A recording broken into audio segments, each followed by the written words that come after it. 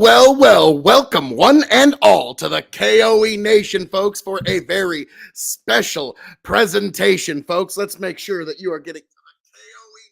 Nation. Yes, you're getting every beautiful, sweet, soft summer sound that is my voice.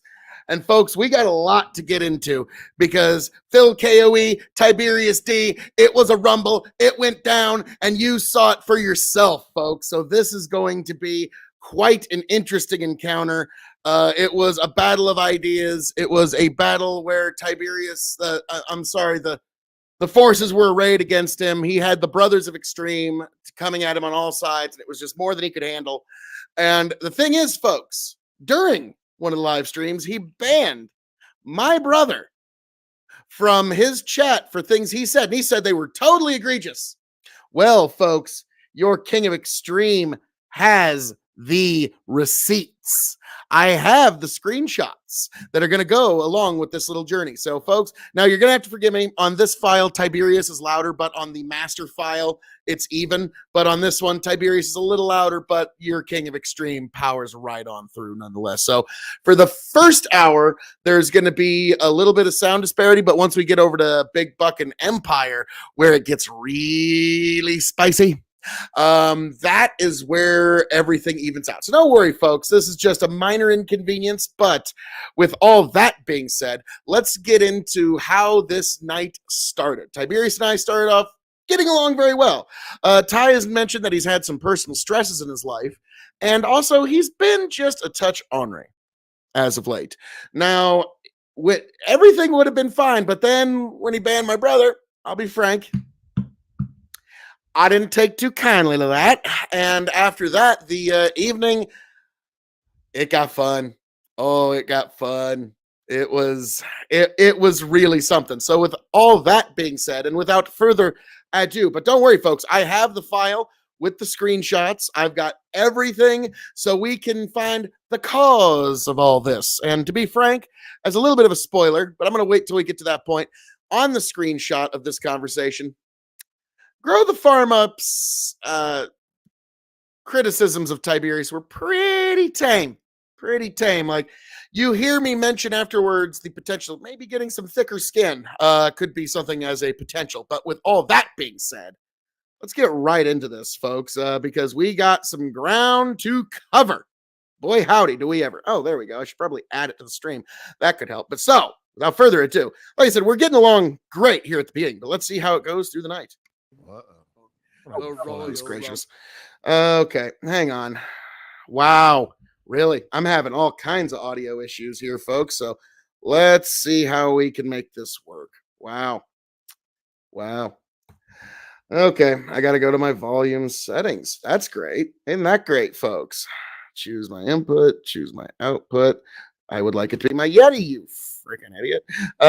There we go. Now let's see how this works. Tumble where vessels will tumble over the top rope of this year. It's the most wonderful time of the year. I gotta give you some singing props. You can sing better than most. Oh, thank you. And I'm still hearing a little bit back on your end, but okay. Oh, I had it facing right towards that. Okay. I gotta be really careful about this. Actually, this is a true story. I shit you not. My old man. One time he got to meet Seth MacFarlane, the guy who makes like Family Guy, American Dad, all that shit. Yeah. I just met him in a bar in Chicago one time. Okay. And Seth gets up on stage and he goes like, "Hit it, Dino," or whoever's the guy on piano. And he belts out Sinatra, like my dad says. And then this guy gets up on and everybody's like, "That's Seth MacFarlane. I have no idea who this guy is." And he belts out Sinatra better than Sinatra. He does. He actually does. When he gets off stage, I just walk right up to him, just like beeline, shake his hand. "You do so. You are the best dancer. I'm buying your next drink. You get out." And so my dad buys him a drink, not knowing. And then he goes, my dad actually tells him, "You're really good. I hope you make it." And Seth MacFarlane, funny motherfucker, he comes back with, "We'll see if my day job works out." So it's like, and yeah, my dad had no clue who the fuck this guy was until after, like his date had to tell him who he was. That's fucking fantastic. It's like, oh, he's only one of the biggest people. But dude, I don't like to go down this whole train too often, but Seth MacFarlane is like graced by God and how much talent this fucker has. Like, he can sing. He is a wonderful story creator. I don't think he's the best actor in the world. I think he's needing to work on that actually. But still pretty solid. Yeah. Oh yeah. And he's been able to manage to avoid all these scandals, and he avoided that plane on 9/11. True. He was supposed to be on one of the planes on 9/11. So yeah, you want to talk about lucky motherfucker? Like, that guy should just, like, yeah, he should make his middle initial Seth Lucky Motherfucker MacFarlane. All right, give me 30 seconds, guys. All right.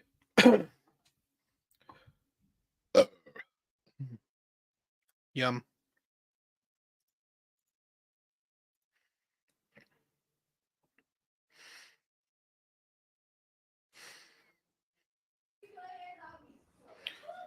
All right, can you hear me?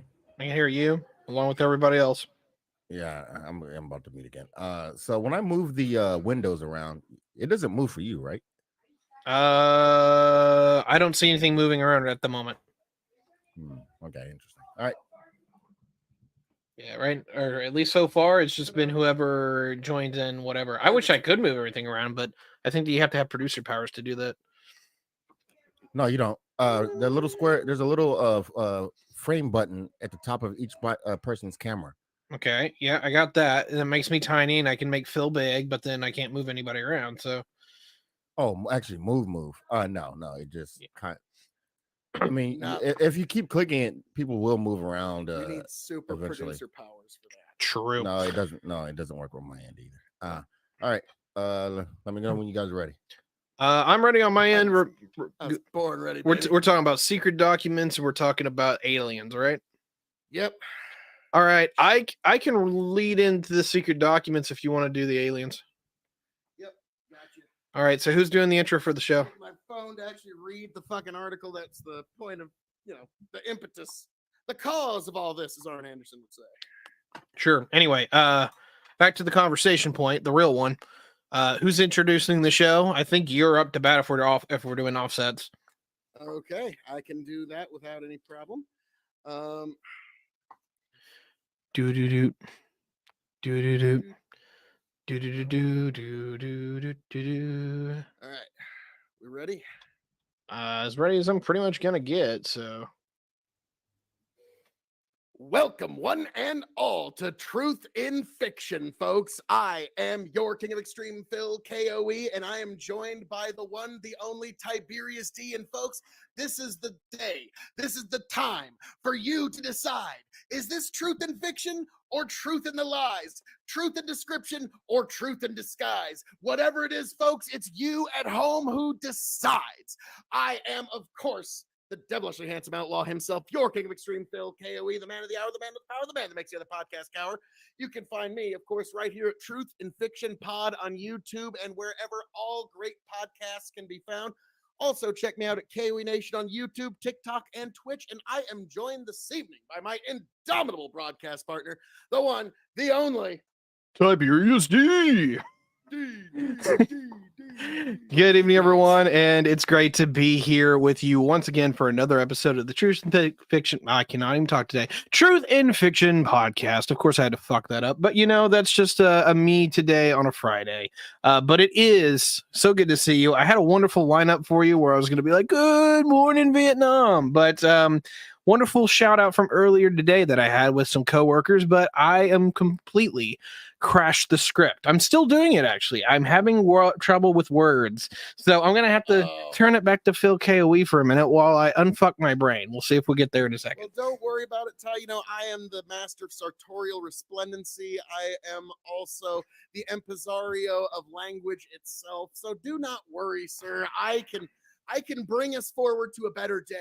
But we've got quite a few things to get into this evening. But folks, this, if you do not know, Truth in Fiction, what we are here to do for you is to give you the distilled, give you the juice, give you the very core of these issues today. So when you think, I wonder what's going on with you can just come right here to Truth in Fiction, and we will give you the widest perspective possible so you can actually make up your own mind. I mean, I know, hard to believe that that's even possible in today's world, that you could actually come into an idea with an open mind, but you can also send this to friends as a quick reference piece, because me and Ty, well, I mean, I don't think there's anything in God's creation that we cannot get to the very bottom of if given enough time. So I think here in Truth and Fiction, you're in good hands.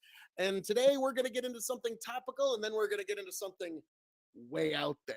So with all that, Ty, I think we've been trying to keep this particular subject secret.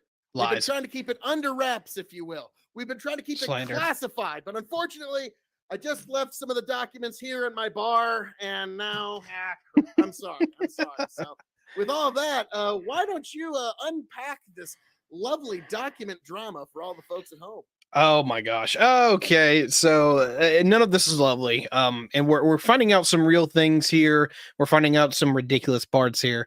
But I do know my good friend K.O.E. is going to just get so giddy with glee over the shenanigans that has unfolded. So let's do a quick recap, real quick.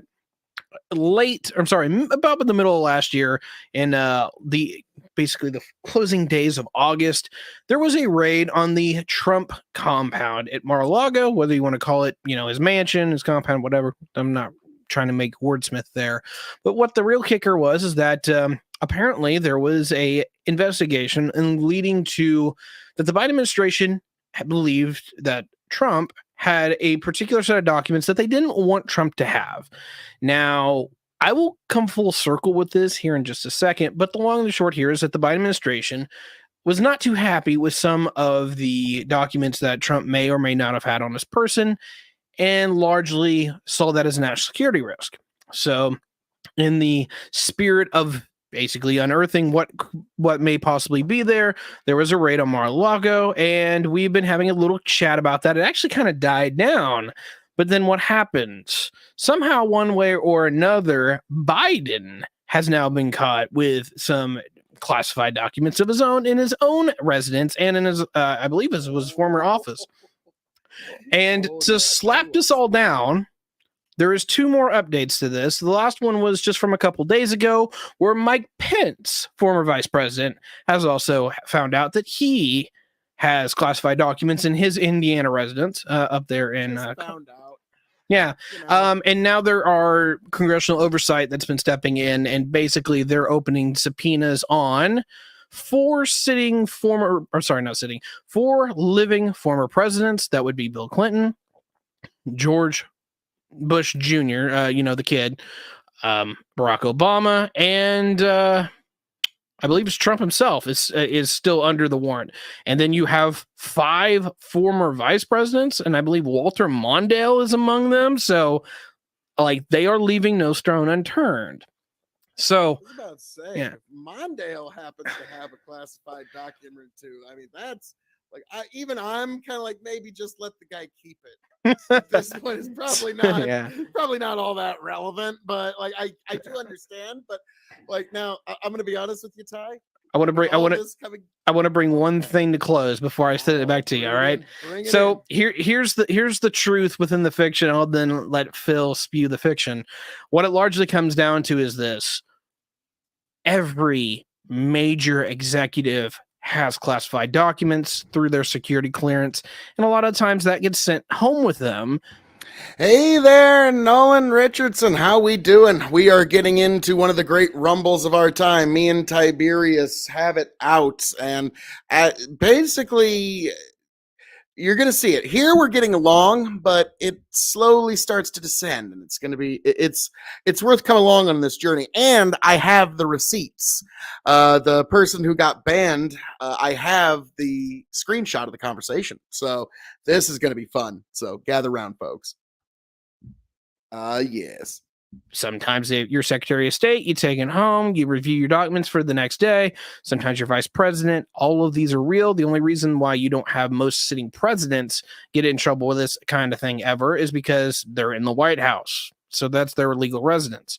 Trump was a little different in that he had documents with him at his personal residence that he took with him. And there's a little bit where I don't know some answers here, but I'll suffice it with this. A lot of folks have documents. This is very normal. The problem is that people didn't realize this. And because of the political three-ring circus that we have in Washington, D.C., it's opened up a can of worms. And now Congress, whether you agree with or not, I want to get into this a little bit when it comes to the politics, is now openly chastising any executive for having classified documents in a position where they could be compromised. Without further ado, Phil, spin your nonsense. Oh, well, folks, I was just going to say, so you got to hear the establishment fiction there, but now you get to hear the truth to be deciphered through all of that, because you got to keep in mind, folks, the marvelous, beautiful thing about all of this is that you, for months, got to hear folks on the left and the never Trumpers and some in the moderate camps just tear up the landscape with, oh, goodness gracious, how awful the things Trump did with these documents. Oh, they told you that the very sky itself was about to fall upon our heads because Donald Trump had these documents in his house. And then lo and behold, we find out that not only, and now keep in mind, Donald Trump can declassify these documents unilaterally. It's called executive privilege per Obama's executive order even. So Donald Trump had every legal authority to do so and completely declassify them. Joe Biden, as vice president, had no such clearance. He had no such legal authority, and especially not as senator. And then when you want to compound it on top of that, folks, the real kicker here is he claimed he didn't even know about them. So this is blatant negligence with national security secrets, no matter how you want to look at it, no matter how you want to boil it down, no matter how you want to examine it. That is objectively, measurably, observably worse than anything Donald Trump is even accused of. Well, Donald Trump should have, negligence is worse. Well, he should have informed that negligence is worse. He should have not taken, negligence is worse. It doesn't matter. This man was negligent with our national security secrets. And even worse, if he says, I don't know how they got there, then did that mean that him and also Mike Pence, did they clear people that weren't actually cleared to handle national security secrets, to actually move them to and fro when they themselves had no legal authority to have it? So yes, no matter how much you want to tear up the landscape with what Donald Trump did with his documents that he had the full legal authority to declassify unilaterally, keep in mind those documents, we knew exactly where they all were. He had them under lock and key. He even participated and cooperated with what kind of lock. They were also under Secret Service watch and key and under watch. So these documents were effectively safe, to be frank. And so no matter how you want to look at it, and it's been the fascinating thing to watch, is the folks on the left having to do these amazing mental gymnastics because they were just condemning Trump for this document thing. But then when I point out that negligence is objectively worse, it's fascinating to get to watch their cognitive dissonance happen in real time, Ty. It's almost like it's one of those strange intellectual delicacies that you don't get to enjoy very often, but this has been one, and I've been enjoying it to its fullest. So Ty, now that I got to get the truth out in all of the fiction, what's your take on the idea that what Biden did is objectively worse than anything Trump is even accused of? So here's the thing where I piss off most of the audience. I do not believe that I'm really qualified to actually make statements on some of this stuff. Look at that. So I like to give out the facts where I know them. Don't worry, I will. Well, look, no, that's funny because he's like suddenly, like during the intro, he was breaking down all the bad things Trump did. Now suddenly, I don't know. I'm sure you will. You have absolutely you're just not quite qualified. Regard for such thing as jurisprudence. I got a lot more regard for jurisprudence than you do, Ty, Mr. Red Flag Tyberius. I mean, I'm sorry. I mean, if you really want to go there, Ty, I have much, much greater regard to our sweet, sweet lady jurisprudence than most folk, actually. All right. So just good old Lady Liberty. Yeah, well, Anyway, And number I one, do folks, love Lady Liberty. I mean, that is I am not a investigator. I do not have access to the major details of what some things could be happening right now. Number two is that, That was I'm not just, a legal member of the right. court. So I I'm not a guess I'll lawyer. take I'm that not a W there. juror. I'm not any of these things, right? So there's levels where I don't have access. I don't have privilege, and I don't know if I want to make judgments outside of just the limited information that I have. However, if I am still going to do so, I think this is part of the course. That's how you know that the negligence argument just fucking slammed home, because Ty's like, well, I don't know. I mean, I'm not an investigator. We don't know. Like, what are, like, it's almost like the Bill Clinton. It depends what the definition of is. And what this truly comes down to versus like the Trump v. Biden conversation is that for me, what it really just came down to, straight up and not, was that Biden and his administration did not trust Trump with national secrets. That's just straight up where it is. My bias here is that I agree with him. I find that Trump to be one of the most unethical people to ever occupy the office, and would Just sell look at my his reaction. children if it actually enriched him. So there's a point where I'm like, all right, cool, I get that. But he opened up a can of worms. And I address this because it's just like, wow, like the people who hate Trump, they've got this weird mania in their head. And I bring it up. It's like you've got this comic book character that represents Trump. And I usually end up having to do this in a lot of debates where I say, like, because I'm on the right, people just assume all these positions on me because they just take any negative thing and then they just superimpose it onto people in their political opposition. And I've had to say this many times, like, no, I'm sorry. You need to actually address the arguments that I am making, not the person in your head that represents me. Because like a lot of people have this person in their head, this supervillain in their head that represents everything bad about their political opposition, everything that they think of, and they dump all that in there. And it's Donald Trump is the greatest example of this, where like he said, he would sell his own children and all this nonsense. It's like, I'm sorry, but this is somebody that has bought a fiction. Like, you'll notice, like, I do think the Democrats are corrupt, and on some level, some of the Democratic leadership is evil. But I don't talk about them in this weird terminology, the way that folks on the left, and Tyberius later comes out, like, he finally confesses what we all knew anyways. He's not really a conservative by any real measure, and he's just a moderate, which is what I knew the first 38 seconds talking to you, Ty. We're not gonna, we love you, Ty, but we knew this. Come on. Consistently find from my Democratic friends simply suffices as this: they can't prosecute anyone because they don't have the damn intelligence to do so. I have never seen a party that is so absolutely incapable of governance consistently have the golden egg in their hand and not just be able to do anything with it. This should be a lock and key kind of conversation, but it's never is. Somehow the Democrats just cannot prosecute anybody, which may be why they are anti-cop at this point. They don't believe in throwing people in jail because they can't prosecute anybody. You know the old axiom in Washington, D.C., Democrats don't prosecute Democrats. So that's probably why they're not that good at it, because if it's a Democrat, they're just not going to prosecute. Now, one thing that you brought up something fascinating to me when you're talking about Donald Trump is, basically to you. Yeah, this is where I get into that a little bit.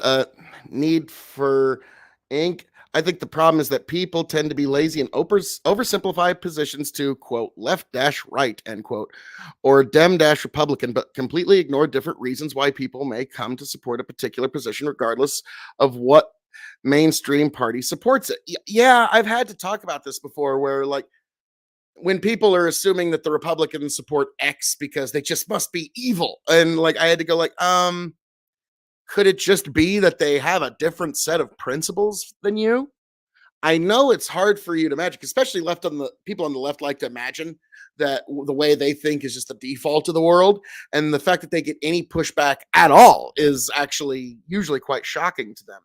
And like I've often said, like, we don't have as much of a left and right divide in this country anymore, so much as we have a rural metropolitan divide, and then suburban is kind of the moderates. Like, yeah, so you got rural and urban, and then suburban is sort of that, like, middle, and that's where all the swing states and the swing districts are. What do you know? And so that's really where the divide in our country seems to be boiling down these days. He's basically Voldemort. He's basically just like the embodiment of all that is evil. And I've noticed this on the left is that there is this person in their head that Trump represents that they've just kind of imbued all human negativity into. And so, like, because I guarantee you, the man is not nearly as debauched or nearly as bad as people like to pretend that he is. I mean, he's just as human as each of us. He's got his own ups and downs. But like to me, I find it Ty had to do a little fascinating middle that finger there, like I didn't this catch it. person has like, especially and like even for you, Ty, he's taken on like almost like a comic book level villain. Like, do you remember the villains from Captain Planet where they were just so over the top? Oh that my it just god. wasn't even believable. Where the Captain Planet villain be like, "All right, getting off of work on a long day, polluting. Now I can get home and really start polluting. This is hobby polluting here, folks." And yeah, that's kind of the level that people see Donald Trump in their minds. Now, weirdly enough, I don't know if you know this, but the voice cast to Captain Planet was amazing. Like one of the villains was Ed Asner, another one was Jeff Goldblum, and Whoopi Goldberg, or not Whoopi Goldberg, Oprah. Oprah does the voice of like Mother Gaia. So it's like, Jesus, okay, Ted had an agenda here. But yeah, like I've noticed that like it for a lot of folks on the left, like their idea of a Republican literally is a Captain Planet villain. Where if you go back and look at them, like one Captain Planet villain literally had like a rat nose, one had a pig nose, the one that was Ed Asner doing the voice. And that was the one I was kind of making fun of. It's like Ed Asner's character. All right, I got done polluting today. Oh boy, it was a hard day at the polluting factory. But now, now that I'm off work, now the real pollutant can begin. The hobby pollutant. And it was just like, these are the strangest people ever. None of them exist anywhere. And but that's kind of like a Tyberius or Cypher or some of the folks that I meet on his Discord and stuff. That is literally the mental image that they have of Donald Trump. And to me, I always get really worried whenever one political persuasion tries to other and dehumanize in some way the other side, because as we've seen for the past, I don't know, 10,000 years, that tends to allow the greatest brutes to rise to power and some of the greatest atrocities to be carried out in all human history. So let's always try to keep an eye on that. And to me, like at one point, that is fiction, because this man was actually legitimately elected by the people of the United States in 2016 to be the president of the United States. Love him or hate him, the American people chose, and they didn't choose who you wanted in that particular roll of the dice. And so, like it or not, there's many presidents. George Herbert Walker, he kept getting national security briefings pretty much until the day he died. And so this is not abnormal behavior for a former president to have classified information or even be given national security briefings. And one other thing I do want to say, though, is boy, howdy, with these new documents that came out, Biden basically just handed impeachment on a silver platter to the Republicans in the House of Representatives. I mean, like he couldn't have wrapped it up in a nicer Christmas bow now. I mean, it's pretty much a fait accompli at this point. I hated love every you. word of I that. do. See if I can get blood to come out of your nose. I think I'm close. I'm glad I have headphones on because I'm pretty sure it's coming out of my ears. That's an accomplishment. All right, so here's the thing. I'm sorry. So, all right. So, folks, keep in mind, I'm already being difficult with this document thing and the left and right Republican thing because I'm just so right on everything. Grow the farm up. You come into this here in a little while. You actually have something to do with all this. Now, that might be why he started getting a little ornery. Now, grow the farm up. Now that you're here, I'm glad that you're here. Just real quick, one moment here, folks. Let me just give this a play for a few seconds. Democrat I've made this clear in episode 1. However, I haven't like really outlined this. I actually lean a little bit more Republican than I do Democrat, but not by much. The problem is I deplore the absolute values that the Democrats preach, and my blood tends to boil anytime. Now, folks, I want you to remember that I lean a little bit more Republican than I do Democrat. I want you to remember that. But Grow the Farm Up, thanks for joining us this evening. He says Captain Planet destroyed the ability to reason for about 50% of Western citizens. LOL. Now, Grow the Farm Up, you kind of get into a little bit of this. You're the cause of all this. But now, Grow the Farm Up, you got to understand. You got to understand. I totally understand why Tyberius had to ban you, because taking on the two of us at once is more than any mortal man or any mortal army can possibly ever hope to achieve or accomplish, overcome, or even match evenly. So I understand, like, it's just more than anybody can really take. I get it. Grow the Farm Up. So like, really, like, you and I against 50, 60, 200 people is really unfair to those 200 people. Like, I wouldn't bet on them odds. And then we got Grow the Farm Up. Therefore, Captain Planet destroyed at least half the planet. Wow. And then, hey, Tiberius, how we doing there, man? What do you know? And it's my favorite people. I know it is. It's your favorite people in all God's creation. Phil K.O.E.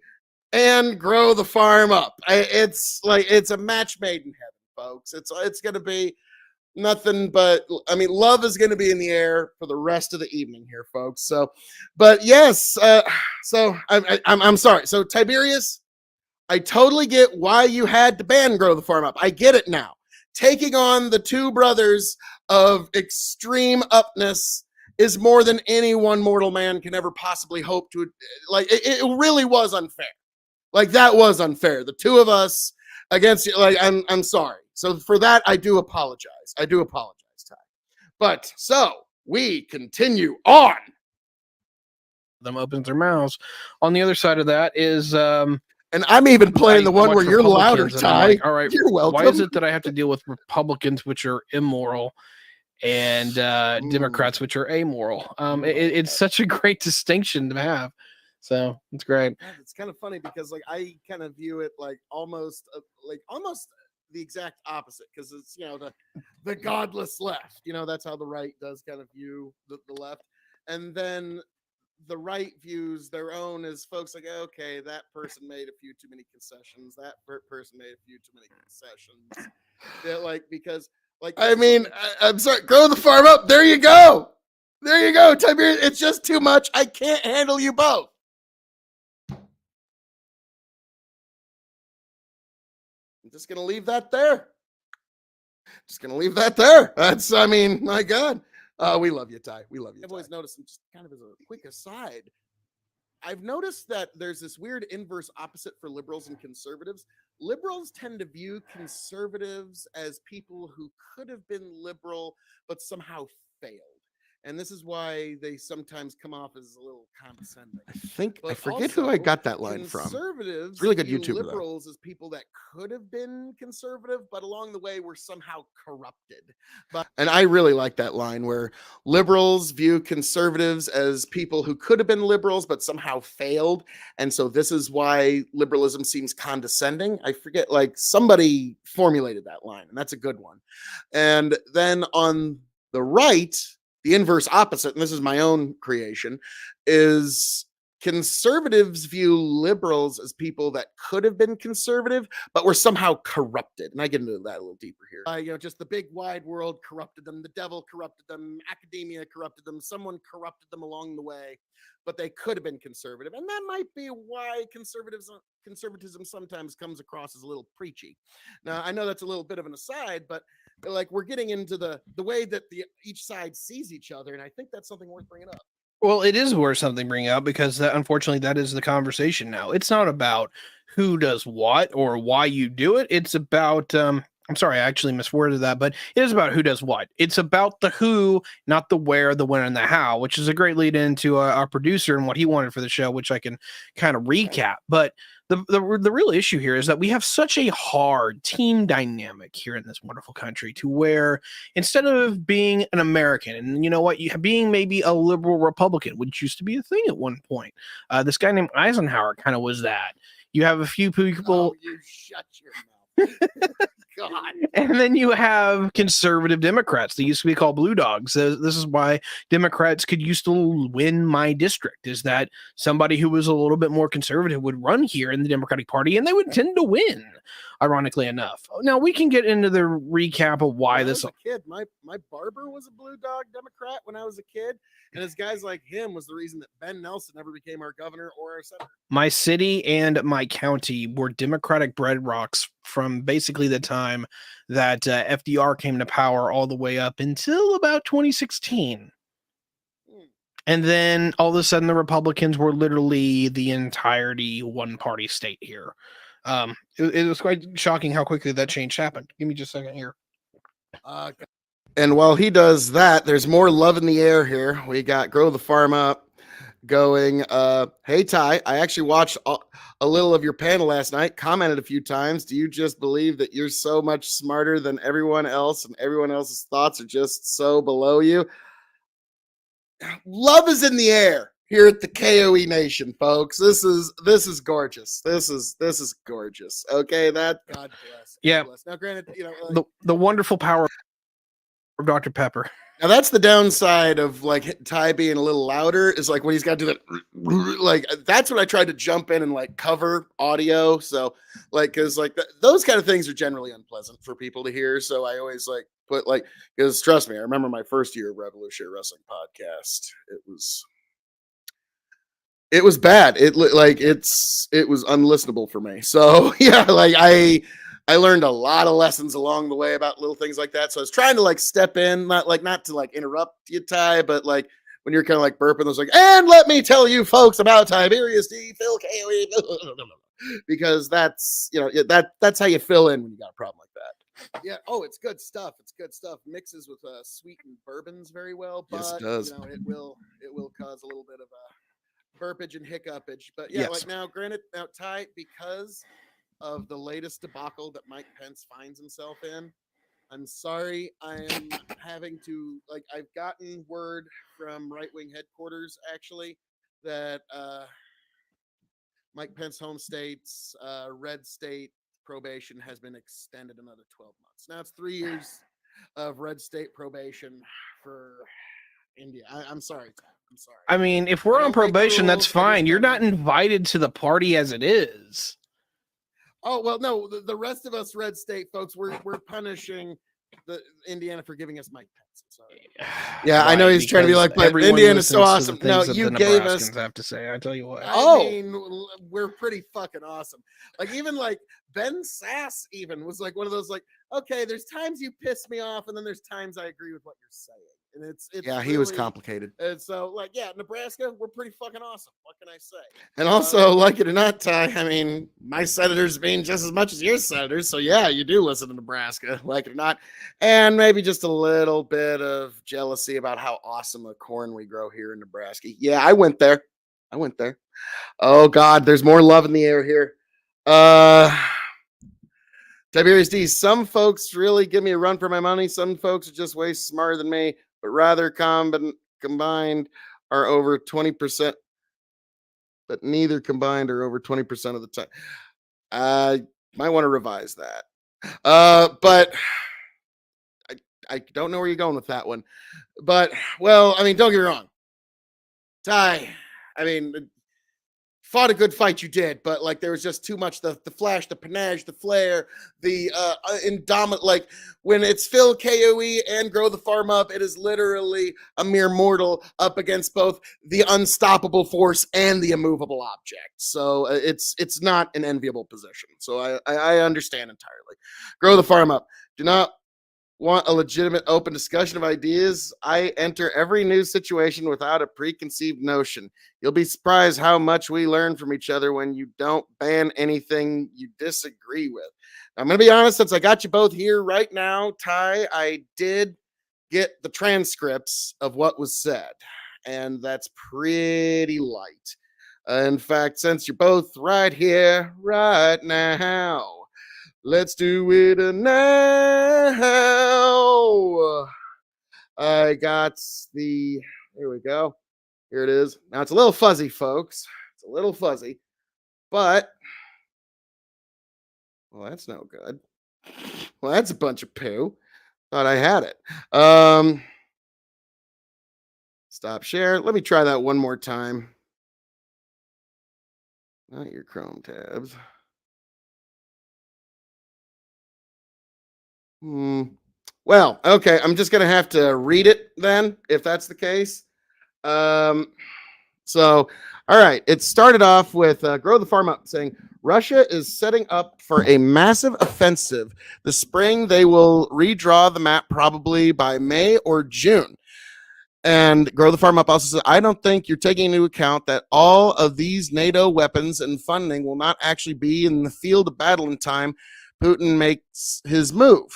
Then Tiberius goes, you seriously need to stop talking about things you don't know. Now, actually, what's funny, Tiberius, is Grow the Farm Up actually kind of agrees with what Peter Zihan or whatever, basically Jordan Peterson for moderate normies, said on Joe Rogan was going to happen. So that's actually not outside the realm of what even the experts are saying.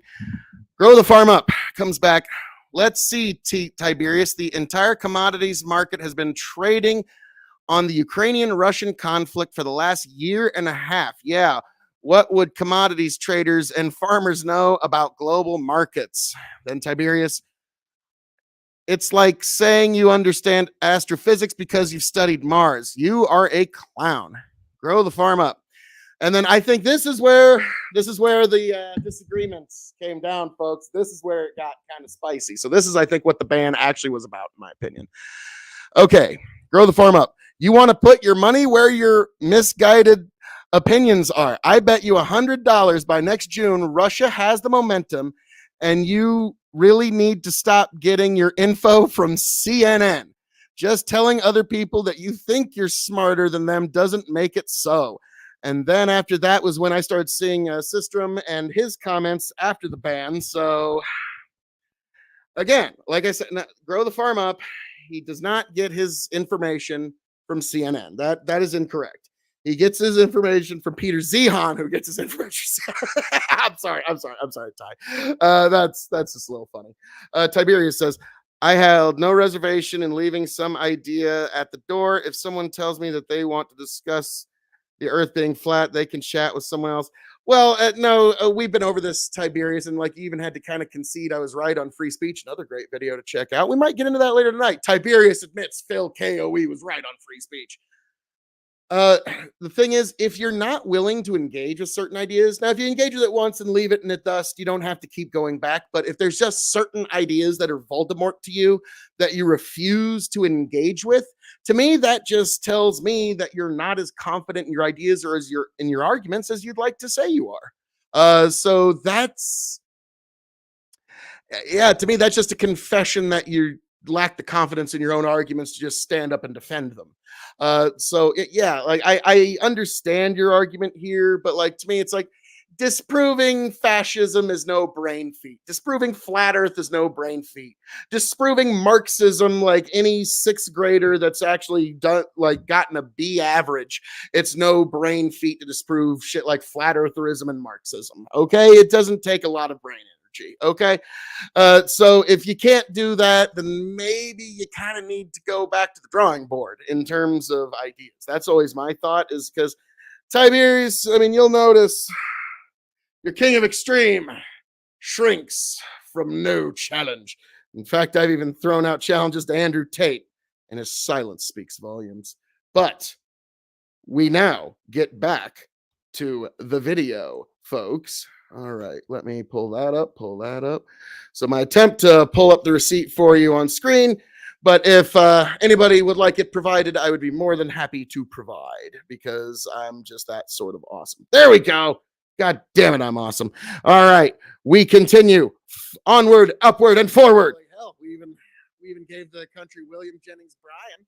the silver standard there, folks. So yeah, Nebraska, leaders in national politics, clearly. I got to go back to William Jennings Bryan. I'm just going to lay this. I'm just going to lay this on the table. For a party that loves to preach about having balanced budgets and surpluses and fiscal responsibility, Indiana is only one of 2 states that actually does it. So eat my ass. I was about saying, I think the other one's North Dakota, ain't it? I can't remember, but I'm pretty sure it is because, man, that oil revenue has been amazing. Run whatever you want to say about central planning, that state is run spectacularly well. Okay, like that, and it's something to be said.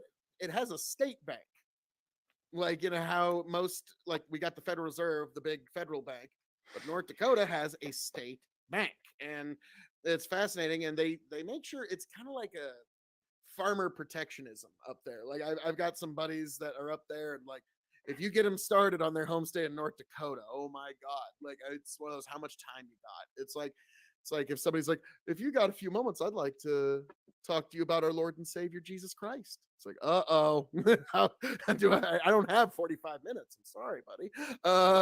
Yeah, they love it up there. So I can see it, but no, I understand, but I'm sorry. You gave us Mike Pence, and we just got to let you know. I think when Lewis Black said that because of Bill Clinton, nobody from Arkansas. Zehan got it horribly wrong on Ukraine for the whole war. There's are reasons for that, and I have explained what's up. Well, Zehan's also the guy that you got the whole China collapse thing from and the worldwide famine thing. So I figured you'd be right in line with that, because it's like, oh boy, those are some calls that did not pan out there, Peter. K.O.E. Can I just believe people are... Well, okay, I get people saying that, but also, Ty, you kind of got to admit you've been a little on. Sorry. Just had to say it. That could also be a possibility. You also have to hold within your mind the possibility that you've just been a little ornery lately. That's fair. That's fair. I'm trying to... I'm trying to be fair here. Grow the farm up. I believe in the free market of ideas. I fear no one's ideas. If I disagree, that's fine. Often I learn from other perspectives. K.O.E. is correct. Just not debating and calling the other side stupid is an L. Okay. All right. Tiberius, that's fine. I think you're not worth my time. Well, but Tiberius, you say that with your words, but it's like the old phrase, I can't hear what you're saying over what I see you doing. So, I don't know. That's something to keep in mind. Who and what does flat earth have to do with anything? K.O.E. just read that. I didn't bring flat earth BS. I was respectfully asking self-proclaimed expert Tiberius D. Oh my. Folks, love is in the air. It's going to be fun. But the video continues because we're about to get spicy. 100 years. A part of me was like, that's 100 years, probably much, but at least 10. Sorry, that might screw over Mike Huckabee a bit, but hey, it is what it is. Good God, is that man still alive? I haven't heard that name in 5 years. Oh yeah, he's on the Christian networks where he plays bass with people and then talks about how much he loves Jesus. It's a living. You gotta give him that. Hey, I hope it's working for him. He seemed like a nice guy, but to circle back on all of this, Ty, like I said earlier when I said, and it's one that just really folks don't like, the fact that Biden did something that was objectively worse than Trump. I've been watching the amazing mental gymnastics and cognitive dissonance. I mean, you've seen it on your own Discord. It's been pretty epic. I've had some people blood coming out of the ears, basically. I'm sorry. It's not hard to watch the left or the right go into full hypocrisy mode, because when you're in the wonderful team dynamic that we have, as long as the other guys did it, it's just bad, right? It's always bad. It's never good. And I'm sitting here going, all right, cool. So the right for a long time was like, hey, we need to get out of the Middle East. We need to stop doing all these foreign wars and all this, which it was interesting. It was interesting because they weren't. Thanks. Puppy dog. It's interesting because for such a long time, They weren't that way. They were the hot party. But then it suddenly became the isolationist party under Trump, which is something I kind of support. It's like, 50-50. I But think that Ron Paul got the ball rolling on that. Like the idea of, hey, Fair. you can be Republican and anti-war at the same time. And for a lot of people, that was a revolutionary thought. To some degree, yes. And the isolationist camp's a little overboard when it comes to the Republican Party. But what I can say is that we did have that wing sprout up, and they were like, hey, in the war in Afghanistan, let's get out of the Middle East. And I'm like, all right, cool. I support that. I think these wars are stupid, and we were never going to win. Okay, we got a couple of things. Tiberius D, I have admitted when I was wrong multiple times. This is why the elites no longer believe in being transparent. Well, I mean, it's not really that. It's the old tale, Ty. I mean, there's a reason. We heard this tale when we were kids. And it's as true today as it was then. The boy who cried wolf. The elites who cried disaster.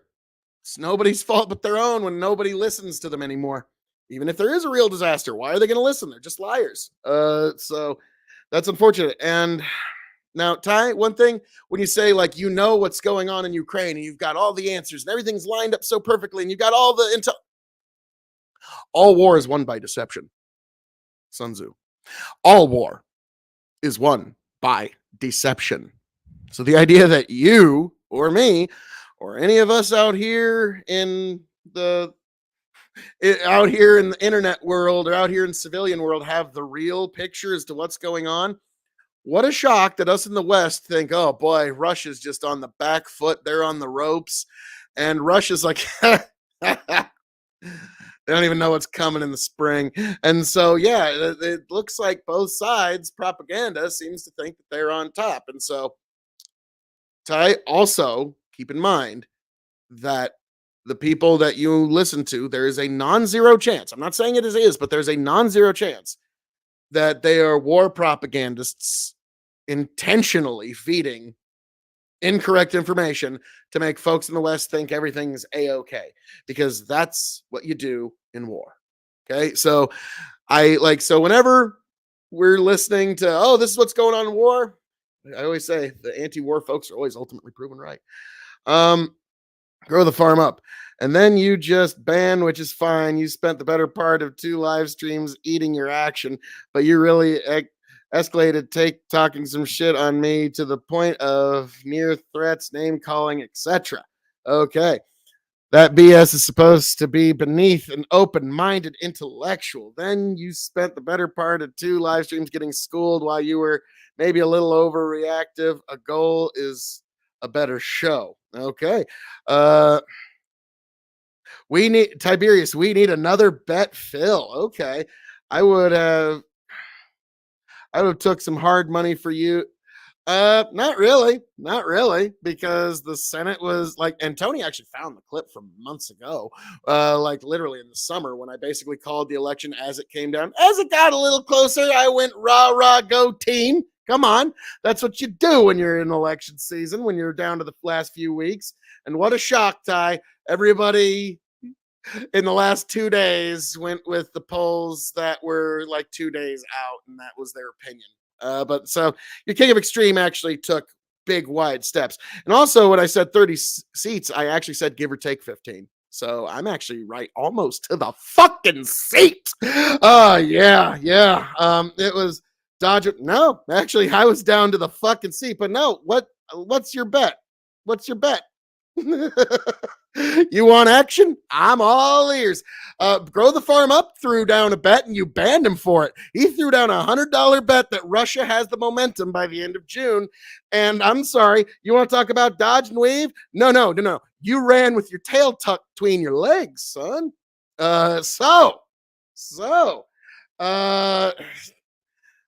No, I've got the receipts, Ty. I've seen, like, I have the documents. Like, no, I hang on. There we go.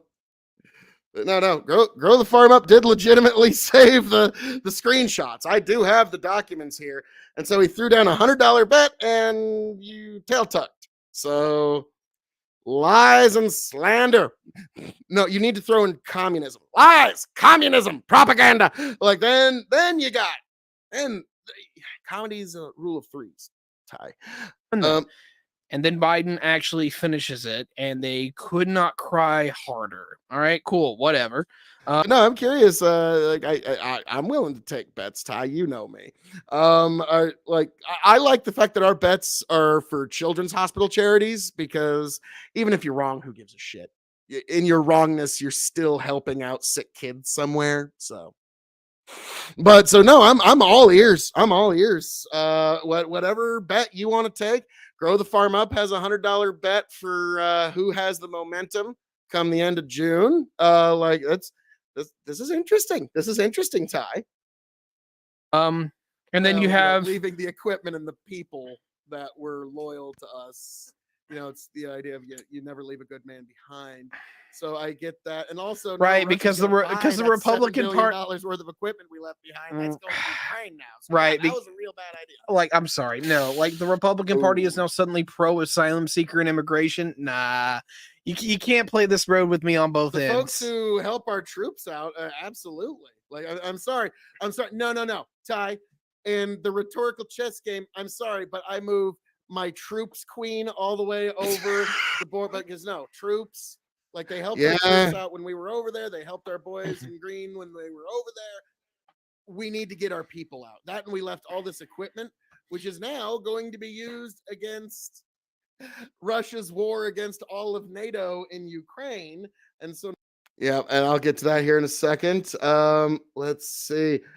Desperado says, how about $100 to a charity you dislike? That's okay. That's funny. That's funny. Do you want to take the bet about Russia with me, Phil? Well, the bet is with you and Grow the Farm Up, but what's the bet you want? Like, because my prediction has been Berlin Wall 2.0.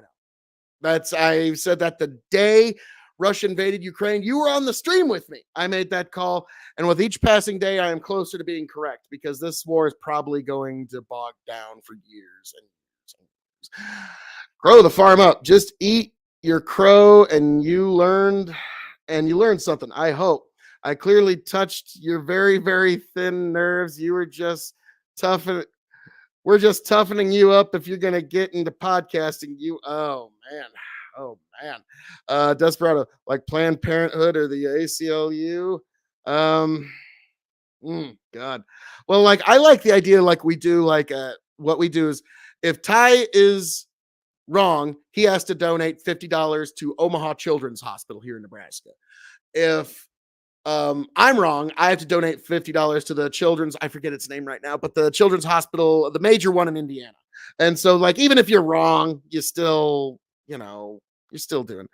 No, not being with that, blocked and done with. Oh, okay. So, sheesh. Running with your tail between your legs, Ty. I'm sorry. I don't know. Tiberius, make him donate $100 to his local BLM group. Jesus God Almighty. Yeah, there we go. Riley Children's Hospital. Desperado, that's funny. I like it. It's like a bad car crash you can't look away from. Like, there's one thing I've wanted to do for some time is get a bunch of Twitch personalities together for an online poker game where everybody buys in for like $20 and each person is representing a charity. And then so the pot goes to that person's charity that they represent. And like, you got one guy's like represents the NRA, one person represents PETA, I always thought that would actually be pretty funny. But it's one of those trying to get 9 Twitch streamers together is like trying to herd cats. But Grow the Farm Up. Well done.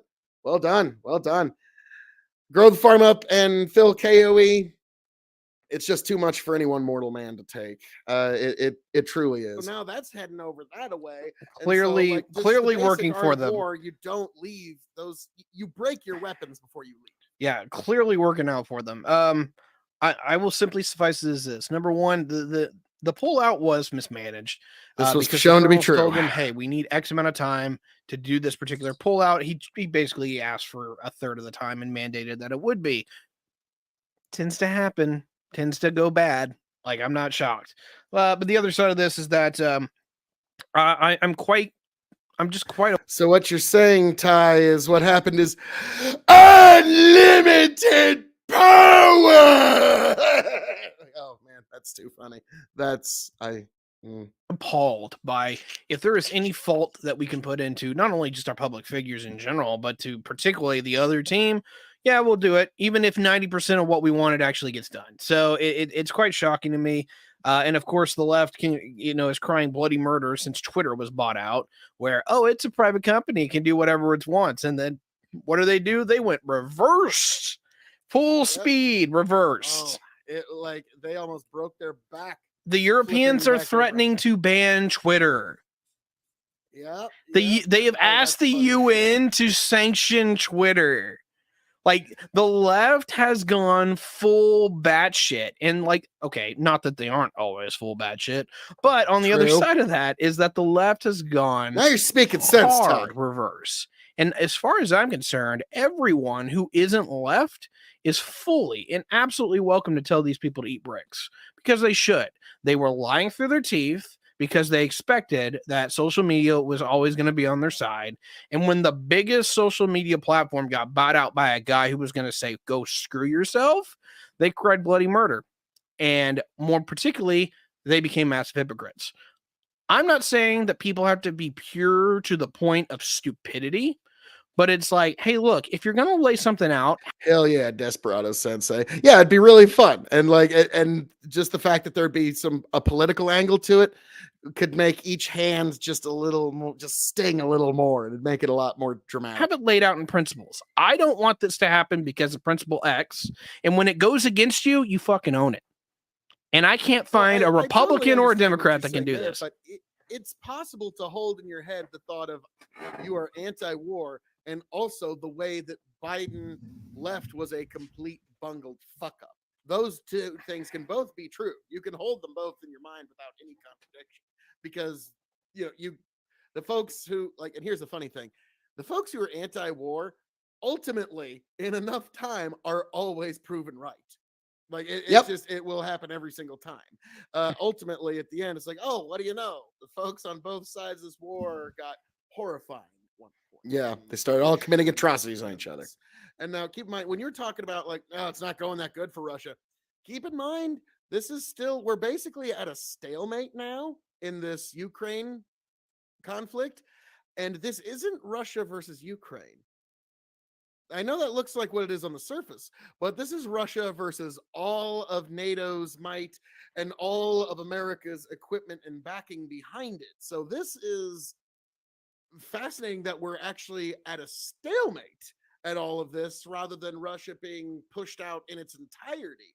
And so this is one of those moments where we are much closer to the precipice of disaster in that particular area than we like to think. Now, God bless the people who are trying to stay optimistic about all of this. But remember, people, any day could be the day that we step off into the god-awful precipice of this particular event. So keep that in mind. So yes, Russia could be doing a little better if they were going up against Ukraine. All war is won by deception.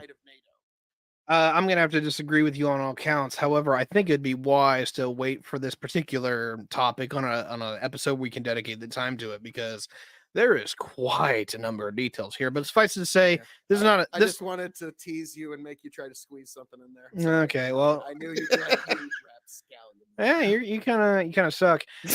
But yeah, basically, Ty would be thinking that throughout the night. Turns out, yeah, you kind of suck. But yes, I wanted to kind of tease him a little bit with this Russia-Ukraine thing, but also keep in mind the likelihood of us being lied to is pretty much 100% because it's war, and you kind of have to lie to win a war. I mean, it's the idea of it's classic, hey, look at this hand, bam, that. It's just even something that simple. Everyone is getting ready for basically everyone is getting ready for the big fight. We were expecting that there was going to be an interregnum fight during the winter when the ground froze, but Europe is having the weirdest record. I'm sorry, the weirdest winter that we've seen pretty much on record. It's the hottest winter they've ever had, pretty much ever. And that basically means it's been the wettest and more particularly the warmest. I don't know why, they've ever Ty, had, because and like that I'm sorry, Ty. I don't know why you would do that because I mean, I'm sorry. The likelihood of us being fed misinformation in the commission of a war is pretty much 100%. All war is won by deception. Like I even said, like I'll just put it over here. It's even just like all right, oh, okay. Hey, look at this hand. Bam! Like, yeah, like it's even if you're just doing something like that, where you're like, hey, look over here, bam. Like that is how wars are won, is through deception, to make everybody over there think that you're about to do A when in reality you do B. When you zig, when they think you're going to zag. When you're going to throw a jab, when they think you're going to cross. And it's like that's how war is won. So the idea that they're not going to tell you, hey, everybody, we're throwing that jab. That jab is coming. Oh, boy, you're going to love that jab. And then bam, out of nowhere, that cross comes out of there. Like that's like, even though we're being lied to, I mean, don't think that you're taking part in unethical act. But yeah, that's I find that very strange that you'd question my moral. Like, again, we all seek to make this world better in our own ways. Everybody thinks of themselves as the hero of their own story, but when it comes to morality, like I just look at that as the standard of behavior that applies to all people across all time. And so yeah, I actually don't question my moral compass at all. I do question the moral compass of those who put the institutions ahead of the people. Oh, reverse Uno'd, yeah. Grow the farm up. Nebraska is the land of chiseled fucking hard men. It's called the Wild West for a reason. Life's just different west of the Missouri River. Many seed ag co's tried and failed to move from east to west. Not remotely. Well, then why please elucidate what it is you mean, then, sir. Grow the farm up. Western Corn Belt farmers look at Eastern Corn Belt farmers as just softer. They have longer legacy farms and get more rainfall. Our irrigated area has produced more bush more consistently than East. Oh, now it's now it's going down. None of the mud now it's ever going froze down. up. And because of that, no one can move anywhere because it's hard to move through the mud, even with Russian tanks. You pretty much can't do anything that isn't tracked. And even some of the tracked vehicles don't make it through very well. So pretty much until the ground either dries out in the summer or the ground actually ends up freezing later on in the year, because remind you that for the Northern Hemisphere, February is the coldest month. Until we get to one of those points, operations are on standstill. Both sides are gearing up for the fight. People getting killed. And to make a long story short, here is this. You're going to see the Ukrainians and the Russians at their most possible potential A game. And I'll simply give this as a spoiler for the coming up episode. Ukraine is going to whip their ass. It's not even going to be fair. So we're going to see Ukraine versus NATO 2, folks. Electric Boogaloo. It's going down, and we're going to see it yeah, and I forgot the one big thing that I will definitely disagree with is that we're not trying. If NATO was in this fight, we would actually be in the fight. You'd have First Armored racing for Moscow right now. We're sending Abrams tanks as we speak. Actually, they won't be in kind of, sort of, and they won't be in the field in time. Like Tyberius is saying, they won't be in the field in time. But yeah, this spring we're going to see a lot, and so I'm going to keep this one in mind, see who has the momentum by the end of June. And I'm curious, people in the audience, who do you think is going to have the momentum by the end of June? Ukraine and NATO, or the Ruskies? And so I'm curious what you all think of that one. Desperado, de Fada Norte, you go. De more rocks, you got to pick out of the fields. Yes. Grow the farm up. It's just USDA facts. Look up the last 20 years where the BU came from. Indiana has 3-4 years where they outproduce us by a lot, but in drought years, we way outproduce the East. Oh my. And like Tiberius, for some reason, thinks we shouldn't be raising corn out here because I don't know. Like apparently the environment should just stay in stasis forever. But no, our irrigation is what makes life possible out here. God bless the Ogallala Aquifer. May it May it run and be wet for all time. In the Now, field, granted, wait, they're the they old won't be in the field Abrams for a year. to actually make way for the new Abrams X tanks that we want to buy that just came out last year. The Oh, military those industrial things are complex so wants to cool. sell. So it's like, well, yeah, let's Ah, I sweep out some gotcha. of the old Abrams tanks, and then we can buy some of the Abrams X tanks. And so, like, let's be frank, it's a little bit of shuffling some of the old hardware around so that we can buy some of the new stuff. That's it. Well, the funny thing is, and this is the So true enjoy thing. your. Oh, go ahead. Yeah, this is the fun thing, but I don't want to get too much more in the details. Otherwise, I'm going to turn this into a Crane episode. But the long and the short here is that almost everything that NATO has sent over is not new stuff. It's stuff that we've had in reserve for 10, 15 years that's literally almost to its sell-by date, and we were going to have to blow it all up anyway. And then Ukraine comes along, and we just can get rid of it for free. We literally just have to ship it over there. So most of the crap that the Eastern Europeans had, which the Ukrainians are using, such as, T-62 tanks, which no one can barely even use, or MiG fighters or what have you, everything's been sent to Ukraine. And so that's why you have the Poles all coming into these conversations. This is why you have the Poles coming into the conversation where it's like, hey, can we buy some Abrams tanks? Because they're like, hey, we got rid of our tanks. We want some new ones. This was all supposed to be done 20 years ago when they joined NATO, but they all got waivers just to piss off the Russians, which is part of that whole conversation why the war started. But okay, something needs to be addressed here. First of all, grow the farm up. Yeah, I don't envy y'all dealing with rocks and states north of me. Respect for the rock pickers. Tiberius goes, you have strong affinity for purity, which is something hard to stomach for me, which actually, fascinatingly enough, I felt like the big defining difference between you and me, Ty, when we broke it down was this. When I asked, is there any principle that you will stand upon and not be moved? It is a principle that you will plant your feet and put it all the way down to the core of the earth and not be moved on it. And you couldn't give me an answer there. And me, like liberty, the right of self-protection, like there's so many things. And like, so to you, the idea that there's a principle that you wouldn't be moved on seemed almost absurd to you. And to me, the idea that you would, like, if your principles are so easily bought and sold, they're not really your principles. So, all right. And then he continues, and your hierarchy core is there, but I don't understand its bounds. No love for elites, but unquestioning of God. It's very simple. Just like now, the guy's done some bad things, but broken watch is still right twice a day. Like it was written on Oliver Cromwell's grave, God, not man, is king. So that one's pretty easy. Man is a fallen creature, and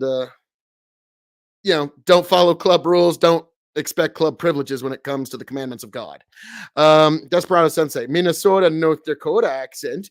Grow the farm up because he wants groceries processed to triple, because that would be the result of not growing irrigated crops in America. Grow the farm up, not to mention shortages. Irrigation is consistency insurance. It keeps the shelves full, folks. Facts. Yes, it is true crop insurance. It ensures that there will be a crop. And so, yeah, the irrigated grounds of America must continue to flow. The water must flow. to make a long story short, now they're finally buying the weapons that they're supposed to have, and they will all be brought up to NATO standard, which will means Washington and the military industrial complex is about to make some money. What you mean?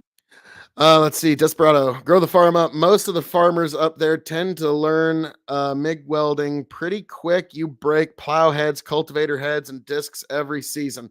Let's see. Need for link. Better the water to flow than blood. Yes, true.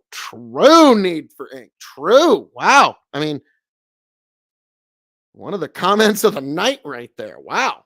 Well done. Well done. Tell me, Ty, that by this war's end, the American military industrial complex stood to prop. I don't know what to say to you, sir. That just sounds so outside the bounds. But like, yeah, to me, this is. It's kind of like the Bill Hicks joke about Iraq, where it started off as the elite Republican Guard, then the Republican Guard, to the Republicans made this shit up. Enjoy your fireworks show. I do kind of feel like this is the if this is done by the end of this year, that is kind of like, yeah, the Democrats made this shit up. Enjoy your fireworks show. It's kind of like where we're going. But honestly, Ty, I'm saying it again. Berlin Wall 2.0, some sort of line is going to be drawn. Russia's going to say this is ours now. Now, it doesn't even matter what it is, actually. Okay, now Tiberius D gets into principles and extreme tend to be where humans go to shit. The person I fear the most is the guy who thinks he is absolutely right or the good guy. Now, to me, Ty, with my philosophy and moral guide and moral compass, I understand that people are fallen and they are debauched and that they're imperfect and corruptible. And so to put absolute power and faith, like you do, in human institutions like the experts and the institutions, that is actually misplaced faith. That is the kind of faith that will lead to awful, awful outcomes. Because what you're worried about is most religions start off as heed these words and live a good life. And they eventually become heed these words or die a heretic.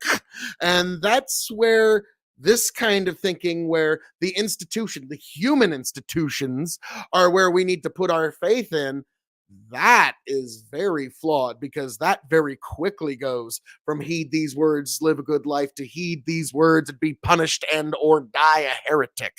That goes there a lot faster. So that's why a human institution has to be looked at with especially heavy skepticism.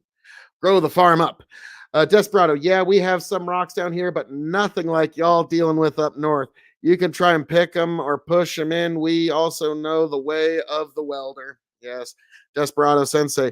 We had one we had to dig out and pull out with a skid loader. The rock was so heavy it almost tipped the skid loader, hauling it in the bucket. I believe it. I believe it.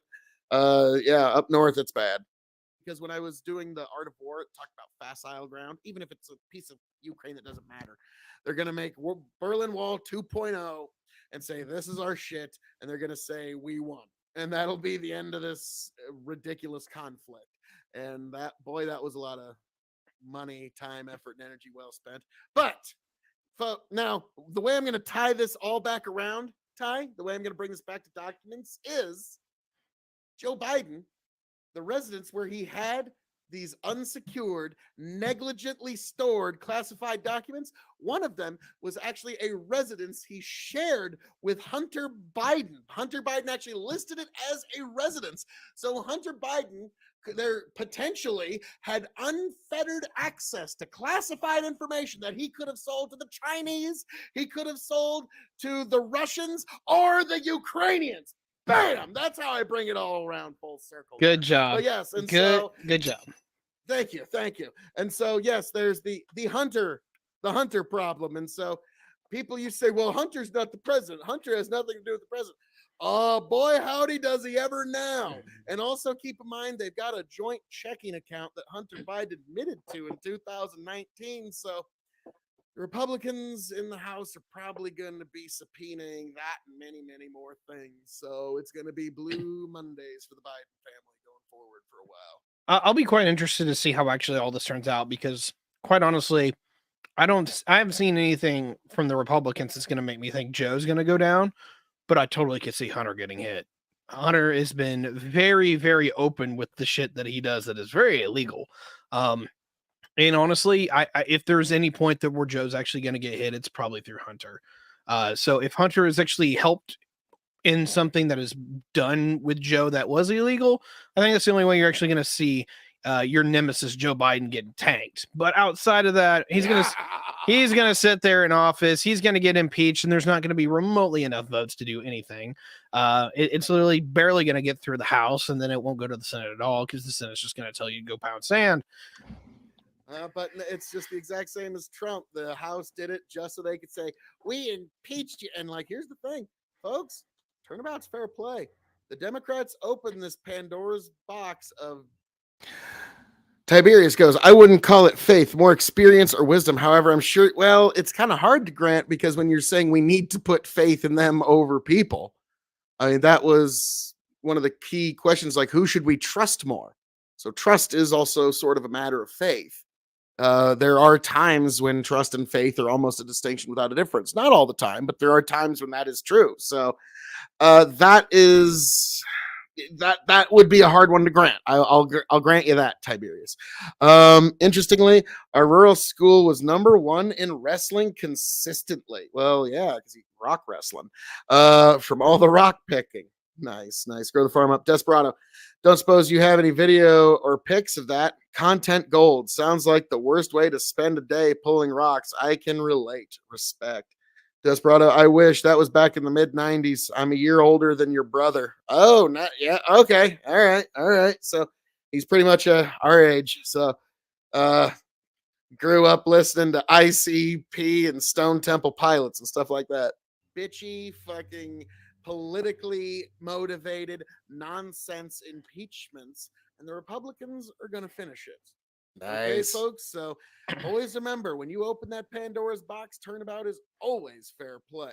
And so, Ty, I'm just curious, this whole roundabout of DC hypocrisy, before we move on to the next topic, is there anything else you'd like to say to the beautiful people out there in truth and fiction?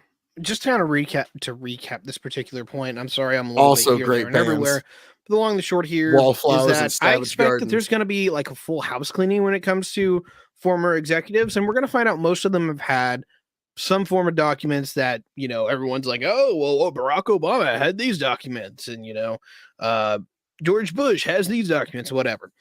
We're going to find out everyone's got them in the closet, or at least most of them. Some of them might hide them, a little more effectively, but we'll find out later. And then the second thing is that all it's going to do is be a bunch of political hay. There's pretty much no one who's going to jail. There's going to be no one who gets arrested. And it's just going to be one of these things that's in the media for a while and part of partisan politics. And maybe somebody brings up something when it comes to the 24 election. But seriously, by Listen this to time how it next gets year, minimized I don't now. think this is even going to be a Like, topic. I'm sorry. I'm sorry. Folks were tearing up the fucking landscape over this a few short months ago, and now it's like, oh, not a big deal. Bygones be bygones. Cleaning of the house. Topic. Now you know how Trump supporters felt a few years ago. I know how all you feel. You're all just y'all make me very upset. Like, there's a bunch of bullshit, just a bunch of stupid investigations that aren't going to go. If it makes you upset, I don't know if you understand how we feel. Like that doesn't sound very empathetic there. But yeah, like I'll go a few more seconds. But the whole point, because I won't keep the camera where you're scratching your nose. But yeah, that's the fact that it makes you upset. Like that's very odd. Like this is half of your country. I think wanting to because I find it fascinating that folks on the left and the moderate centrist normies, some of them anyways, like folks like Tony, always interested in everybody's idea. But like I find it fascinating that especially on the left, but a few in the centrist normie moderates, there's a lot of lack of curiosity as to what the other side thinks. Because again, like I said, there's this comic book villain that it really seems to be what represents the other side in their head. Desperado, I didn't grow up with a stupid smartphone in my pocket either. Good days. Candlebox, Oleander. Yes, folks, name your favorite 90s bands. I'll be honest. I thought the answer was going to be found somewhere in a Smashing Pumpkins album. Okay, there. I said it. Is to try and spoil elections. That was the whole point of the Democrats' play. That was 100% of what it was. Like it was a 100% politically cynical move, and it's really tragic to see that to some levels it worked because that means we live in a very corrupt system. I don't think the system's corrupt that much at all. Oh my God. I know like, you how do. Could you, how, like, yeah, like, I'm sorry. Like, I'm sorry. Like, Ty, when you say that, I question your moral compass. Like, okay, if you were questioning mine, things like that, like the system isn't corrupt at all. Holy hell, man. This is a system that's thrown us overboard 40 fucking years ago, man. Like, and oh, wow. But no, not corrupt at all. We could just okay. It's corrupt to its very core. Our systems and our institutions are corrupt to its core. They always have been. And the sad secret, folks, is they always will be. Okay. Well, Yep. Folks, this is the sad reality, and you need to understand what I'm going to say to you. Our institutions are compromised,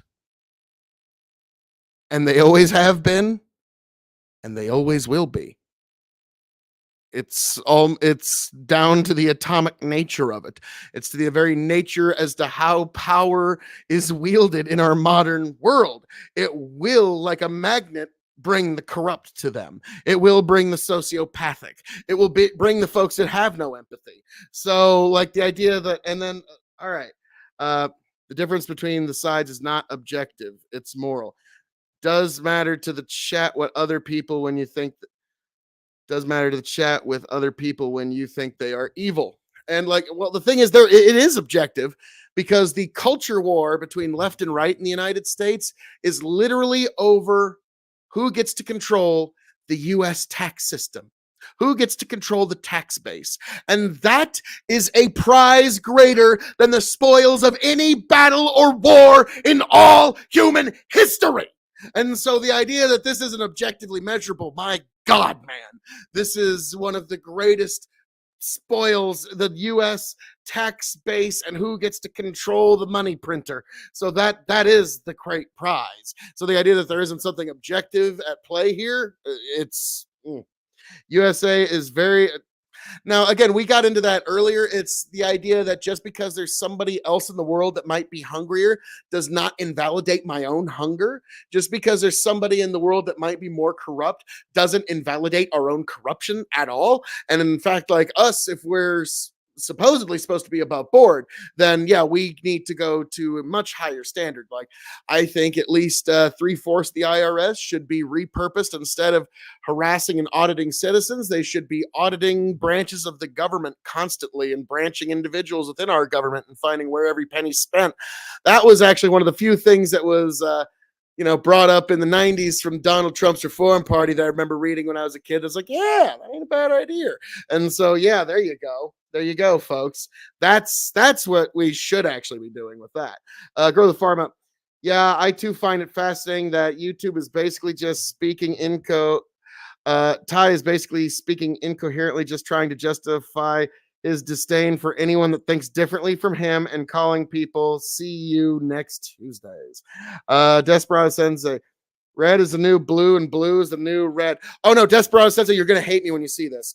In about 20 years, you're going to see Democrats say, actually, we were against mask mandates and vaccine mandates. The parties were switched back then. You're going to hate me when you see it, but that's coming. They're going to try to do the party was switched back then. They're going to try and pull that presto changeo again. It worked for them the first time. Why wouldn't they try it again? Grow the farm up. Ty actually said he wouldn't even be in the same state as me because he doesn't understand how weak that makes him look, not willing to defend his, quote, good ideas when I extend an open invitation. Well, oh boy. Yeah, it did get personal at one point. Like, yeah, Ty, there was, like I said, you might be a little ornery at the moment. It's like some really good advice my dad gave me when I was really struggling with something on the farm. And at the time, it sounded like a really asshole piece of advice, but I'll never forget it. And it's still one of the best pieces of advice I ever got. And it was, son, you need to drink some concrete and harden the fuck up.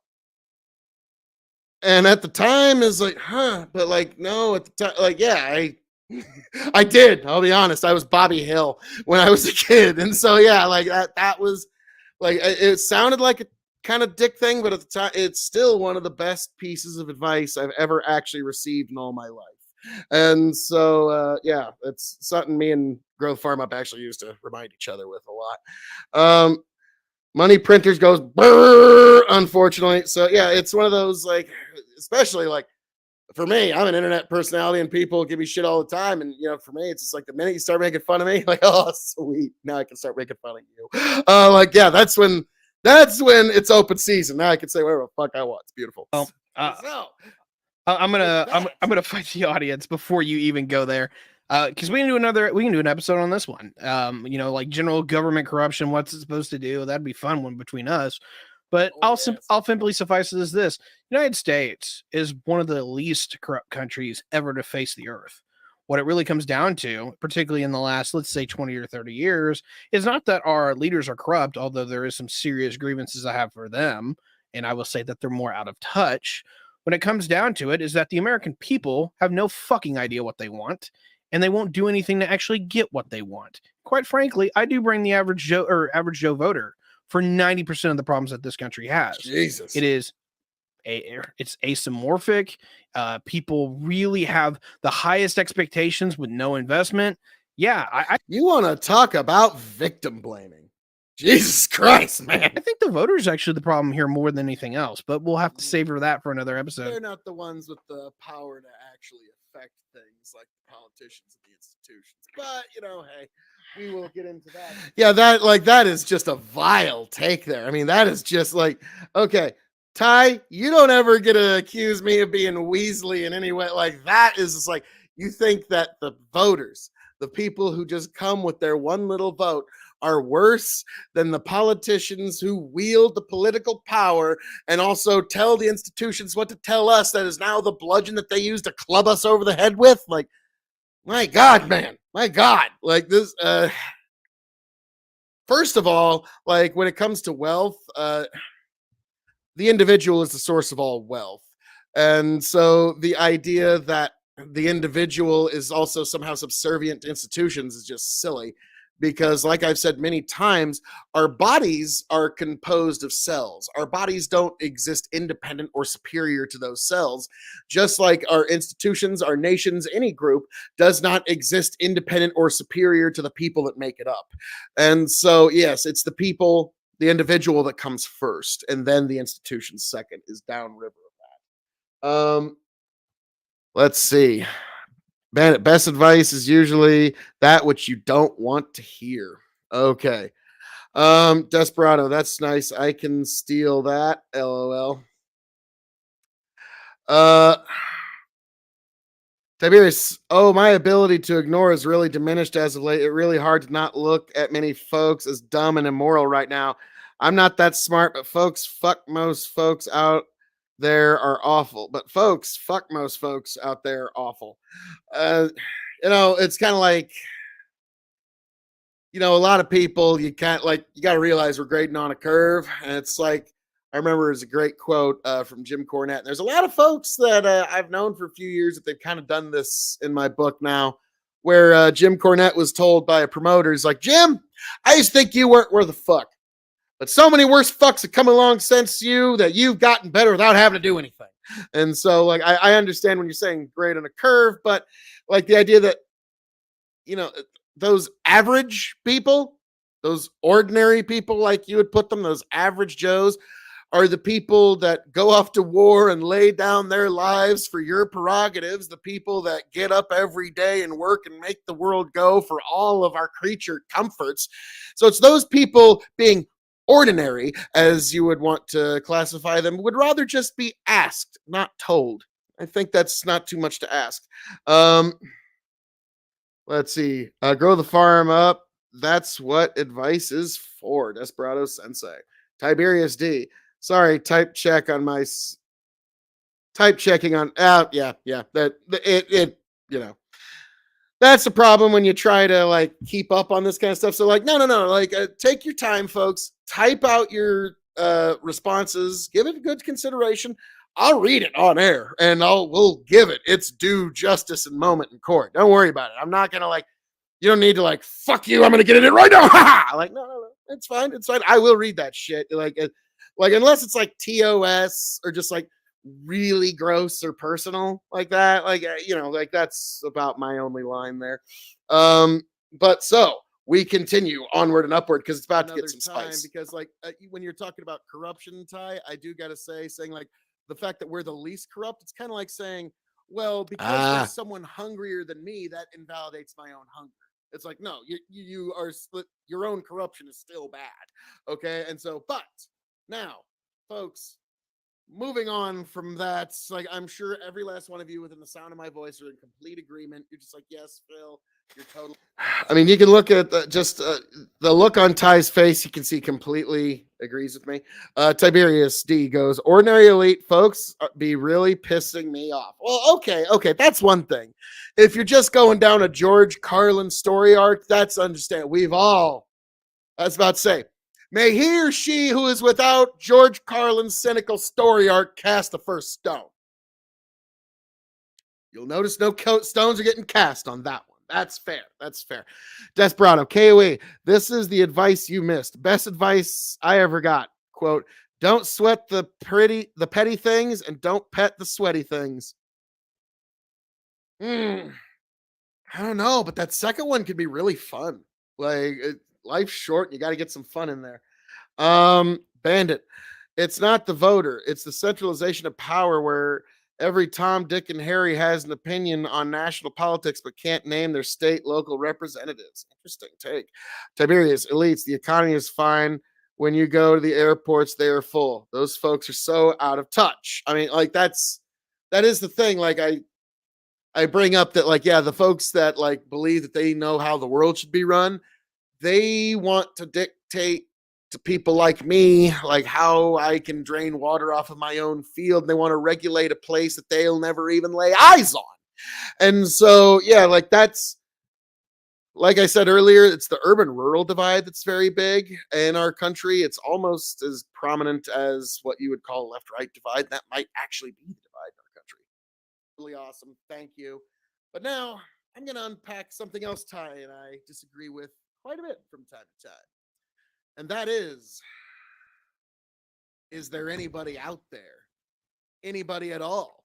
And so nice, live long and prosper. Bandit Ty, that sounds like a take elitists make. Oh.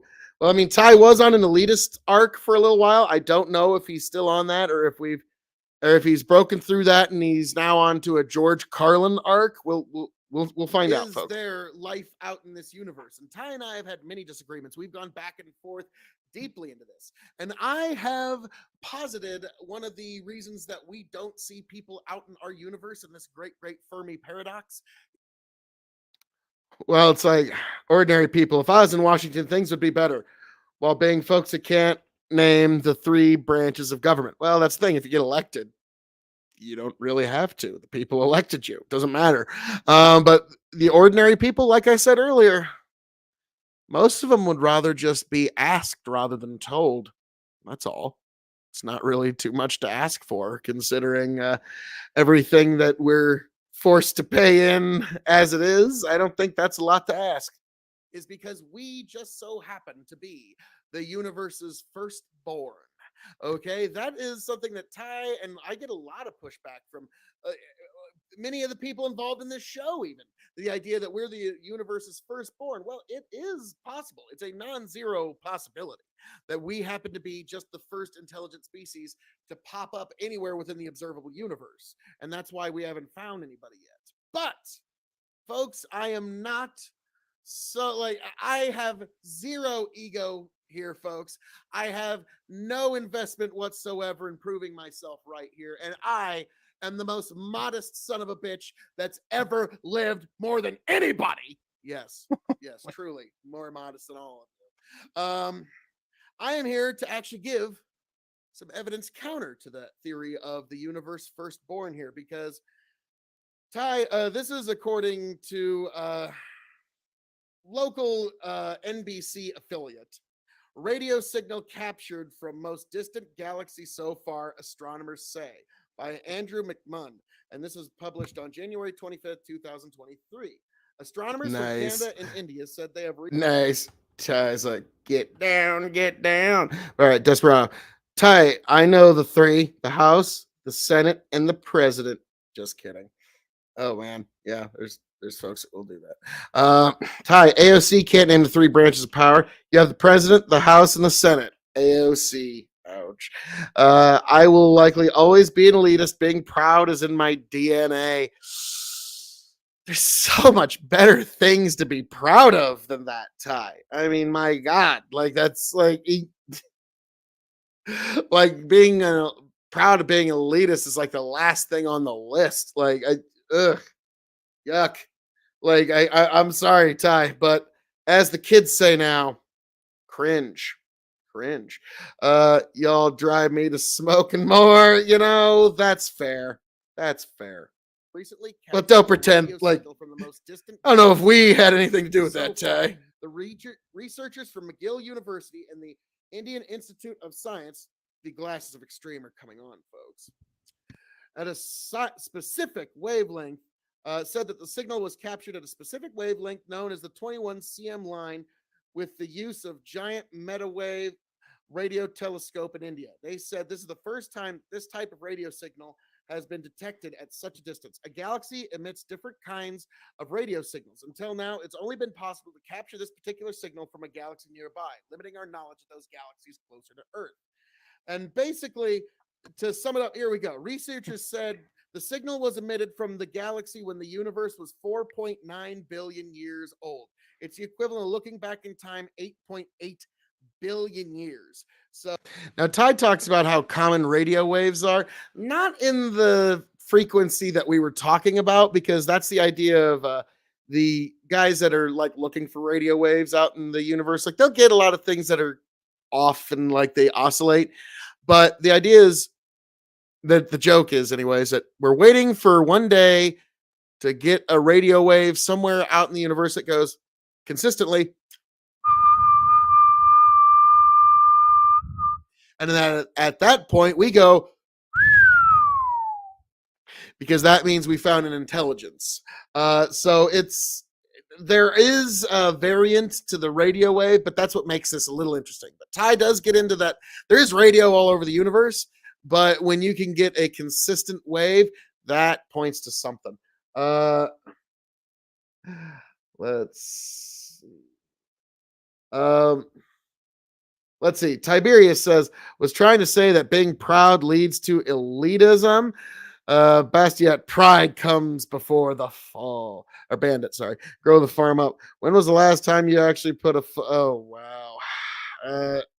Looks like not recent. Oh, man. Yeah, I'm still cooking from the Friday. I would catch a charge being in Nebraska. Oh, wow. Wow. Fucking autocorrect. Phil, are you familiar with the Hubble deep field? Yes. But so Ty, why would you catch a charge being in Nebraska? Like that's Jesus, Ty. Hakuna Matata, man.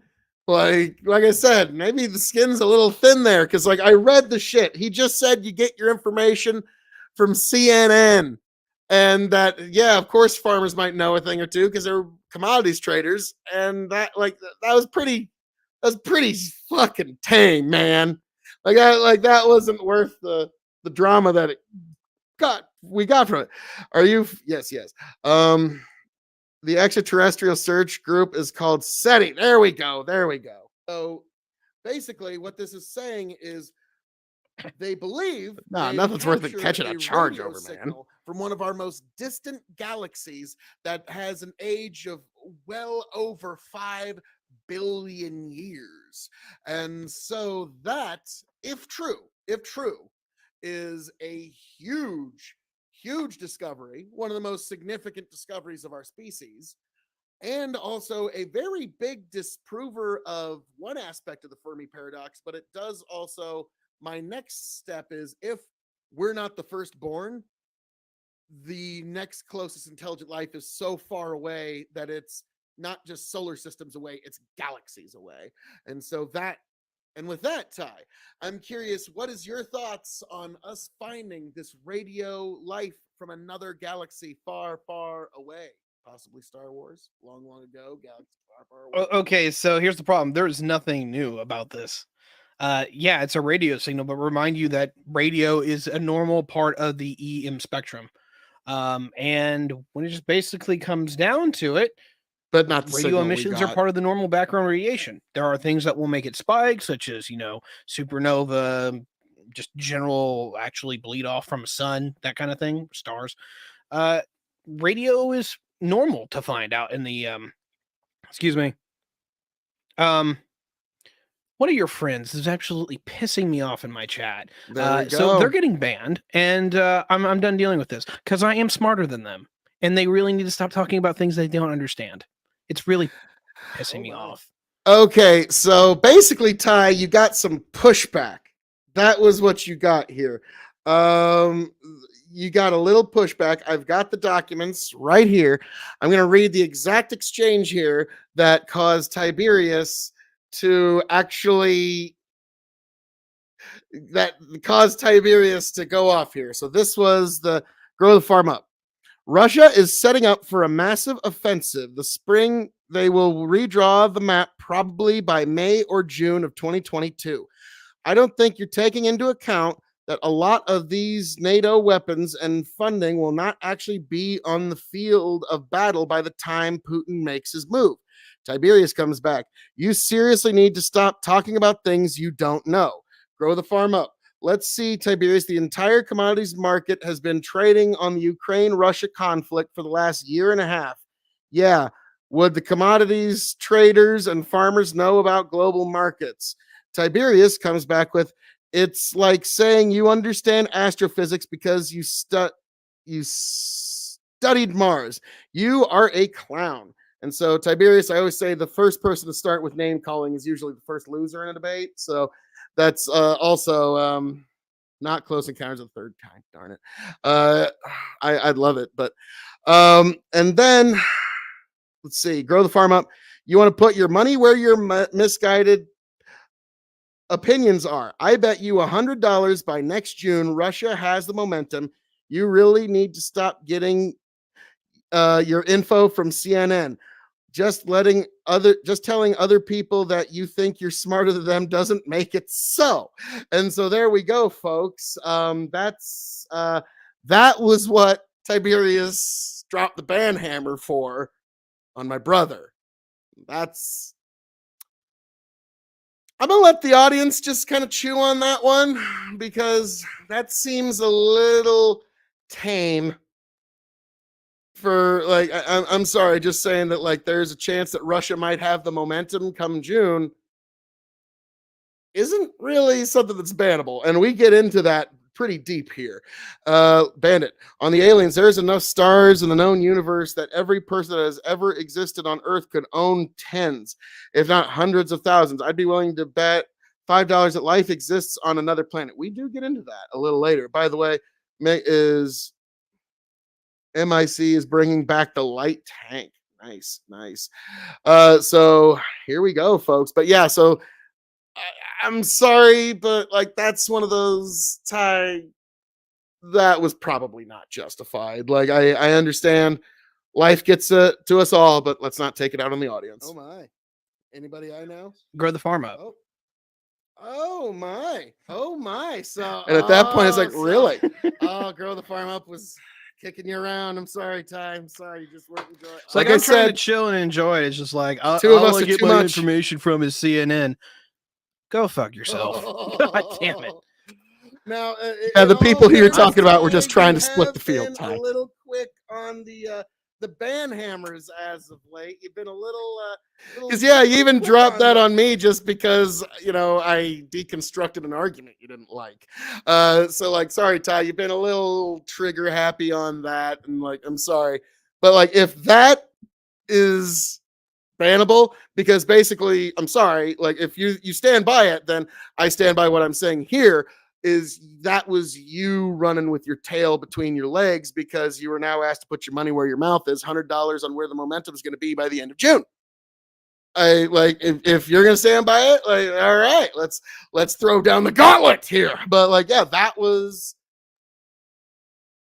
and I think that's a fair bet to ask. And like when you're saying like you're a clown, you don't know what you're talking about, like, I'm sorry, Ty, you're not the only person that knows anything about Ukraine, and there's a non-zero chance that you're being fed complete bullshit war propaganda anyways. So like, let's not pretend like any of us have actual like 100% perfect knowledge here in the middle of a war. Okay, that's fine. I'm glad you didn't come with agree to disagree because I never agree to disagree. Just one of my personal, well, I don't agree to disagree. I just think that's a bullshit out that people who don't have better arguments use when they've lost but don't want to admit it. So I'm glad you didn't come because that's a pet peeve of mine. Let's see. Desperado, K.O.E.'s BLM local chapter is going to be really happy. Oh, dear God almighty. But yeah, we'll see. We will see. Well, no, that was a bet between Grow the Farm Up and Tiberius D. That Tiberius has to be fair, just run away as far as he could, folks. Reconsider that because Grow the Farm Up, he's good shit. Yeah, well, look, I know it's your brother, but it's also when it just comes down to it, I'm going to hate wasting my time. So I have to just blow off some steam here for a second. So I'm sorry. We'll get back to the aliens in just a second. Okay, so at least up front, you're honest here that you're blowing off steam. I don't think our audience is the place to do that. In fact, there's about 1,000 better places that could be done. There's even a lot 2,000 who think that they know. You know what? Yeah, you might have studied a thing or two. You might actually be pretty smart. But 90% of people have no fucking idea what they're talking about because they're taking that something that they like understand on a normative level, and then they tangent into something that's completely unrelated, right? I understand economics. I understand like most political science, and I understand a few things that are tangential to that. Like in economics, we know pretty good amount of like statistics, right? But you may notice in all of my content, I don't hardly ever talk about health. The only thing I talk about now, when it comes to statistics, you got to realize that statistics can all be warped into bullshit. Like this is true. This is true. 1 out of 5 babies born in this world are Chinese. So statistically speaking, if you have 4 children and you're expecting a 5th, that baby will, statistically speaking, be Chinese. Yeah. So statistics, like they're a good like general guiding star, but don't take it as good dogma. Let's see, we got hey Grumpelstiltskin, how we doing there? How we doing? Tiberius, I am in full favor of gatekeeping my audience. Yeah. Nobody's perfect. Nobody's perfect, Ty. Bandit, your face is heyo, Grumpelstiltskin. Nice. Oh, Bandit is a face. Nice. Grow the Farm Up. Yeah, just because you look at a fucking Google app doesn't make you an expert. The entire global commodities trade has been laser focused on Ukraine for 2 years. Commodity traders know more than.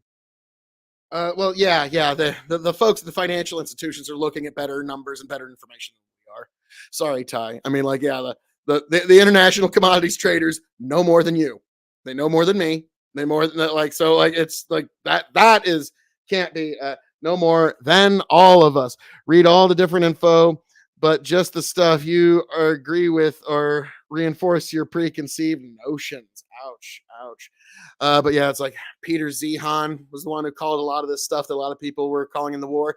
He also called the Chinese collapse and the famine that was supposed to hit last year that never happened. So Peter Zehan, or like I said earlier, he's kind of like Jordan Peterson for moderate normies, like maybe Andrew Tate for moderate normies. I don't know. Vaccines is particularly much.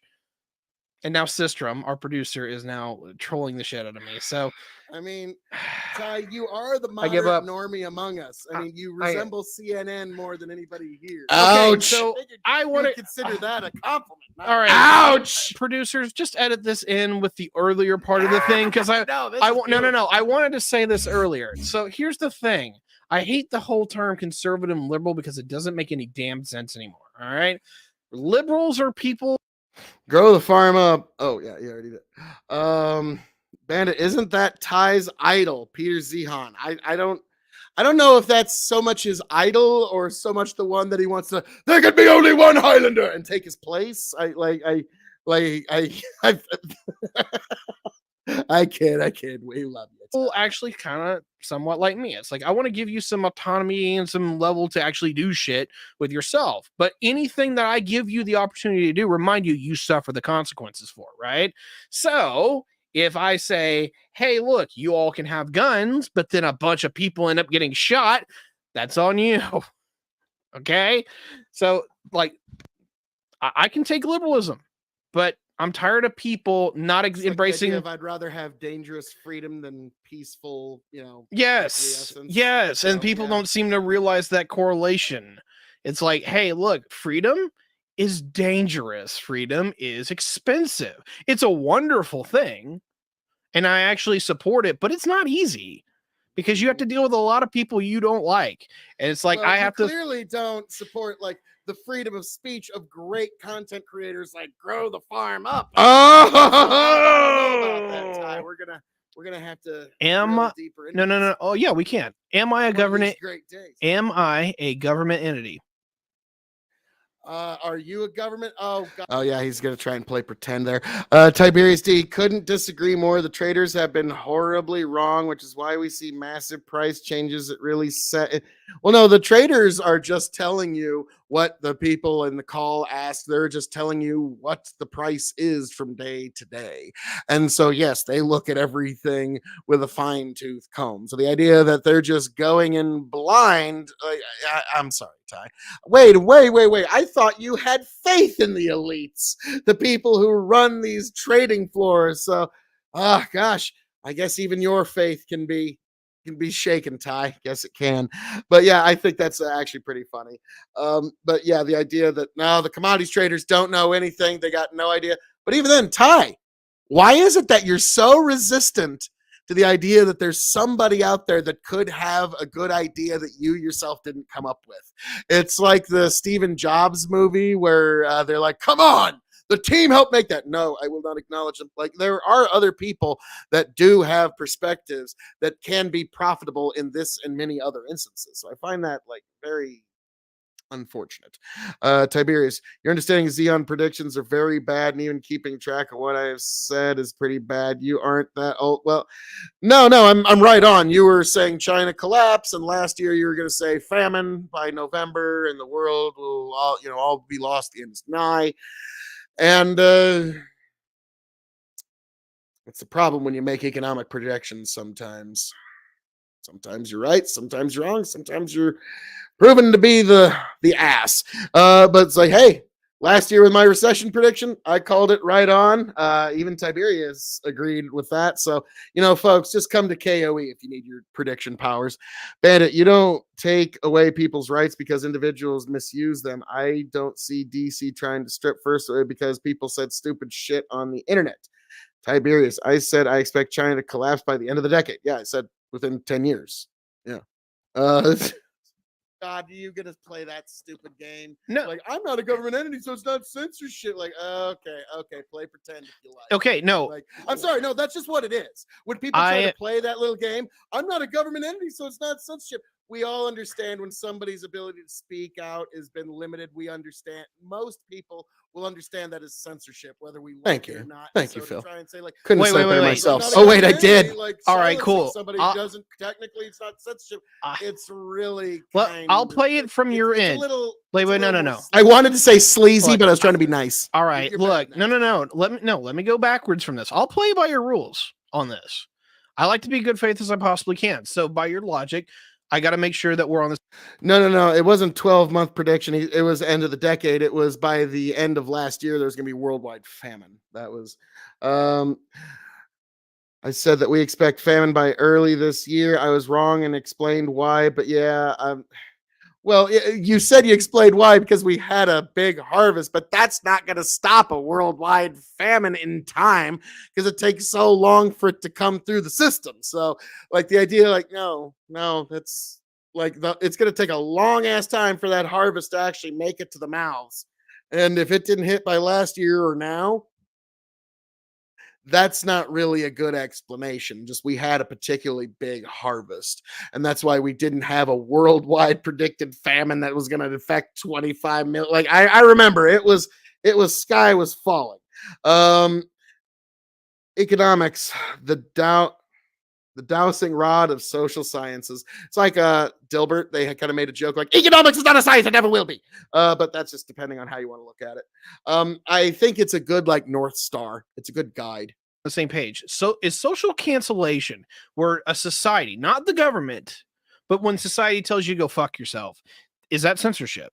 Because if it is, then I'll just own it. I'm pro censorship. What you just did here, yes. Yes, absolutely. Okay. Regardless. Like somebody said something you don't like, so no, I want it stricken and verboten because I don't like it, and that's it. That's it. Okay, Because how is that? it No. offends some sensibility of yours. Not because How there's is an that any objective, measurable different? reason, not because there's anybody with any damages, but because it offends a sensibility. That's it. That's the Okay, long and short of it. And so, yeah, that's something that wherever it springs up in any corner of this world, we all the people within the sound of my voice, that is something that we need to meet head on. all right. So pull this down a level. I love you. Let's get this into like perspective here. Bandit. Oh, he made one that China will collapse next 24 months and doubled down at one point that he thought it was even closer than he originally thought. Now, are you talking about Ty or Peter? Because I do remember some similar calls to there. So If you are like, hey, this guy just pissed you off and you hit the button on him on like a brass tacks level, sure, I'll eat that. What I'm trying to get here at is that oh no. if I was talking to this person, Ty, did you say China was going to collapse in the last 24 months? Oh no. Oh no. Ty, no. in No. person, physically no. one-on-one, anyone that I decide to say, you know what, I don't like you, and I would like you to go fuck yourself. Is that censorship, or is that just a level where it's like me as my own personal responsibility to say, you know what, you're an ass clown, and I have the right to not engage with you. I have the right not to give you my time or my dignity because you're not deserving of it. Us amazing content creators like us that are basically the public forum of the day right here, we need to be held to that higher standard, Ty, because like there is no greater crime against humanity than depriving someone of truth and Ooh. fiction. Okay. True. Okay. Well, like all right. So let me go with you. Ty was even like, oh shit. Okay, I might need to eat that a little bit because yeah, there is no greater crime than depriving a human being of Phil K.O.E.'s beautiful face or beautiful voice. That is like, yeah, like I say later, should be tried at The Hague for war crimes against humanity. Are you insinuating to me that as a content creator, not as just an individual, but as a content creator, is that I have a higher burden upon my responsibility simply because of the fact that I am a content creator, and thus, like, when I do stop somebody, that is censorship, and that is not appropriate. In this context, yes. Level, yes. I mean, like I said, to deprive any human being of Phil K.O.E., truth and fiction, or even, yes, on occasion, you, Tyberius D. Like, that not only is censorship, that not only is dictatorship. I'm sorry, Jesus Christ. I forgot that I fucking just buried Ty that hard this night. But yeah, so okay, Bandit saying that Ty made a prediction that within 24 months China's gonna collapse. Oh boy, howdy. Oh boy, I think I remember that panel, but that was but that's interesting. But no, I'm sorry. Like to me, it's like if you're somebody that's out on the public forum like this, and somebody just makes an opinion about something fairly simple, like that was pretty. Like that was on a scale of 1 to 10, that was a 2 in pushback. Okay, but I get it. The Brothers of Extreme is too much for anybody to take. Grumple Stiltskin was this.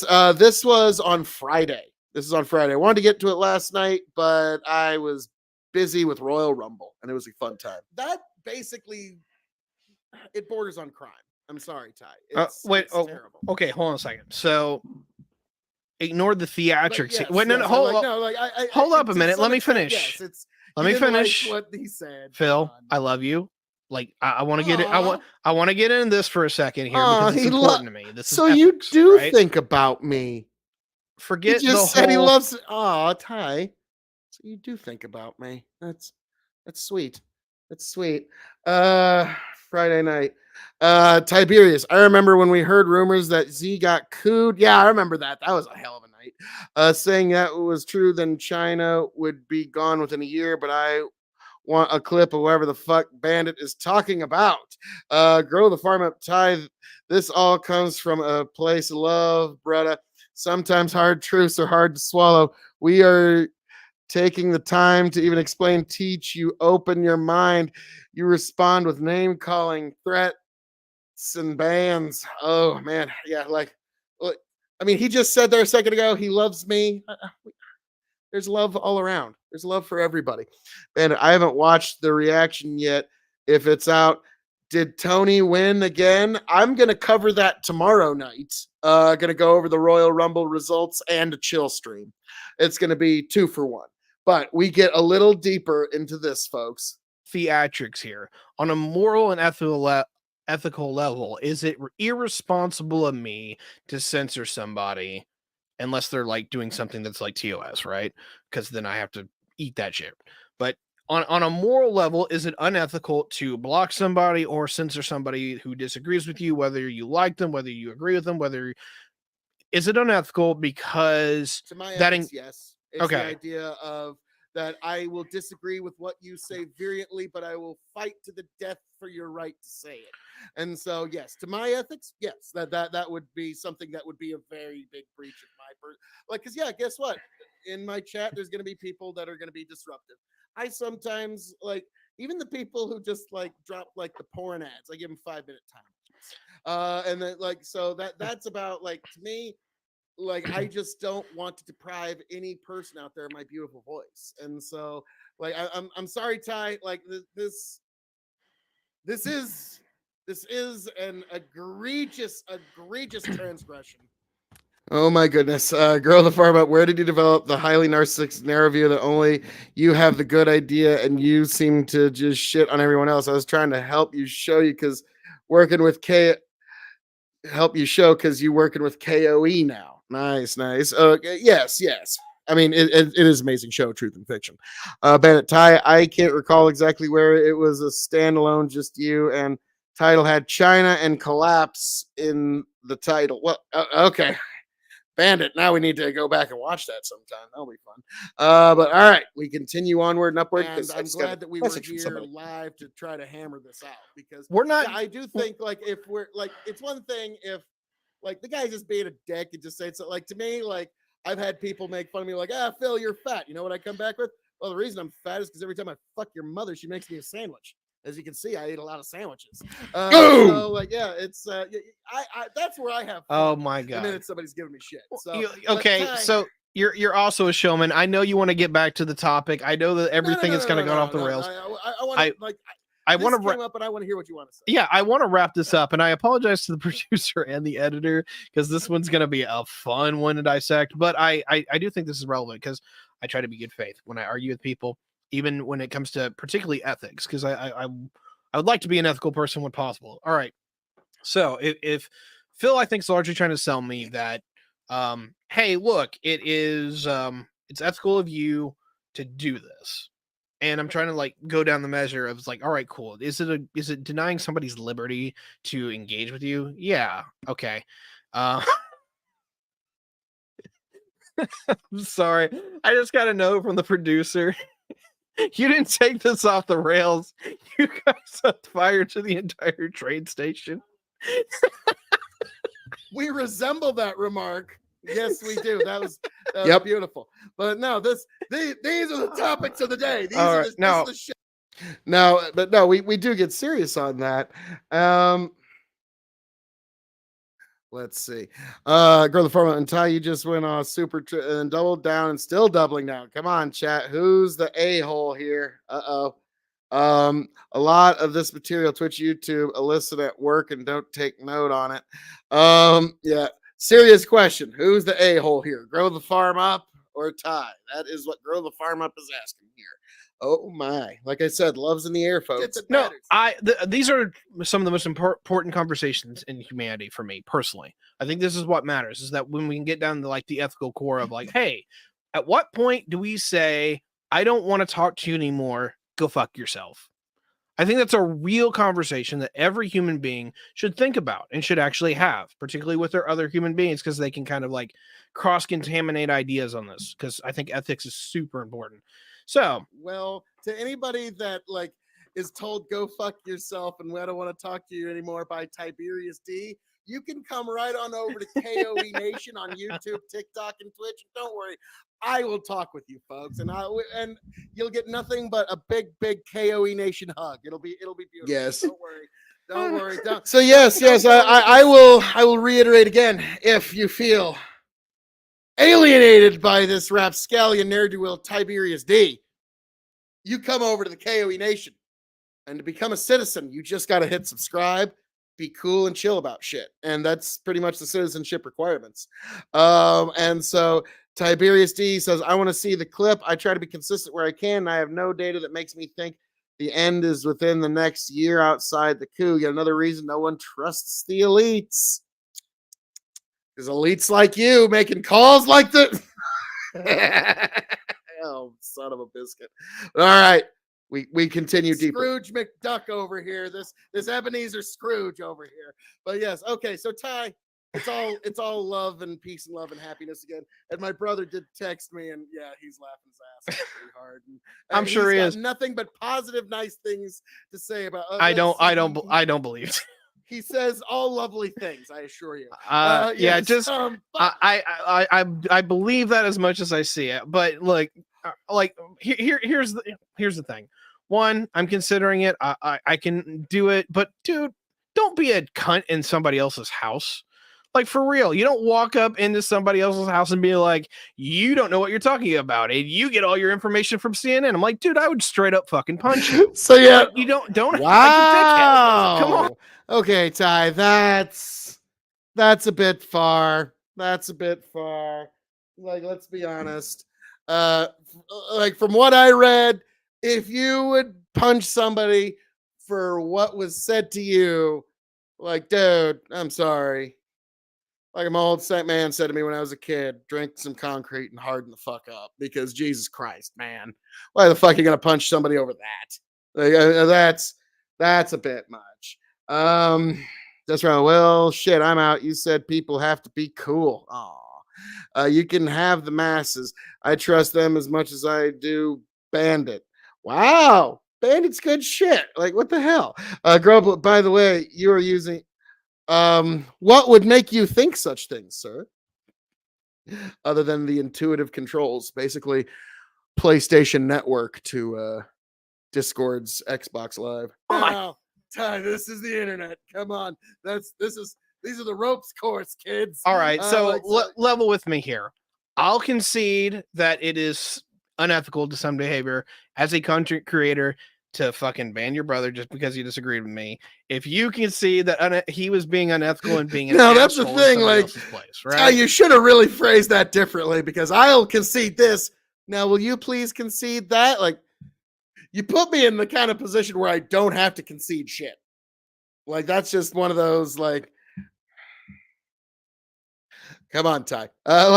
Luckily, like, we weren't in something like serious, but that's one where you accidentally just gave somebody the checkmate there. So, like, that one was it just being like, first of all, two things. A, I can't see anything he said because you already banned him. So all the evidence is gone. So we're just taking. But I have the receipts, folks. You already conceded before I said anything, so why should I have to? I'm like, spike the football. But no, like, I will say, Ty, you do get your information from more than CNN. Okay, I will say that, but that's right. I think I have about as much cool as SpongeBob. I think you're cool enough. You're in Desperado. I will accept the rhetorical dunk regarding the censorship. Take your victory. You may enjoy and bask in that. Oh, damn, it's beautiful. Bandit Ty, I have been around the time of the coup, but I'm pretty sure it wasn't that stream. Okay, we'll get into that later. However, this is one of the reasons why I hate you. You will take the victory lap over just being like, hey, look, Ty. Sky is blue, motherfucker.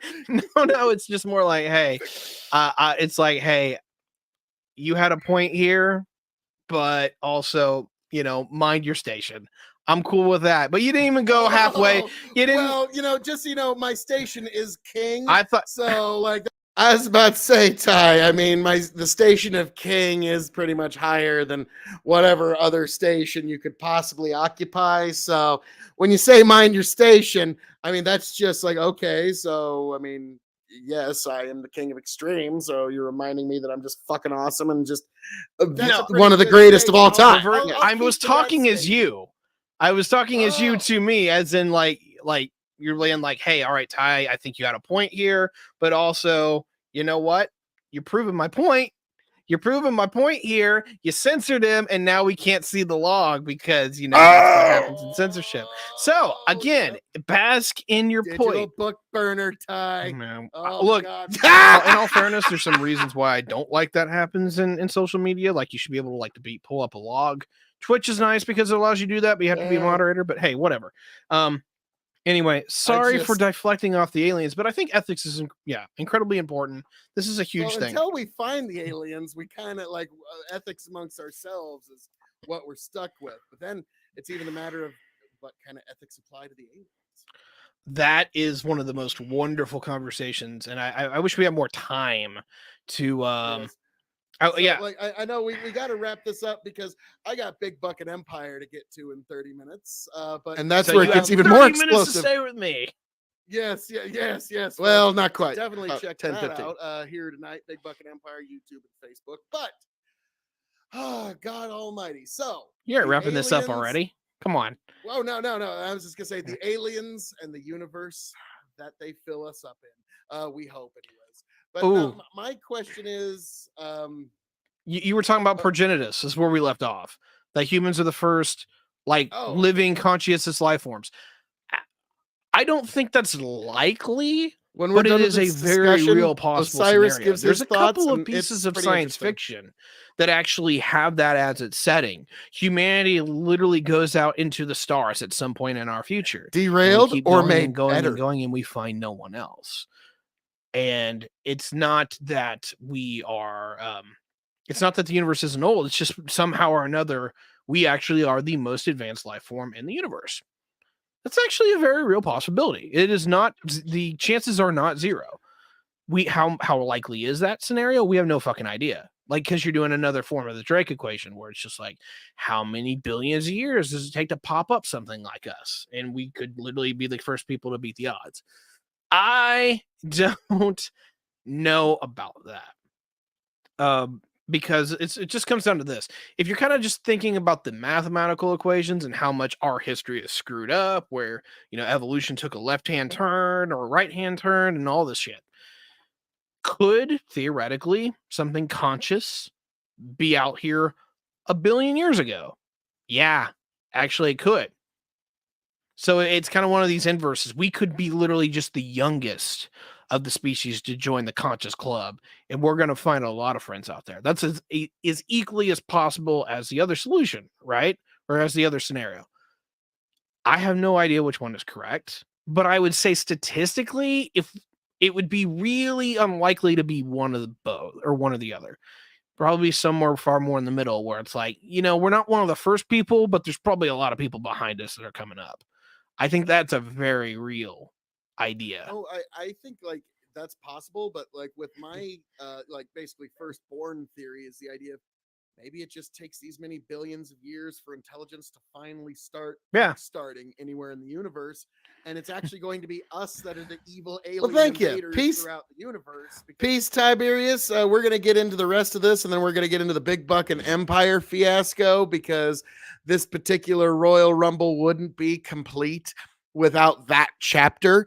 But yes, folks, if you want to see this and more, check out Tiberius D on YouTube, or check us both out, Truth and Fiction, on YouTube, because God Almighty. Yep. Take care. Bandit, how many billions of years? It depends on the size of the government bureaucracy. But dunce. Grow the farm up. Later, Desperado. Watch for them rocks. Frozen winter will push them back up. Nice. Because we're going to have more advanced technology by millions or billions of years. And then the other question is, I remember one time I was asked on a rather large panel about how are we going to interact with these aliens? I said, whoa. First question, how tasty are these aliens we're talking about? Okay, because let's be frank. Grow the farm up. I don't know if you know this, but Desperado Sensei, he's actually a Kansas boy who lives in Japan now. And he's a teacher. And also, to his credit, as a foreigner, he's also a martial arts instructor. So well done. That is to me, to what I know about how exacting those standards are, that impresses me a lot. Just to be honest with you. I can get some space ribeyes. I mean, we're gonna start ranches of these things, okay? If they're not sentient, we're If gonna they're start ranching these. Oh, if they're not So long as sentient? they're not sentient, Okay. so long as they're not like overly sentient, like yeah, we're gonna start ranching these things. And yeah, if they're tasty aliens, we're probably gonna Grow the do farm them up. like with some of these alien We'll have to species, like discuss that in more cattle. depth There's next time I run billions of into you. them, more Interesting. than their species would have ever naturally achieved. But it's Oh, I pretty thought you were an neat. instructor. Okay. Sorry, my mistake. Interesting. I was gonna say, if we're talking about sentient, which I thought the conversation was on, I was like, damn. Well, that's one issue. Just But don't go if full Steven my Seagal. theory is correct, True. we're not going to find that for billions of years, and not anywhere near us because we're going to be eating the tasty aliens. Oh, I mean that's an interesting scenario, and it's possible. You're limiting it down as you add more criteria, but yeah, could we find other life, but none of it be intelligent? At least because we're the oldest. Possibly, yeah. We could literally be the old ones from like 40K and whatnot. It's very interesting how like the idea that we could be the progenitors, the ancient ones of most mythologies that we make. It turns out we were the ancient ones. Like that's pretty crazy. I'm gonna go completely out on a limb here, and I'm gonna engage in my conspiratorial brain a little bit. Reading the stories out of like the Bible and a lot of the ancient texts, and how when they meet the gods and they meet angels and all this shit, I'm going a little bit with Ancient Aliens on this one. Not that they built the pyramids or any shit like that, but I feel like, and I'm dead serious, and I know this is kind of foobar, but I do think I I do really feel like those stories are so adept at talking about an alien visitors that I'm just like, there's got to be something more to that. I don't think they built the pyramids. I don't think that they controlled our livelihood or our development. That makes no sense, actually. But I wouldn't be surprised if somebody stepped by to say hello and just get a chat with us real quick. That like maybe like to me, I like kind of have like the ironic version of panspermia in my head, where like some alien comes by, they just stop on our rock, they gotta take a piss. Let's see. Desperado Sensei. I could talk about rice planting here, though. I plant with my relatives on my wife's side.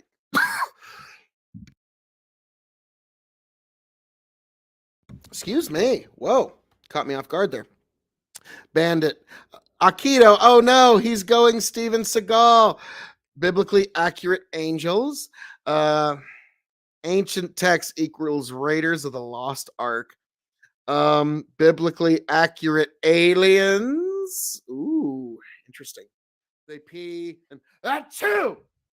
And then they get back on their ship, fly away, and now a couple billion years later, here we are. We just grew from whatever that was. Like it's a way less grandiose version of Prometheus. I mean, so, like, that's I could even see that. Like life seeding is a very interesting theory. Like that most Mine's an cosmos is actually accidental habits life progeny. seeding. Like literally, an alien comes, pees on a rock, shoo, leaves. And it's like a way not a very good version of Prometheus, but it's as likely as anything else, I guess. Biblically accurate angels are pure nightmare fuel. I've seen some of those videos, and that's interesting. This to where it's had conscious life, it's actually spread across the universe, and that's why we're going to find life everywhere. Theoretically, is that somebody already did the seeding for us, and now we're going to find all kinds of descendants down the road, that we're all actually at a core genetically linked to. Is that possible? Theoretically, yes, because even among trees, what is it, like 80% of your 87% of your DNA is compatible with trees? Like it's Yeah, something the thing is, stupid like that. when you're working with carbon-based DNA, there's only so many combinations you can put together, which is why like a lot of people think that, oh well, clearly there'll be like bipedal creatures, and there'll be creatures with wings, and I'm like, no. A lot of people forget, like, if you look at the periodic table of elements, like a good example is if we were to have copper-based life rather than carbon-based life, and you're to go on the periodic table of elements from carbon to where oxygen is, these creatures would breathe basically a gaseous form of sulfuric acid. So Venus would be ideal for a carbon-based or a copper-based life creature. But yeah, these are going to be creatures that have completely different, and like who knows, maybe their muscles will be like hydraulic power rather than like muscle power. And like there's all these different ways like you could make a biological creature work. So the idea that they're going to look anything like us, it makes no sense to me. Like, and Okay. also we might not even be able to communicate with them if we do. Like, even if we were in the same room, we'd be unable to communicate. That's very possible, even if you're going to go down more what my assumptions are. Number one, I'm actually going to assume that carbon-based life is probably the norm in the universe just because of how versatile carbon is as an element chain. It's absolutely fantastic with bonding with itself and other elements to make some very complex molecules. So it's kind of, I mean, sorry, excuse me. Physicists have a joke that I talk about too, particularly chemists. It's just that carbon is the whore of the universe because it literally gets along, gets on with anything. Um, there's a reality to that. Carbon is incredibly common throughout the universe, or at least from what we can tell, but also it's incredibly adaptive as an element. So I'm largely going to conclude that I believe it's carbon. And I think the only other one that makes somewhat of sense, I'm going to have to double check this here in a second. I think it's nitrogen. Silicone and copper. Okay, well, no, like silicone-based life would breathe nitrogen. So it would nitrogen gases because I've done a little research into this. Cause it would be carbon, like you said, most common, but that doesn't exclude the fact that you could have some oddities where you have creatures that are either silicone or copper-based in their just their anatomy, which I can only imagine what those kind of creatures would look like and how they would. And like I'm called back to it was a sci-fi novel I read years ago, like when I was younger, where this person is captured by these like highly evolved spiders, and they're like extraterrestrial spiders, and they come back to Earth. And he's trying to communicate with these spiders. He's trying to plead and yell and scream at them, but these spiders can't even hear. And he just looks at these big black empty eye that looks back at him. And at one point, he has to communicate this with his fingers to indicate that he wants water. Right. And so that's his only way of communicating with. And so like they might like the idea that they would have empathy, the idea that they would understand our emotional spectrum. Like, Right. yeah, these are going to be creatures from the deepest fathoms of our nightmare. Very, very true. But let's see. Desperado Sensei, silicone is less abundant than carbon, partially due to its atomic weight. Bandit goes, we already have silicone-based life. See Pamela Anderson. Hey-o! Well done. Well done. Give yourself 2 gold stars there. That was, but no, actually, in terms of silicone-based life, I'm leaving that comment there because we actually do have a proof of concept. There is a single-celled organism that its cell wall is silicon. The rest of its cell structure is carbon, but just the cell wall is silicon. So we actually have at least a proof of concept of it here on Earth. So it's not impossible, but it would be much more difficult. But in the vast expanse of the universe, I think like if there is other life out there, the likelihood of there being silicon and carbon based and copper based life is probably not zero.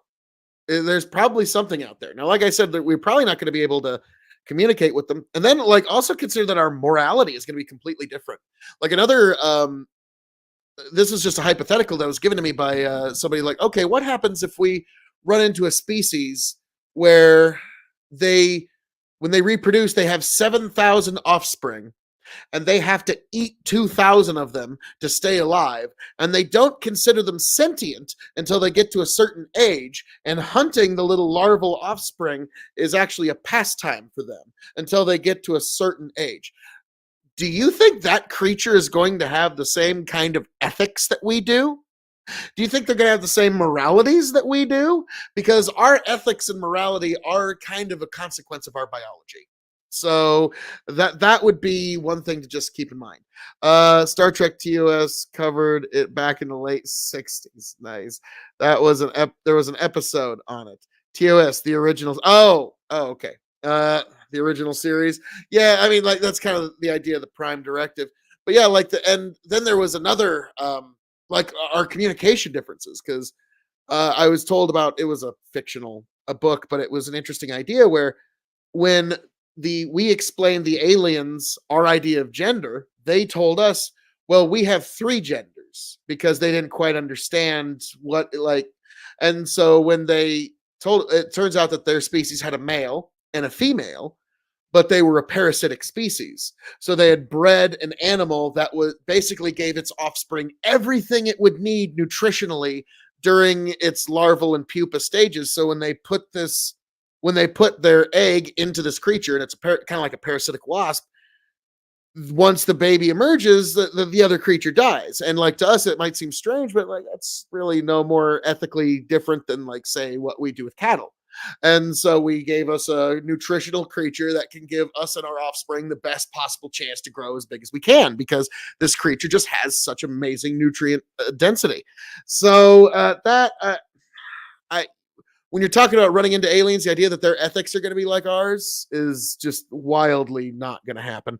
A problem with eating silicone-based life is it'll taste rubber. Dun-dun-dun. Well done. Well done. There we So- go. Just like us at the same time. For you more sciencey nerds, and I am getting to the edge of my like knowledge threshold here, so take this with a pinch of salt and how I say it. This is where I disclaimers. Chemistry is not my forte, right? But I believe that, number one, the big theory that I'm largely going with is that most life will be carbonized. It's not that we Hormonal language. Actually, in All Tomorrows by C.M. Kosman, an audiobook I read, there was one descendant of human species about 40 billion years after we left the planet Earth that literally communicated through pheromone excretion and hormone excretion. So, like, that's not outside even the realms of things that happen here on Earth. Bandit, I'm here all week. Try the veal and don't forget to tip your waitress. Hey! don't have other forms of life. Here's the crazy part. We have one other major genesis of life on this planet.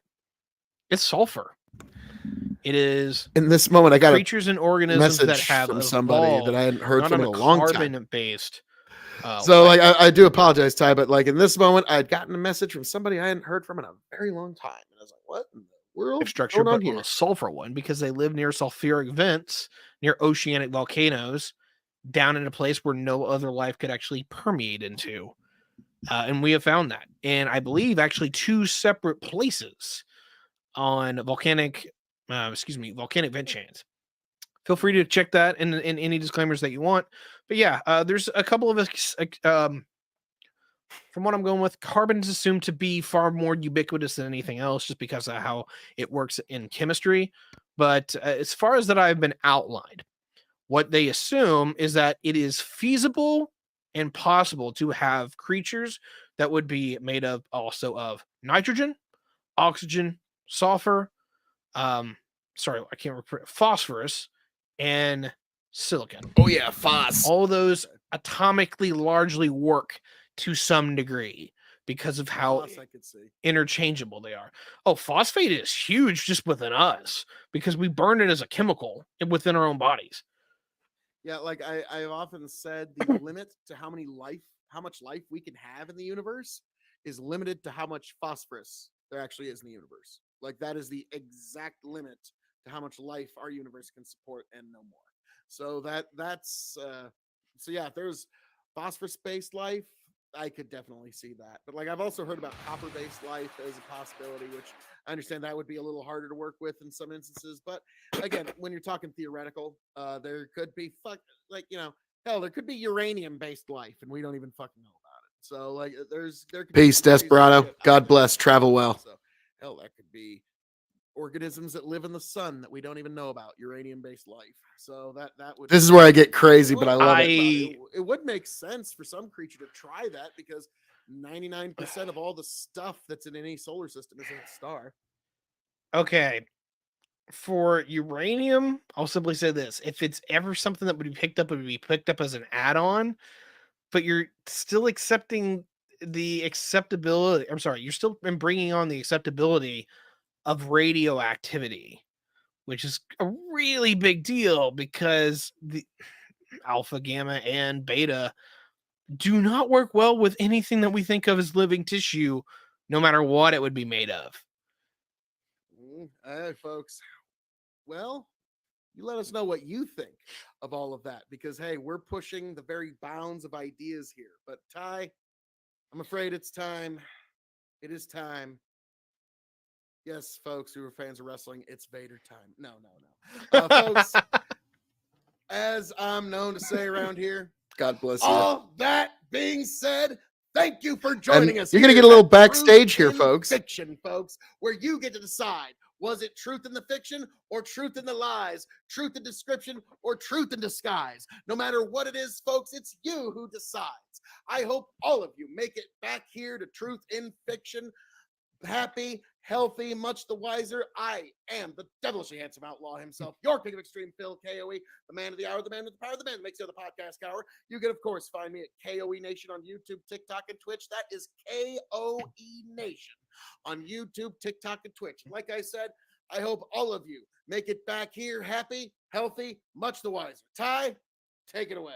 Hey, thanks everyone for joining us again on another wonderful episode of the Truth and Fiction podcast. I know we were a little all over the place today, and I do apologize for that, but that's kind of the conversations that me and Phil we will have. Sometimes we're really good at staying on a general theme. Sometimes we get a little off in the woods a little too often, but what can you expect for some good old farm boys? But anyway... Sometimes just gotta make a little trollop in the woods. No, exactly. So, hey guys, first and foremost, thank you all for being here. Thank you for listening, and thank you for joining us. Second of all, I hope you all have a wonderful day, whatever it is you're doing. And three, don't piss me off. Jesus, this doesn't work out for you very well. But it's my party, and I'll cry if I want to. Cry if I want to. Cry if I want to. Oh God, don't get us copyrighted now. That's a little too good, you know. Damn it, God. You know, I am a damn good singer. I could see that happening. So anyway, I want to thank our producers for putting up with our nonsense. I want to seriously apologize to our editor for making him have to go through all of this pain of editing down this extended episode with all the memes and all the dreams and extra content that for him to pull out. But at least he's going to have a lot of goodies. He's going to have a lot of goodies for this particular episode. So, oh yeah. Anyway, I appreciate it. I'm thinking there's something else I forgot, but hey, we'll get back to you next time, whenever it is that we record. But you know what? We are dropping the show at least once a month. And so you're going to have plenty of content to look forward to, as long as you guys stick by the Truth and Fiction podcast. Thank you very much for having us, and we'll catch you next time.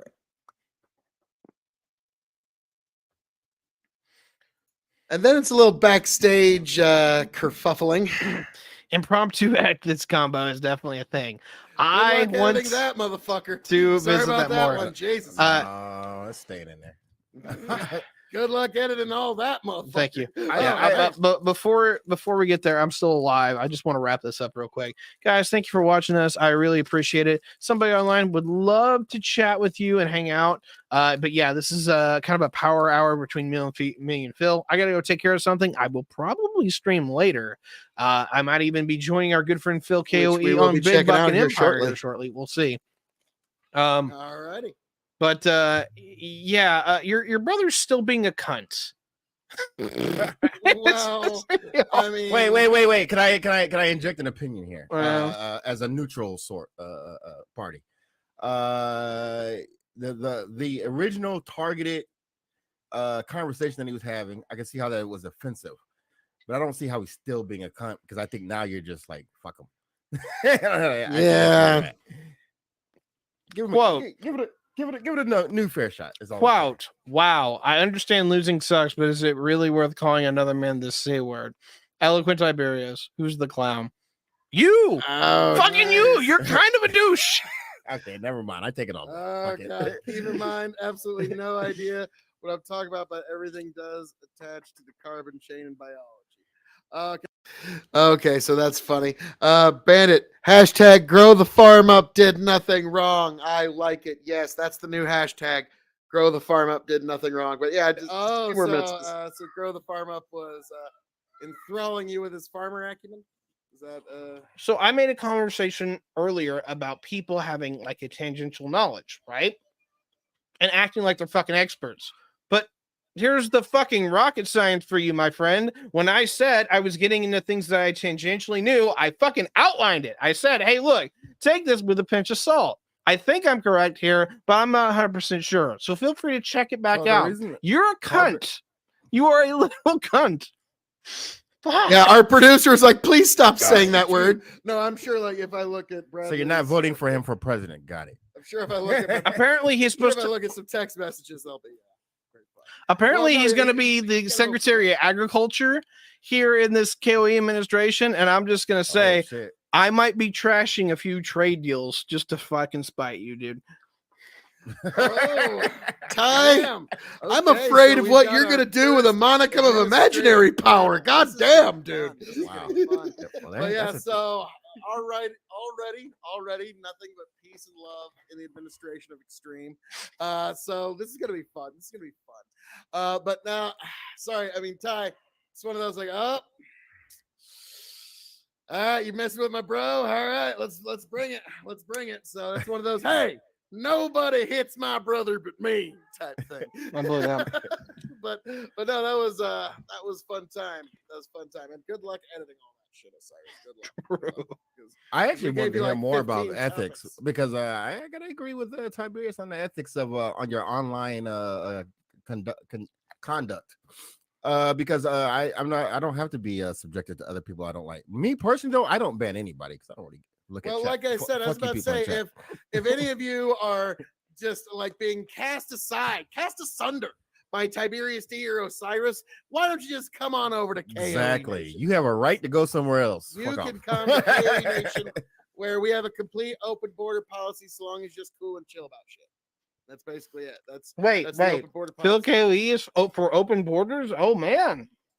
At the KOE Nation, all you need for citizenship is to subscribe.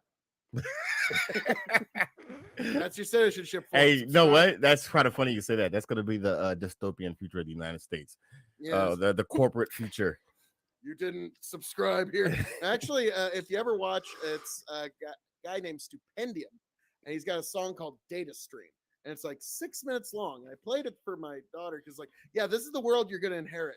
Okay, this is like the weird, like, corporate fascist government conjoining into this weird techno fascism where they know everything and they see where you are, they see where you go, they own what you have, and they own what you know, and every day that you log on it's a profit and everything. Like, yeah, it's gonna be a pretty fucked up world.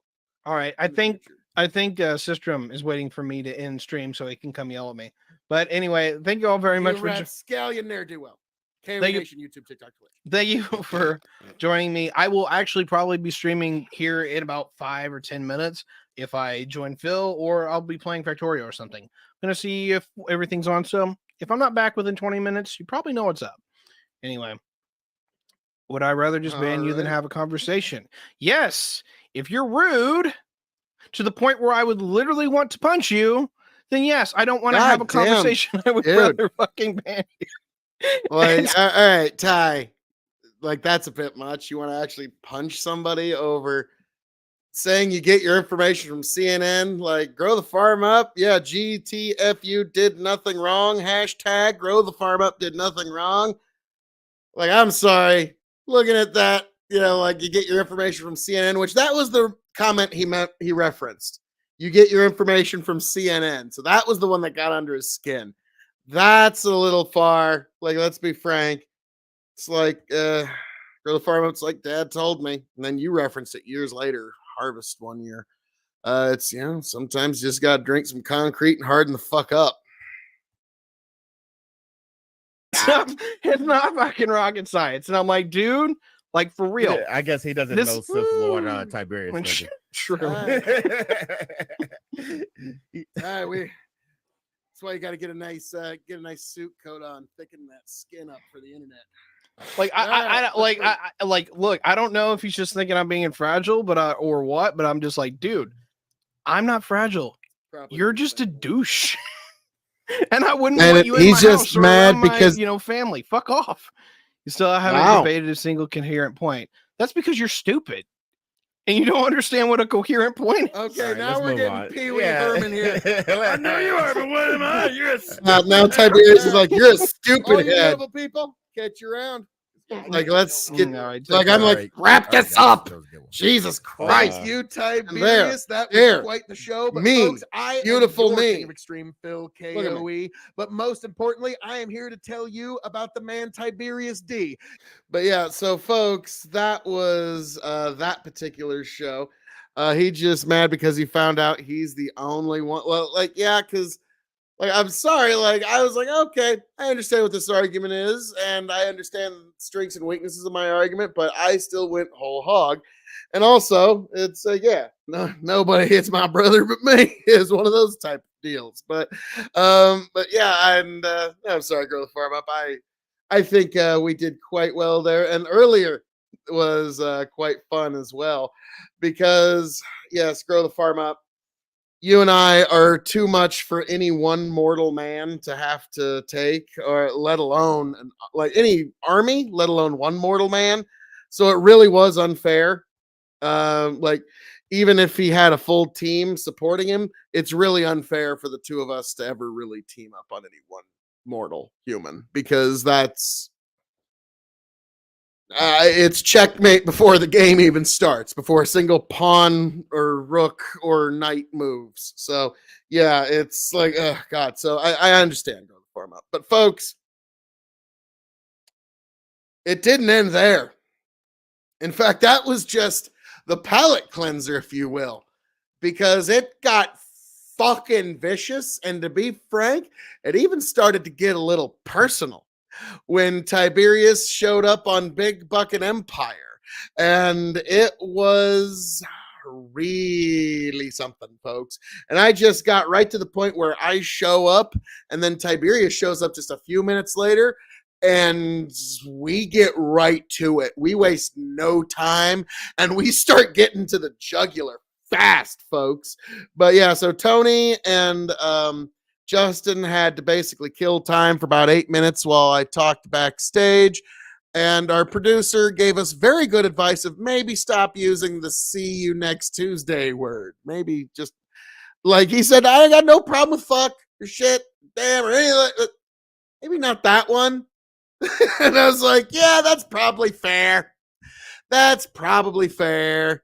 But I said it for the first time just in kind of a backstage thing, and it was kind of a joke me. Like, you know, it was rapport. But yeah, when the producer said maybe let's not do that one, I was like, yeah, that's fine. To bring it back to Steven Seagal, he beat me in 2 moves. Yes. But all 2 right, months. let's make Been sure that you're chasing getting this what I'm down in giving the you. town I live in. And today I went and looked. They said they had none whatsoever. You're getting the beautiful audio. All right. They had it Thursday morning, gone. Dang. Hit up 2 other places, went back to the original place just to find something different because they have a better selection. And the guy came up to me and goes, "You're the one that was looking for this." And That guy we should still produce have for it, chicken. And I apologize. So I am supping on some Buffalo Trace because I've heard such good things about it. So You helped me knock back a bottle of that playing poker one night. At your I house, believe too, this is when I it is show up. delicious stuff. mhm. You got a whole handle now, so you're probably like 6 handles behind chicken. That fucker hoards Buffalo Trace. Yeah. Did I've heard. somebody say Buffalo Trace? They did. Hey, Cheers, Phil. folks, welcome one and all, folks. It is I, the master of sartorial resplendency himself, Bill K.O.E., come to join all you beautiful people here at the Big Buckin' Empire. You know, folks, not only am I the prince and potentate of the political parlance, I'm also, I'm the prince and potentate at just, punctuality. So, like, I fashionably late as always, but had to wrap up some stuff that I was doing over at Truth and Fiction. Yes, I just mentioned to the folks that is a new show featuring yourself and Tiberius D. So what can you tell us about that? It's an amazing show that you can find at Truth and Fiction Pod on YouTube, and we're going to be dropping stuff every week, and we're going to be having a live show at least once a month, if not sooner. And also, Grow the Farm Up and Tiberius D had themselves a little bit of a back and forth there, to the point where Tiberius D got a little angry, and it was his party, and he decided to cry if he wanted to, cry if he wanted to, cry if he wanted to. But regardless, it's an amazing show where we get into the topics of the day. And to be frank, it's kind of like Hannity and Combs, where I'm Hannity and Ty is Combs. Let's be frank. So,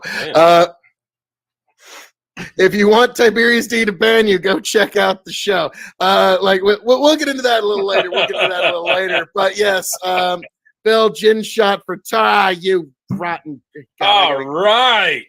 Oh wow. Okay, so All I gotta go get that here in a second. That's fantastic. God Almighty, Thanks, guys. So I'm gonna send some links here because I'm gonna send a link to Tiberius to invite him to the show. So then maybe we'll like ban him or like mute him in the middle of talking. It takes one click, just one click. You guys need That'll to be play fun. nice. That's not Yeah, nice. yeah, that is just one click. You're right. Well, I mean, I'm just playing as nice as I know how, Tony. But so, Got it. what? What are you talking about? What are you talking No, about? you'd never poke the bear. Me poke the bear? Tony's insinuating that I would ever poke the bear. I mean, what? Tony, you insinuating that little old me would poke the bear? I don't even know what to say to you, sir. But you should produce for chicken. But yes, I think I realized one of the reasons this did turn. And it's not like I'm still justified not using it as any excuse, but oh yeah, I did do some shots of gin, so that got me ready to go. All right. Why? Oh, when would I ever do such a thing? And Tiberius just Only sent when me you're awake. link with exclamation. So okay, this Don't is fun. act like a cunt. Yes. Okay. We don't have chicken. We don't have Link, chicken. please. I'm getting that to Tiberius you D. right now, Ty. And he's like, Tiberius link, coming in hot. motherfucker. In chicken's absence, coming in hot with a cunt. Thank you, Tiberius. That's beautiful. Oh god, that's too funny. That is too funny. Oh wow, the chicken's running across the screen. That is ridiculous. When I Sounds have we a gotta day get off, I can Tiberius get on some here stuff done. to defend himself. All right. Okay, there we go. Just sent the link on through. But yes, right. Tiberius like donut. So yeah, Ty, you just got a talking to about such language. That's not very nice. But yes, I'm gonna go grab some gin. I'll be right back. All righty then. Oh, he came prepared even. That's amazing. It's like he was so ready to do the show tonight. It's not like it's a weekly thing. Yeah, I know. It's almost like he knew about it, right? God, you think. Weird. God, you guys are a bunch of yeah, dicks. I'm What the totally fuck? tonight. What can I say? I don't know where Phil wants to start. I was going to ask him, but he got the thirst for gin. For the unpreparedness, we're good. I've tried to get Phil off this gin kick he's on, but he just fuck won't you. do it. It's every week. Anything for the fans. I know. I don't get it. Then you could pay $5 Yeah, you to beautiful make them people. drink I do gin that every sacrifice time. for you. You know, Every that hour. is a great idea. My God, for $5 a month as a paid subscriber on Facebook, the Big Buck and Empire, you can make Phil drink gin every hour that we're live on the Dog and Chicken. Son of a biscuit. You don't need to tell people. It that. is a They don't need to know bargain. any of that. Absolute bargain. Tony, we don't need any of that. Hang I on, let me think send Ty the is paste. coming in very Oh, shortly, all right, Ty folks. already It's did about thank you, Ty. I'll actually just delete the message. Delete. All right. What do we got here? So we got some stories and stuff going on in the news Okay. this week. Well, first, I got a shot of gin I got to take. Now, folks, as you know, around here, let me button up the blazer of extreme for all of you folks for a proper Irish toast to fighting, stealing, and drinking. If you're going to fight, may it be for a friend. If you're going to steal, may it be a lover's heart. And if you're going to drink, by God, it better be with me.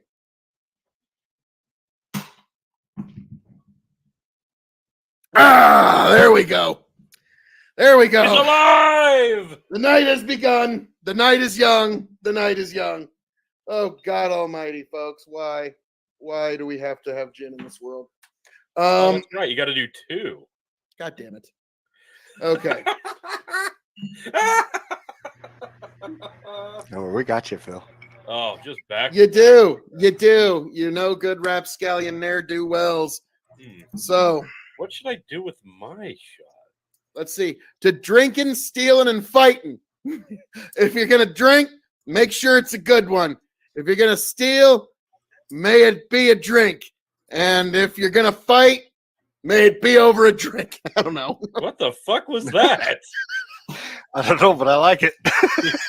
I feel like Phil had I just- something in his mind and Yeah. then it just completely vanished by the time it left. Pretty much. Yeah, because of gin. He went Only shiny had one. object. Ooh, big red Ugh. pin ball. Well, no, you see, like it was just I had to use so much of my A+ skills, just like setting Ty straight and just like Oh my God. basically intellectually kicking him around on the show Truth and Fiction. That like Ty, he ain't got the guts to show. He ain't got the guts to come. We ain't got to worry about it, folks. Ty ain't coming no way, no how. All right. So while we wait for that to happen, In 3, 2. yeah, no shit. Ah, damn it. All right. So those of you who saw the thumbnail, the name of the show tonight's Documents of Hypocrisy.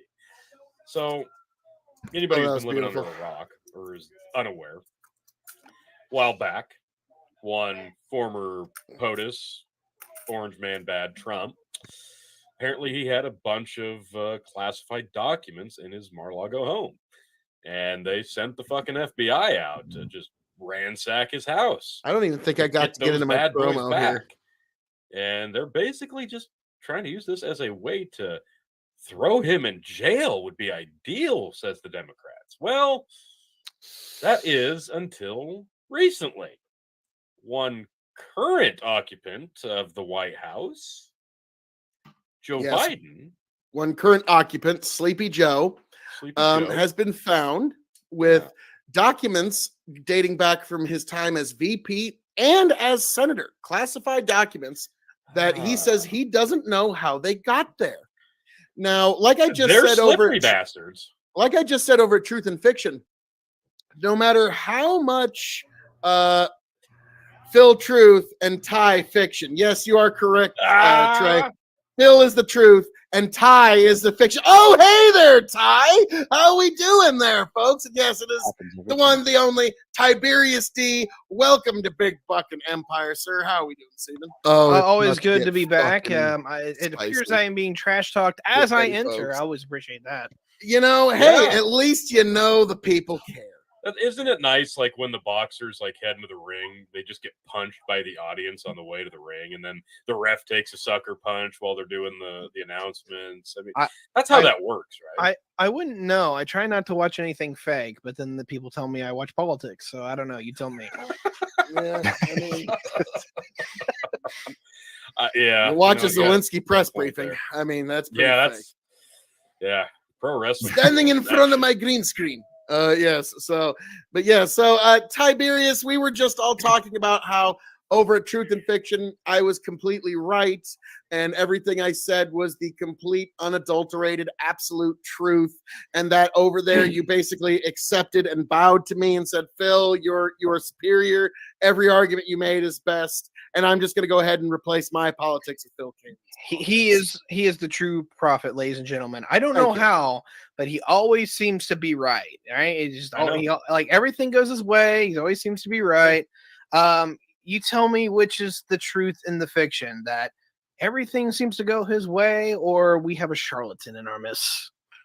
Well, it can't be that second one, so it just has to be that things just go my way, Ty. And I'm sorry, somebody has to be the best. It just so happens to be me. I'm sorry, somebody has to be that, and there I am. So now, as I was just saying, over at Truth and Fiction, I was mentioning how Joe Biden's documents, these were negligently stored. He didn't even know they were there, according to what he said, which is being negligent with our national security secrets, which makes him objectively worse than anything No. Trump is even accused of. Let me Phil- say that again. Anything Trump is even accused of, this makes Joe Phil, Biden Phil, objectively I- worse. I Is got he to done being interject. full of shit yet? I got to interject here. I'll let you know when I Our- feel like starting. But no, that was 100% truth. That was Phil, truth. You're going to throw in the fiction, Phil. Ty. Don't worry. Phil, I got to stop you. What you just said makes absolutely no I sense. mean, I'm because sorry, but whether you like it or not, it is true that Biden, what he did is objectively worse than anything Trump is even accused of, folks. Anything he's even accused of. Leave that before your mind, because being negligent with national security secrets like this, I'm sorry, there ain't no way to polish that particular turd. You can't make chicken salad out of that chicken shit.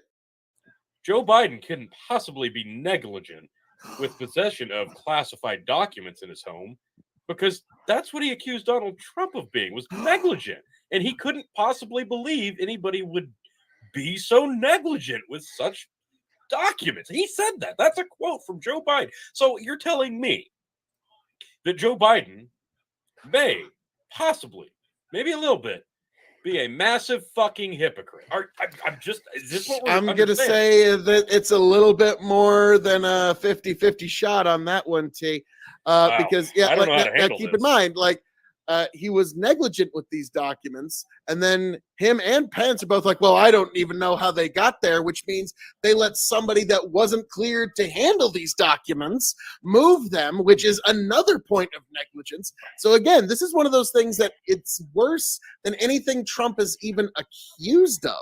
And so this is somebody that's being negligent. It's like I with our had them national there and I security. had them there on purpose, but that's better than being like, I don't know how those got there. Well, yeah, All right. because we knew where they were. I'm sorry. It is just going to be worse. Well, he shouldn't have had that. Negligence is worse. He should have told that negligence is worse. Yep. He shouldn't have done negligence is worse, because guess what? Ty, like, and what you're seeing in real time here, folks, what you're actually seeing in real time is cognitive dissonance. Because Ty, like, the idea that Trump could be worse than Biden at something is so outside of his worldview that it's hard for him to.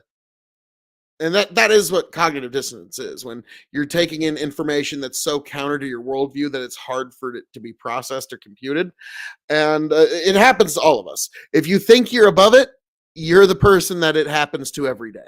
You're like, to the extent that you think you're immune to it is the extent that you're not ready to go to that next step mentally. And here we knew where the documents were. We knew what their contents were. And on their Trump, they were even under Secret Service watch. And so under every metric, Trump's documents, there was nothing to worry about. Okay. But with how do we Joe, know what was in him there? and Hunter shared that residence where the documents were hidden. So for all we know, there is an actual, you cannot discount the possibility that he sold those documents to the Russians, sold them to the Chinese, or even sold them to the Ukrainians. So, like, yeah, this is terribly bad, and impeachment has been handed to the Republicans on a silver platter. So, I guess, Mic drop. Don't do that. That'll break it. So, Yeah, this is too nice of a mic. Yeah, when you haven't, hear I Ty haven't go, read I any don't of give a these fuck. articles that we've got That's what he ready to knows. go, It's that not usually good. goes super. Grow the swimmingly Farm well. Up says, I kind of disagree. Ban it. Damn it, that's too funny. So, That's funny Biden as faces shit. blowback from the Democrats on classified documents. The discovery of classified documents has thrust President Biden into an uncomfortable position after he started the new year with plans to do a victory lap of sorts. Is this the Wall Street Journal? Yes, I do believe No, this is New York Ooh. Times. Your New Oh, York yeah, Times. Yeah. Okay. Yeah. I was gonna What's say that? either way, either one of those running this particular article, I mean, Yeah, shows the left will happily eat their own. well, we've always known that, but it's finally happening because the closer 2024 gets, the less likely it's looking like he's anything remotely an option. Oh darn! Yeah, the problem is the Democrats don't have anybody with any star power that they can put in there. Oh sure. They do. So Biden is, well, I mean, Pete Buttigieg has the charisma of yogurt. Gavin Newsom has that kind of like creepy Patrick Bateman, American Psycho serial killer, got cheerleaders tied up in his basement vibes. So, like, I don't think he's going to go as far as some people like to pretend he's going to. Well, Uh, neither the- one of them are going to beat Michelle Obama. Well, I was just going to say Michelle Obama is the heir apparent to the Democratic Party, but she's not going to come in this time around. She's going to wait till DeSantis is well out of the political game. But Michelle A Obama lot is could that ace in the hole. change in the What? next year. What the fuck are we talking about? How did we get here? This is some bullshit, guys. Because All Biden's Aussie fucking ass probably isn't going to make it to Look, 2024. all right, There's so a she might, but hold because up, hold up. nobody ever wants to give up power, but there you can't deny that there's a chance Look, he doesn't make it to Biden 2024. is very clearly egotistical. No. Yeah, I definitely think that he's going to push to go for another term. Absolutely think that he's going on that. I hope he does. I don't know if the party will primary him. On Yeah. one level, honestly, this is the Democrats, so they'll probably go with the opposite of what seems logical. What logically makes sense to me is they actually primary him. They don't have to beat him, but they actually prove that he is still the leader of the Democratic Party, even at the ripe old age of 80 fucking two. Jesus Christ. Well, that's just it, though. Like this article's saying, like even the Democrats are going to start throwing him under the bus, which I hope he does run because it'd be great to watch him officially lose. Washington, President Biden is. So What? who's he running against? Because this is a big if, right? Well, we'll Trump get or there. DeSantis, basically. Okay, well, And he loses to either of them if he can't crack 80 mil. I hate to tell you this, but in a rematch versus Trump and Biden, Biden's going to get it again. Yeah, good luck. Not if he can't crack 80 mil. That's his only hope. If he can crack 80 mil, he'll win. If he can't, he's going to lose. We That's already the have a long and running- short of it. We already have And a yes, running Ty bet and I on have this. a bet on this. Yeah, Ty and I have a bet on this, and so he is eventually going to have to pay $50 to the charity of my choice when Biden does not crack 80 million votes. It's not going to happen, folks. Sorry. The mail-in voting structure just isn't going to be the same in 2024 that it was in 2020. And with that alone, there's no way that Biden cracks 80 mil. All right, so Washington. I swear to God, I'm going to get through the first paragraph. No, you're not. I'm No, not you're going to let probably you. not. I know. Yeah, we do have a bet. I don't remember exactly all the terms because there's like 2 or 3 outs on it. But the long and the short here, if it's Biden v. Trump, Biden will get 80 million votes and he will get a second term. Doesn't matter who he's running against. He's not cracking 80. You might as well just put that $50 aside now. No, I'm good. Like seriously, It's like going to be fun watching you eat that crow. It's going to be it's fine. fun. I can't wait. Anyway, when it comes to DeSantis, DeSantis will win. Straight up, DeSantis will win that argument. He will win. He will win the contest. Trump will not. The American people will not elect Trump again. And that's just what. That sounds a lot like the people who said Trump's not going to win the first time around. That's really just people trying to tell themselves that, trying to psych themselves up. Like, who are you trying to convince? The people out there, yourself, Ty?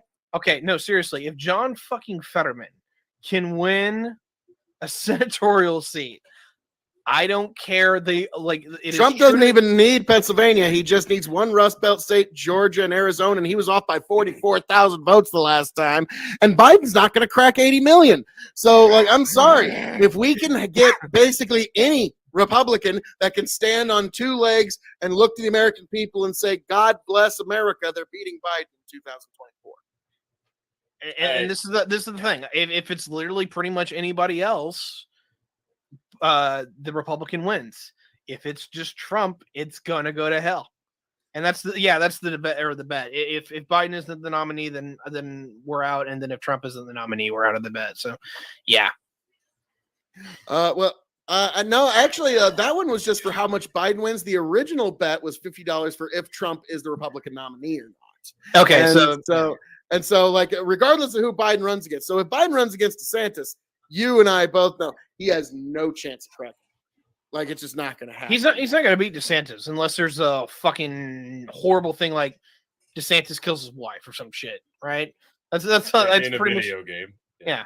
I mean, it's an example. I'm not saying like we want this to happen. Come on. Yeah, no. Well, I mean, like Sam Harris said, like Hunter Biden could be responsible for dead children, and that wouldn't have even mattered to him. So, like, yeah, like you said when you're talking about how like Fetterman won Pennsylvania, yeah, partisanship is kind of a bitch now in this country, isn't it? Where like there's certain states you can like literally put up, like literally the Democrats voted for a dead man in 2022. And so I don't ever want to hear the Democrats ever say that the Republicans are tribalistic ever again. They just lost the right to say that when they voted for a literal dead person over a living person just because they had a D next to their corpse. So Trey Powell, watch 2024 being between Buttigieg and no depth perception Crenshaw. This is my dream matchup. Like, oh God, Ooh. don't make me come. Jesus. Well, Buttigieg, Sorry, I'll don't keep my worry. shirt on. He will never be president of the United States. We don't ever have to worry about Buttigieg ever being elected. That'll never happen. The fact that Crenshaw- Buttigieg is even in any position is just a travesty. Yeah, Which one? Cringy Shaw A is missionary. Crenshaw, on the other hand, will eventually get the head of the DOD.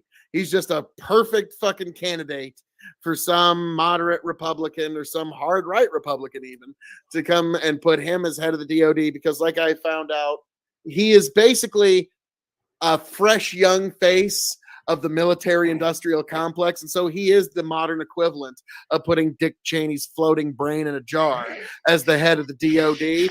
And so like, yeah, that's where Crenshaw is eventually going to end up. But yeah, in terms At of this point- Buttigieg, he'll never be president. Doesn't matter. At Like this this is point, Obama's exact words. Buttigieg is not. I'm just quoting Obama here. He said his exact words are, Pete will never be president. He's too short and he's too gay. And those are his exact words. And so Pete will just never be president. And I'm sorry. Bold statement from Barry. Well, like, can you also name the last short president we had? Yeah, Haven't really had one FDR. since TV.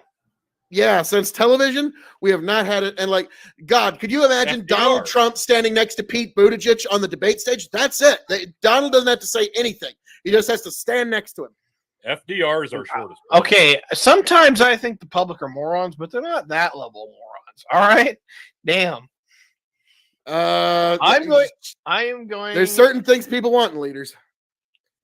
Like, Tough uphill I- electoral battle yards. Look, I get that. No, like, actually, Peter Butt. Yeah, Well- President Peter Butt. You think the kids on the fucking playground are going to let a President Peter Butt happen?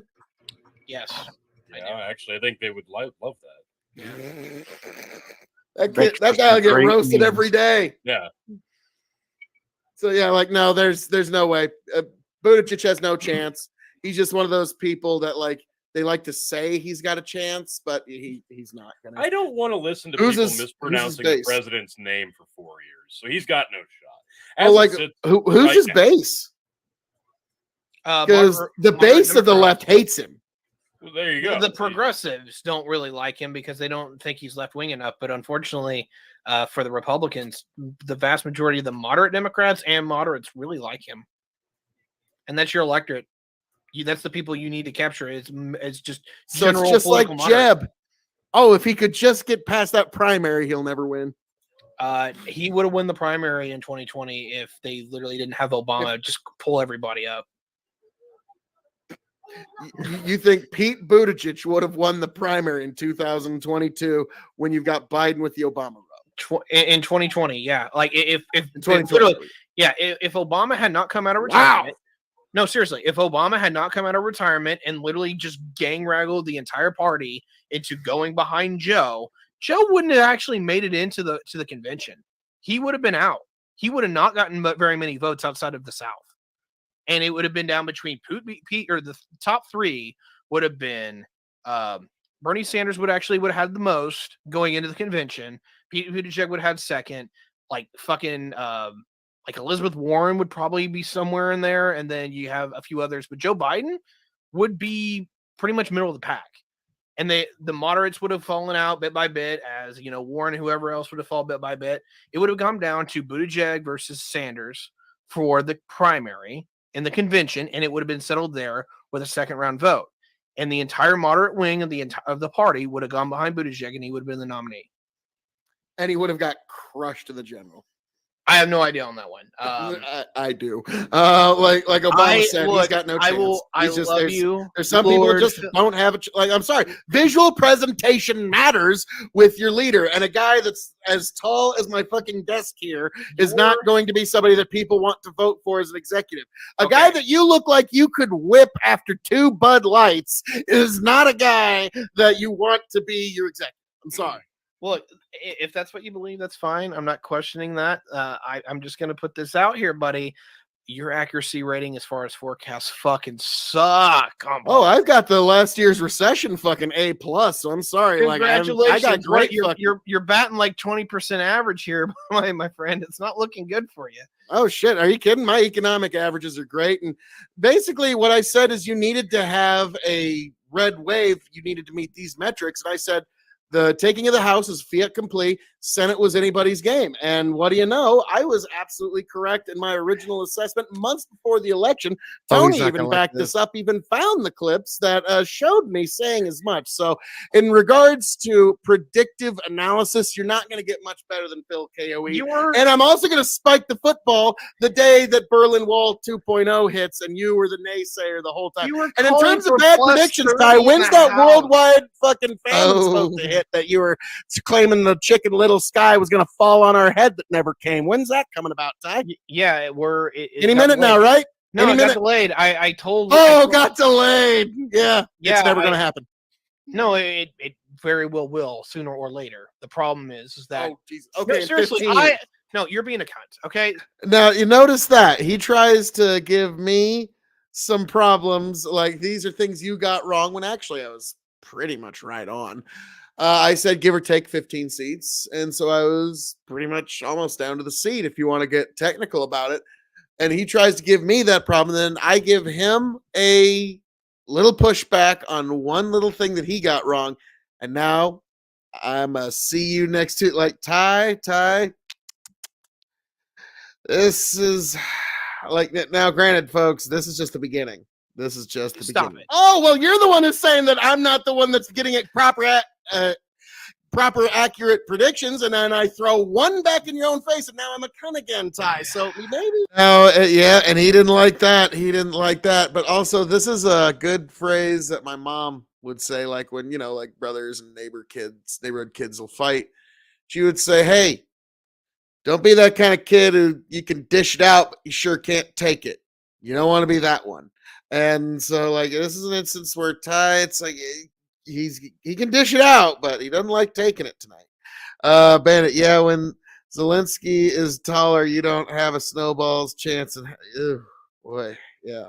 You need to thicken up that skin a little bit on the internet. No. Okay, sorry, but maybe you need to get a little bit thicker skin. You don't own your fuck ups. Okay, you were like this was going to be when they happen. I'll let you know. Yeah, you were talking like it was going to be a 30-point house swing, and it was literally down to the wire. Are you fucking kidding me? Like you put out a mile wide and a net deep or an inch deep, and then you're like, yeah, it's not hard to call you fucking wrong. And then when I actually talk about stuff, I'm like, hey, my predictions from months ago still turned out to be right. And, and there it says, like, okay, Dog and Chicken Show episode 172. Ty and Phil fucking get it over with. Okay. All right. So, God. So what you're saying is, might be a little monopolization of time here. I'm not insinuating anything. I'm just flat out saying you two need to fucking get it over. Just flat out. Like, all right. There's clearly some sexual tension here. I expressed very clearly why I was wrong and what happened. We had the biggest harvest on record. Phil's boner can only get so big. Stop it. All right. Yes. So, all right, folks. Yes, Trey Powell. Yeah. So, yes, folks. This is the episode for you to all see. This is the one for you and me, and for Ty to finally confess his unrequited love for me. I guess I don't know. Like, what Look, whoever wants to say it first, I don't care. Regardless.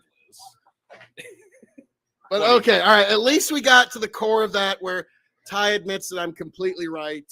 And I don't think that happens, but he's just like, Phil, you're right about everything. God bless you. Walk right past Please just show me the way. Show me the path.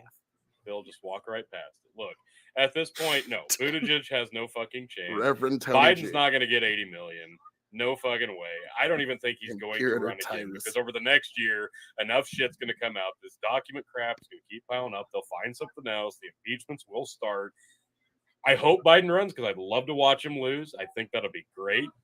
I still stand by my original statement that I don't think that this is a real, actual run for the presidency by Donald Trump. I think he's jumping on the grenade to pave the way for DeSantis. Fingers crossed. But DeSantis hasn't said anything yet. So could be 50-50 on that one. And if DeSantis does run, what's the guy's name in Missouri? Is it Josh Hawley? I'd like to see him. I'd like to see him be his running mate. I don't think Missouri is much of a swing state that we need to worry doesn't about. Matter. Like, I think that guy. Like if Carrie Lake would have won her governor's run in Arizona, she would be the VP candidate for whoever's won. Apparently, it is now being suggested to me that I shall renounce the title of right and just become the ultimate centrist and say, you know what, fuck you, I'm on my team. Apparently, that is what is being encouraged. Well, finally, you're coming out of the closet to what you always were all along, Ty. I mean, you were self-identifying as conservative this whole time, but we all knew that you're just a dirty centrist. I was going to say, I never identified as conservative. I think conservatives are wusses, but that's a whole he said so earlier. Another thing you're wrong about. My God. So, God, like he was no earlier, wonder though. you've had such thin skin, Ty. Right. Right. It's not personal issues. It's not the fact that I don't have time to fucking, deal with half of the people's bullshit, but whatever. Well, when you come onto the glorious big bucket empire, also, it's kind of one of those, like, if you're having a bad day, don't take that out on the audience. They're nice enough to spend their time with you. And why you got to be Uncle Scrooge? Best foot forward to the beautiful people of this empire, Ty. As imperator as you are, apparently. What is that from Warhammer? What is that? No, this is actually the name for the Roman commander in chief, the Imperator. Imperator. Okay. Imperator Tiberius. Here, Justin. It's just like proper Romanization, Oh, those two are having themselves a little. Yeah, we're on our own here. Yeah, well, I mean, let's be frank. Whenever Phil shows up to any show, it just becomes the Phil show. I'm sorry. Like, so I do apologize. Glad to have you, Phil. God bless. I don't even touch the buttons no more. Yeah, well, why? What's the point? It would just distract from the Philness. So.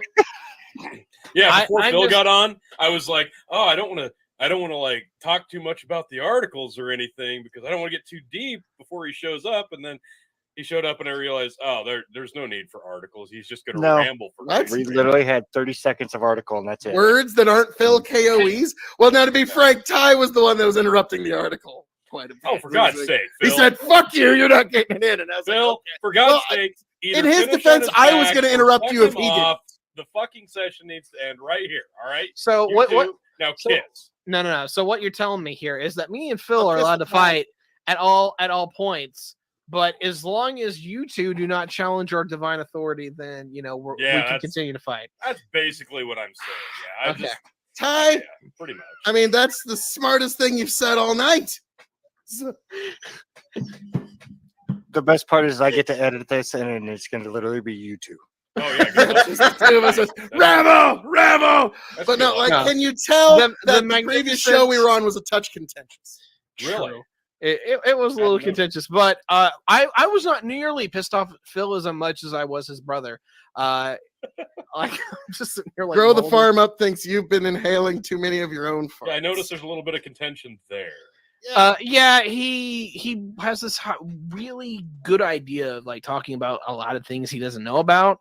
And like that would be one thing if I didn't know what I was talking about, but whenever somebody who doesn't know what they're talking about tells me that I don't, when I very much do, I literally have a fucking map of where Ukrainian forces are deployed at this very fucking moment. Yeah, you can go fuck yourself. With a K. You have a map of what the people are telling you to think where they are at the moment. All war is won by deception. You could very well be spreading the propaganda for them. Now, granted, that's not an unethical act if that's the side you're taking, but just keep in mind, all war won by deception. As you can see, Tony, fifis were hurt, feelings were bruised, egos were tarnished. It was a fun time. It was a fun time, really. And again. Amazing. Me I'm and just Ty had a glad- discussion on. I'm just glad that you guys joined us here on the post show, whatever you guys were doing before.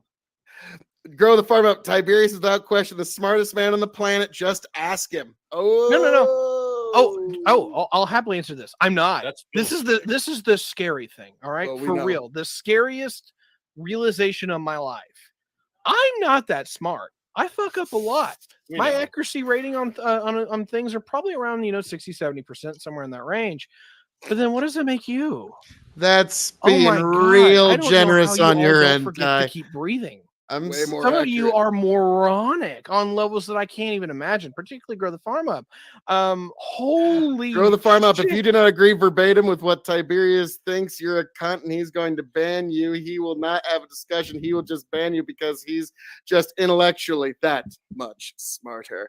Oh boy, this is gold. This is gold. Look, I have no problem with Yank's just like, I'm gonna go intellectually pee. engaging with folks. I really don't. The problem is that you weren't intellectually Except Grow the engaging with Farm me. Up. You were really being a douche, and I have my No, producers to back me up on this I'm one. They would have sorry. hit you too. I no. Like, you are a rude sack of shit, and you really And I read on air what the conversation was, and that was light. That was light. That was a slight bit of pushback and saying you get your information from CNN. I mean, that was the comment that you said a little earlier was the one that actually you didn't like. So, like, to me, this is over the top. And like my brother and I were laughing all night long, like, Jesus Christ, this guy is easy to poke. Like,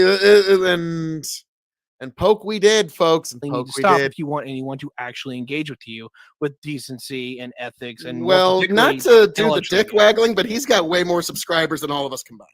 I don't care. So apparently people yeah, do you Oh, do. want to engage with him, Ty. So I mean, like, you just went like, no one wants to engage with you because you're awful. And I go, well, he's got more subscribers than all of us combined. I don't care. Like, it's like Ron Burgundy, Weatherman. I don't believe you. just saying. Wonderful. I'm sure they're all stand-up people who are people that I would very much enjoy having a chat with. I'm sure that's the case. Wonderful. All Well, of yes, every It's not- last member It's of not Grow hard the to Farm Up find came an audience of morons who will kiss your ass. I'm sorry. in all God's Wow. creation. Like, yes, it's called being nice to your audience, Ty. We should give it a try sometime. It would improve. Not calling the general it would people improve like the numbers I in the find community, not its his intelligence. general disdain for what he calls the common man. I find that really disturbing because it's like I always say, they're the people that make up the nations and the empires, and them being ordinary, as you say, I keep insisting they would rather just be asked than told. And it's people like Tiberius that want to do all the telling, and it's us that has to do all the doing.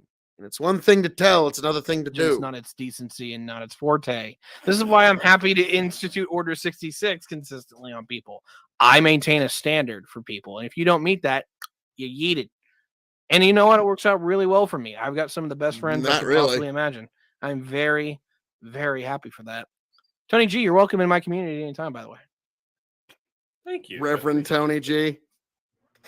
Oh I God am Almighty! But yes, folks, the ever growing, unless you disagree with him, Tiberius D community. Jesus Christ! Yeah, I'm sorry. that's a really shitty way to It's grow. not a a good community. tagline. It just You disagree with me all the time. Come on. Yeah, but I don't ban people who disagree with me. Like I don't eat them. I bury them and I eviscerate them down to their testicles. Okay, like that's what I fucking do. The way God Like, I intended. fucking So if I verbally ban just- everyone who I disagree with, why are you still around? You actually did give me an hour ban on your I Discord the gave other you day an hour because I timeout. intellectually dunked on you so hard that you actually had to basically implicitly concede to me, and so you couldn't handle it, and so I'm sorry, Ty. Yeah, Like, you you did have do been that to acting a me. little rashly. Well, look, I don't I don't dissuade from the fact that I've been a little bit more temperamental. I got less time on my hands. I got some shit I got to deal with. You know how it be. But on the other side of that is that, you know what? Ty, When it came down to it, straight up, you wanted to do this episode on Friday. Like, you're the one that's pushing for these extra episodes. Like, even though Cyrus, like, I don't know about, like, if you're talking about, like, you ain't got time, why are you the one that wanted to do the, like, what the hell? Like, come on, man. I think my brother wasn't all that much like he wasn't really an asshole here. He just said you get your info from CNN, and he pushed back when you said he didn't know anything and was a clown. It's like, well, farmers and commodities traders might know a thing or two about this. Simple. You pissed off daddy, and daddy had to put you in timeout. And that's just all it comes down to. You got to behave yourself. And you immediately pulled me out also because you knew you did maybe, wrong. If you're a little temperamental, don't take that out on your audience. I don't take it out on my audience. Oh, I take it you out did on people who deserve to have it happen to them. A little bit. So, And you know so what, folks, we have discovered. No, yeah, actually, Tiberius did give me an hour timeout because I had basically deconstructed his argument so much he didn't disagree. Like he basically said, "Fuck you, I don't agree with that." And I go, "Well, okay, then I just accept your concession on this." And then he did the hour timeout, but in like 10 minutes later, he lifted it because even he realized he had acted rashly. So yeah, Ty, I'm sorry. Like even you're kind of in your own implicit actions. It's like I can't hear what you're saying over what I see you doing. Like even you knew you were Very fervently not in the in closing good of the ground last there. episode that being a douchebag is a bit genetic in your family. Oh no, it's just being able to dunk on people who think they're the smartest person in the room is actually quite genetic in my family. So, Hey, do you ever see a couple that really likes to argue a lot because it makes the sex that much harder? Yeah. I mean, tonight's gonna be great. but no, when he said being a douchebag's genetic in the family, like, no, just dunking on douchebags who think they're the smartest douchebag in the room. Yeah, that is quite genetic in the family. We do it very well. It's gonna be wild. Please. Oh my my God. Sorry. Yes, folks, you can see this in Truth and Fiction every week. I'm sure everybody is just subbing up right now. 'Cause you clearly need to go subscribe to Truth and I have Fiction. not been able to click one. Because you get to see this amazing content week in, week out. Or you could just subscribe to the Dog and Chicken Show to watch Tiberius D and Phil K.O.E. argue. Like nobody else is in the fucking room. They don't even know they're being watched right now. They forgot they're on the fucking internet right now. That's how hard they are right now. Up. I can only get so wrecked. Oh God. So Grow the Farm Up's going, this is not a therapy session, Ty. This is a YouTube live. You have the thinnest skin I've ever encountered. You have no idea how to even farm. Oh my God. Throwing down the fucking gauntlet here, folks. Oh man. Okay. All right. They got the gauntlet has been thrown down. And so we're getting deep into it, folks. Yeah, it's about to get personal. Feelings are going to start to get hurt. Like we'll see what happens. Shared. Yes. Yeah. What's that? Oh. Okay. Now, no, I like how you agreed with me before you even realized what I said. Like, maybe. Oh, wait. No, wait, what? Did you say voters? Oh, okay. That was a little bit of lag from the internet. Yeah. Let's go with that. Yeah, it was that son of a bitch and lag. Oh, okay. So that great Nebraska internet, just one more fatal flaw of the Lord K.O.E.'s domain, Well, it's just we got that irrigation water that we can drop on our crops and actually, give our crops the water as they need it. I can understand your jealousy, Ty. I can understand it. Yeah, you're just reliant on the skies to give it to you every day. And I appreciate when people think Nebraska sucks because it makes it less likely that they'll move there. Come here. Yes. Leave our oasis alone. You keep living in California, Californians. Like don't visit here. Don't drive through here. Go around. In fact, go around. It's horrible here. Yeah, don't come here, and definitely don't take our water. Yeah, please don't. I didn't watch Green Acres. I watched Shady Acres. Come on, there's a difference here. I will yell at you and call you. It's great. Like, yes, we're growing our audience one yelling audience member at a time. We're gonna do that. Wait. Yeah, there's no stopping this. This is just So, do you guys know that there's this a son bunch of a bitch drives a classified John Deere documents? too, doesn't he? Oh, we do drive the best, most superior Jesus brand of fucking tractor, John Deere. Way better than that shitty ass fucking. Oh, let me guess. What do you drive? The red, the IH? Oh, I'm so sorry. I do apologize. To you. We drive the finest John Deere tractors in all God's creation. You know, and we got the right proper kind of track so you can actually get through the mud. You know, you wouldn't know anything about that in Case IH. So you know, like Phil actual Gin power shot. balls when you need it. You know, it's the things that I'm sure you know nothing about, Ty. Let's see. Grow the farm up. Ty will also call your entire bloodline retarded because of you. Imagine if Ty stepped out in the real world. Oh man. Okay, so you two are going to be sharing Christmas cards here real soon. I got the feeling. So Yeah, I was debating on coming up to see you at some point, but I think that plan has been fucking permanently put on ice. oh, Ty's like, I don't want to be in the same fucking county as your brother. Jesus Christ. Like, Maybe not the same state. I might have to tell fuck, what is his name? My Nate? lawyer friend, Nate. Yes, might have to tell Nate that I can't go to Nebraska because I wouldn't want to be in such a state as this wretched sack of shit.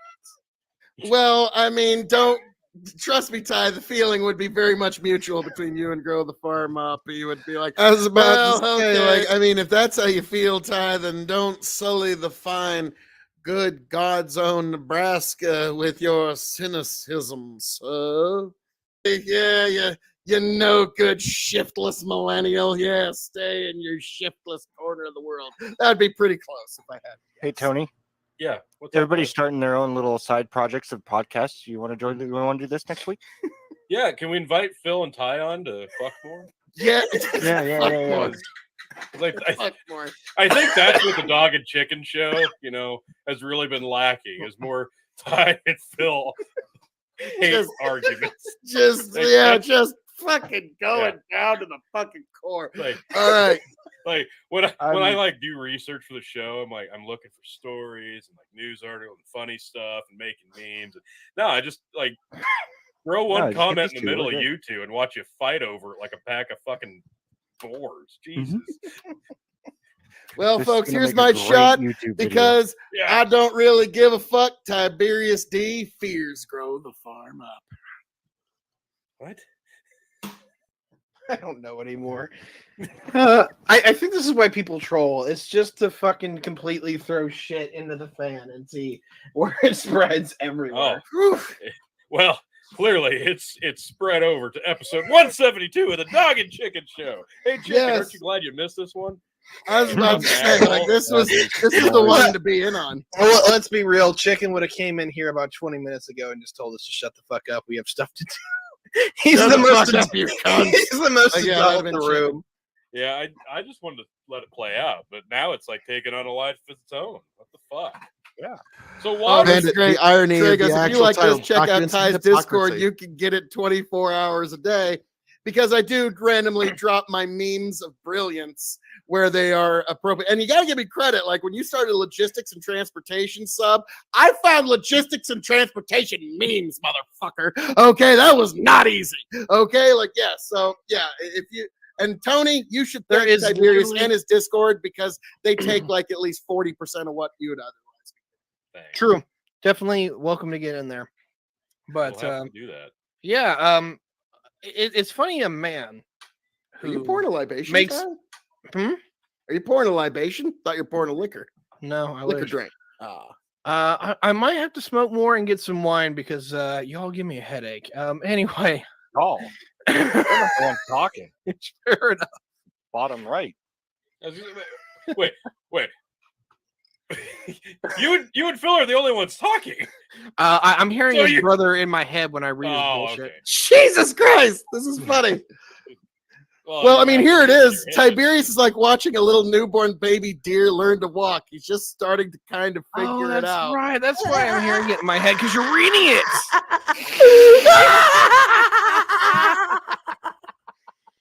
I'm sorry. but just So, So, read ladies and gentlemen, Oh, welcome to the that's YouTube pretty video funny. where the bottom half is the only thing that you see. Yeah. Tony, I do not Wipe exist this tonight. off.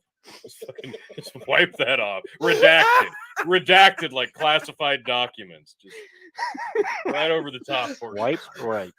Yeah. Swipe or no swiping. Actually, be even better. Can you put instead of me and you, gang? put a picture of Yank over me and a picture of Phil over you. That way we can just get it from all angles.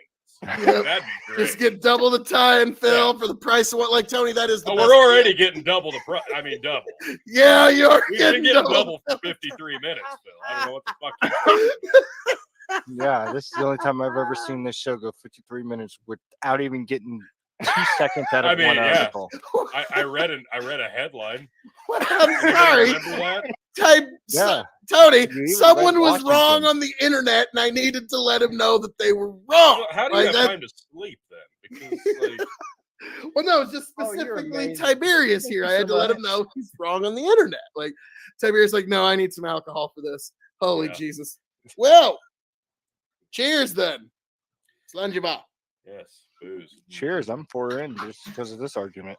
Yeah. Okay. Tony G, Yes. how you been, sir? It's I'm- great you to know, see you. Thank you. It's nice to see you too. I've been good. It's been a long week. It's It- finally coming to a it close. has. Okay, how long? How Excuse me. long does it take for me and Tiberius to get back into it? I forget, but I don't think it takes all that long. Like this is gonna be fun. When me and Tiberius start fighting again, folks, if you got a drink, take a drink. It has been a long week, and I'm sorry that I had to spend an hour taking it all out on Phil and his brother. I do apologize. Well, for I feel that. like you really made progress. Yeah, You've really changed I- some minds actually- here. Well, I'm not out to change minds. I'm just here to make myself feel better because there is no changing bricks. Okay. Well, you know, it's like the old proverb: an open mind is like a fortress with its gates wide open. Almost any kind of random nonsense can wander in. Grow the farm up goes GTFUW. Grow the farm up. Win. Tony G, you may proceed with the show Oh, now. thank you. Yes, Oh, yes, you may proceed. Now, that's Tony, kind of I'm you. curious. How you been this week? You're muted. No, I was gonna speak. I was just waiting to get cut off again there. I just Okay. didn't want to waste another breath because I thought you were gonna interrupt me. Because this week I've been dealing with that no good bastard Tiberius. Oh wait. Yeah. No, Tell me okay. more. All right, gentlemen, with the article in question, you may now I don't even want to proceed. On. Like What I were don't we even talking remember what about? happened. In the time you two have been arguing, I think they found like 30 more documents. So, I don't know Oh where God, it this makes is going. Biden even worse. Well, the impeachment's don't coming. start that again. Jesus. This just in. Yeah. Hold on. FBI reports that I found with some more. a freak internet conversation, it has resonated into the ether and shown the secret documents relating to Jeremy Epstein's death. Nice. Our argument just vibrated that back into existence, into the universe. Well Thank done, God. Ty. That's a superpower, folks. That's what you come here for. Who needs fusion power when you've got the power of debate? I was about to say, who needs fusion when you got me and Ty just like the hot air that we're gonna like just expel, trying to prove each other wrong. Now Ty will like that is gonna truly be infinite energy. You trying to prove me wrong because it'll never happen. And so, like, yes, that is actually how we find true infinite energy. Oh Ty. God, just come already, for fuck's sake. Oh no. I like to did. take my time. Okay, like it's When like, he masturbates, he lights candles. He puts yes. on music. Gets the big mirror out. yeah. So yeah, Full it's a body-length mirror. He it's always a stands up whole for that. experience. Yeah. Ty's just like, just come on. Like, no, Ty, I can go all night. Hell, after this show, I got another show. now. So like, this is just middle show because we got Revolutionary Wrestling Podcast. Me and Tony later on tonight. Hey, Yeah, Ty, so you we'll get wanna into go there that and tomorrow argue night, with Phil? folks. Yeah, I think he should. I think he really should. Like, yeah, the Royal Rumble. But you know, was it Royal Rumble? like- How much of a cut you were on my show? There you go. I Calm down, appreciate Stone that. Cold. Number one, I can't. I've got some stuff I got to do outside of that. But in reality, is I've gotten my high from arguing with K.O.E. So always appreciated, sir. I have now been able to cleanse my palate. I don't have to feel any animosity towards him or his brother, and we can go on with our merry day. Thank you so much for being my pincushion. I really appreciate that. Okay, and thanks for being my punching bag, Ty. I appreciate. So It takes a lot. I might need a few. You might want to send me a little more wine. okay, hey, I gotta hey, put we'll Ty send you over some here James 'cause his Arthur face Vineyard is wine one of red. these days. So you can act so without having to sully our beautiful state, Ty. You can still experience some of the beautiful Nebraska because you don't want to sully yourself with our state, and we don't want our state sullied with you. So the Hey, feeling's no, mutual. no, So we'll no, send you some l- beautiful hey, look, Nebraska wine. Let's extend some brotherly love here. Oh, Y'all can be in my state, and I would hope you would invite me to your state. Just fuck Californians, right? Oh, absolutely. yeah, fuck California. California, Okay, literally. all right. Yeah, we found something that Midwesterners can all agree on. But yes, California's got, okay, like, the Ty. No, strictest Ty, gun you're laws, and welcome there's here still people anytime, and dying it would via be a gun. good time. It's insane. And we would have to play poker, and we'd have to see what happens from there. But yes, this is we're all getting together. Oh wow, Ty's like, nope, I gotta down this. No. Throw the Farm Up has a great point here. You have to understand K.O.E's favorite activity is editing his own video, which he's not wrong. I At all. resemble that remark. Like it's And then rewatching his own videos and giving social commentary on his own videos. Because Oh, Phil there Taylor's is no favorite more news relevant topic thing that is anybody Phil could see. K.O.E. Is All right, Phil. real question for my fellow Midwesterners here. Is Cali the greater enemy or is it Illinois? Because Illinois is one of us but needs to be disowned. Well, the problem is there's good people in Illinois. It's just that South the of people that run I-74. Chicago are some of the most corrupt shitheels in all God's creation. There's So Can we just put Chicago in California, and that would take care of everything? no, Phil has I think that never would solve done a that. lot of the- Give Not one. Chicago to Right. California. Yeah, just annex that off. That's now part of Just make it part of Northern California so that the Democrats in California love it. So that'll dilute the Republican votes in the Northern California like they want to do anyway. So, that's I like that plan. Because Chicago. Hour. Boom, bitch. Damn it. Because you've seen the pictures of its, Trump's America and then the Democrat archipelago, where it's just a few little dots of blue. And that's it. And then there's this vast, beautiful, beautiful, sweeping areas of red. And so, yeah, Chicago is a problem, but the folks of Illinois are good people. There's nothing wrong with that. But so, folks, Jesus, I overpoured that. Oh, Good that's boy. a shame. To peace, love, understanding, brothership, and to admitting that Phil K.O.E. is ultimately right about everything. God bless. Why do you do this to me? Why do you do this to all of us? That's the real question. Because it is my gift to the world to bestow Phil K.O.E. to the world. Okay. And that's why I got down on you for banning Grow the Farm Up so badly, is because to deprive anyone in this world of Phil K.O.E., I think should probably be something that is chargeable as a crime against humanity at The Hague. Wow.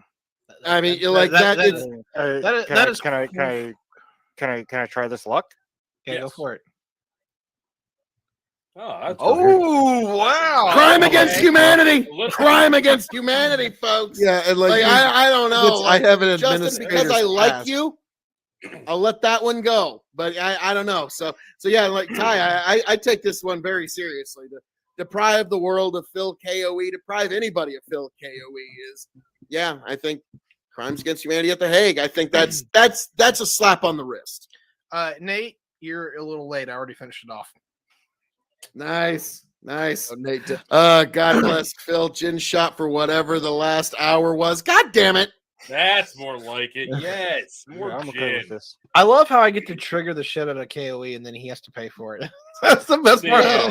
Of it. It is. It's great. No, The it's gin when shots they don't suck. show up, and it's just me and Tony for 3 Yeah. weeks on, and poor Tony is hammered within the first hour. Oh god. Yeah, that's not fun. That's not. Oh, all right. I know you want to get to your particular conversation that you had earlier. That's fine. If you want to do it, we can do that. Otherwise, I have a real question for you two. And that is, we were talking a little bit about the ethics of freedom of speech. And I know Tony probably would be more likely to agree with me. So I'm kind of curious how you would line here. Shoot. On an average person-to-person basis, I don't think there's any. Cunt.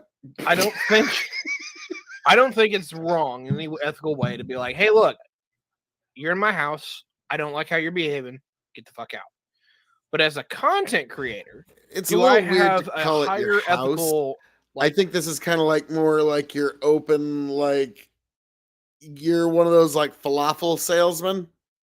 Like, yeah, you got the food cart. You ever remember, like when I was a kid, I remember the push cart war. Interesting book that I read, where it was the push carts versus the semi trucks, and it was a very odd book, but I thought it was kind of neat. And so, like when you're a content creator, you're kind of like a push cart salesman. Okay, you're kind of out there, just kind of try. And so, in that regard, I think what Ty's doing wasn't right. But yeah, I do think it was just him. Responsibility to where I think he got mad. Even if I don't like what somebody is saying within my chat or with my community, as long as it's not like violating TOS or harming someone, do I have an ethical responsibility to actually platform that person and allow them a place to speak?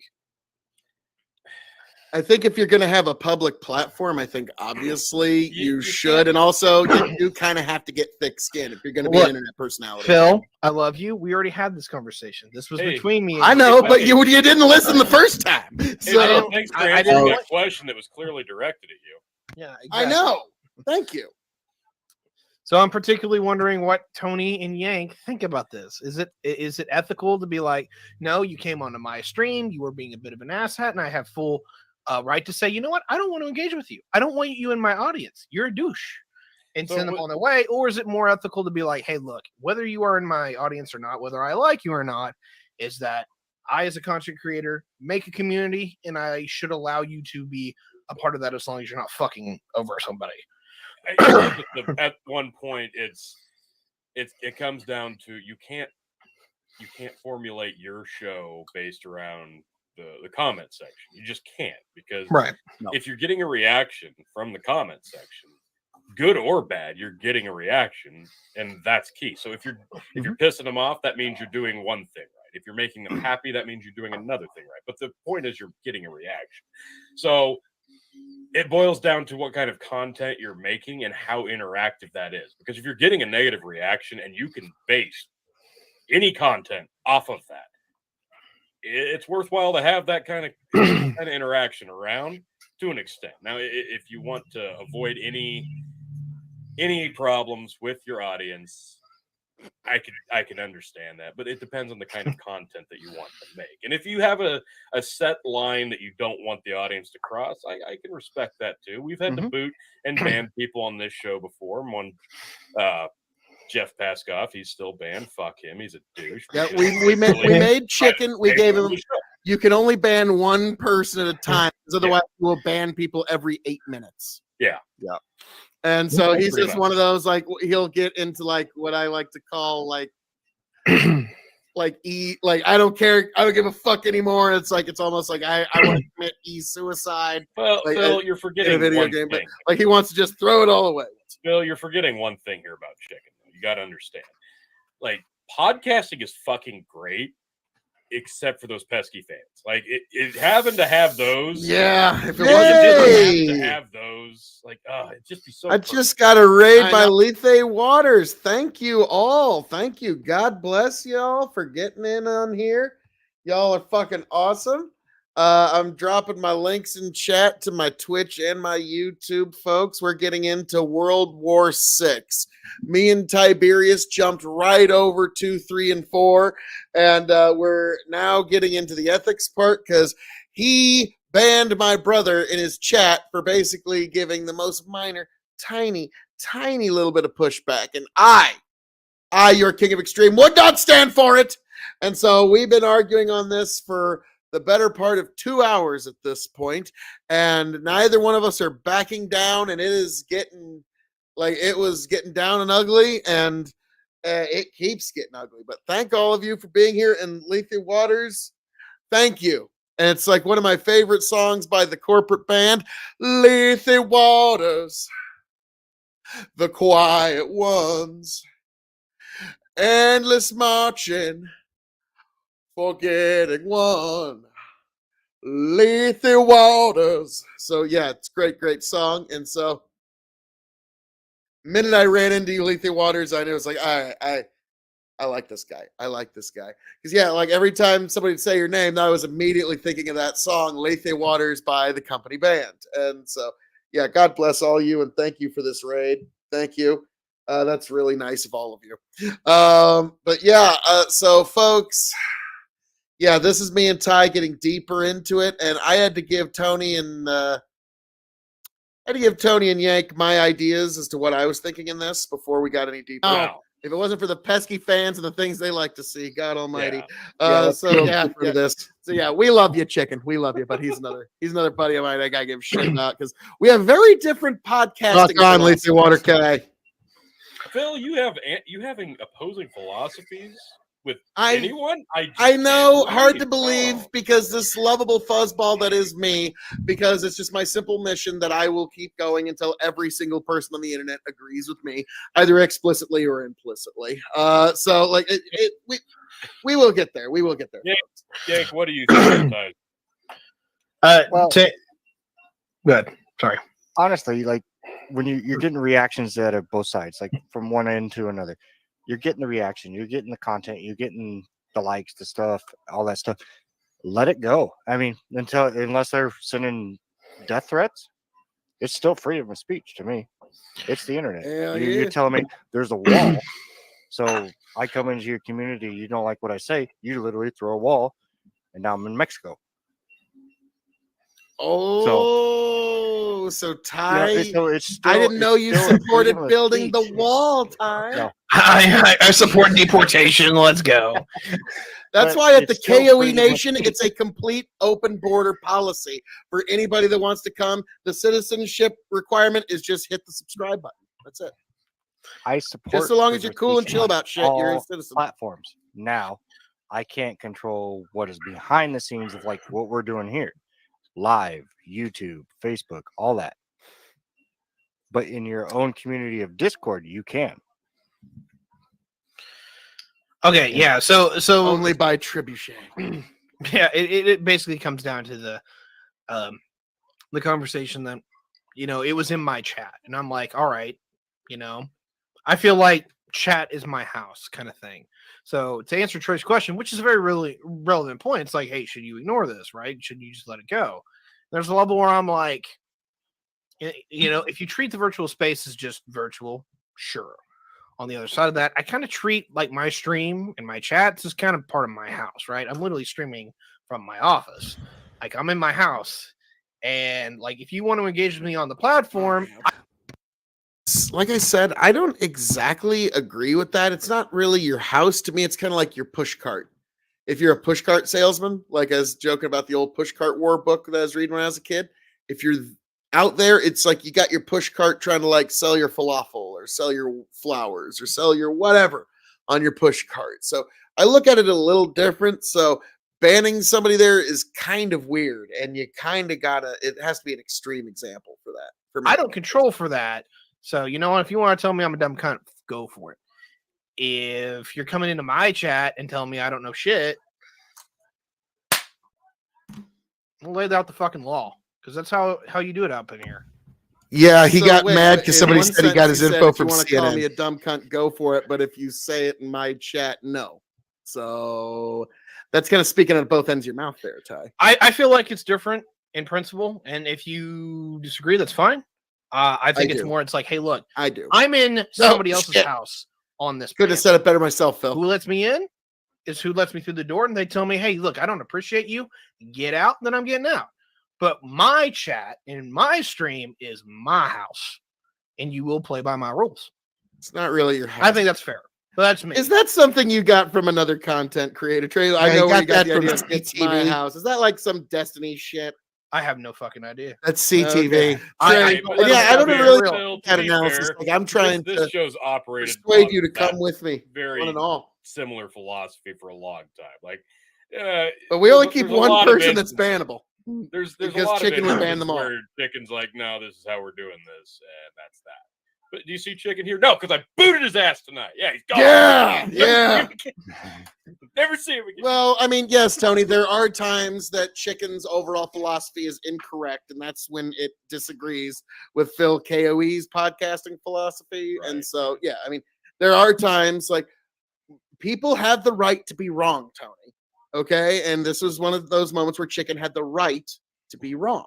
Okay. So, well, yeah, it happens. It's like Ty, it happened to you a little earlier. It'll happen to us all. Okay. Don't worry. Well, not me. But Just for the rub rest. salt in the wound so much. Oh Lord, Phil K.O.E. Just Thank you. Thank you. I'm sorry. I couldn't I- resist. I could not resist. Literally. never My can. whole thing on like the whole Like a Twitch. internet, the freedom of speech and all that stuff. Someone comes to your actual house, physical. It's not a click of a button just to get rid of them. You got to coax to pull the that trigger. person out that door. Well, okay. I will edit that In a out later video game. because it's the internet. In a The video internet, game. you have got anything and everything through the internet, and it's one click of a button. It's literally I can click on your name and you're gone, Ty. Like it's done. Right. Exactly. And so that's But in where your personal space of your own home, as physical to physical, it's not a click of a button. It's either like you said, the T word and basically a shove and maybe out the door and maybe just booze him up a bit to where you can draw a penis on his face and it's all good. That works too. That works. all right. So let me flip this Midwestern around just a little solutions, bit. I want to drawing see wieners onto if their you come face. in from the other end. So is the That's good problem right? Is the problem with the internet is that because it's so easy to be able to integrate with somebody, right? It's also incredibly easy to get rid of somebody that we have a higher responsibility because of that ease. Like we have to. I would say certainly. I didn't yes. ask you, goddammit! Well, no, you didn't ask anybody Okay. specifically. I This asked time. Jake. Okay.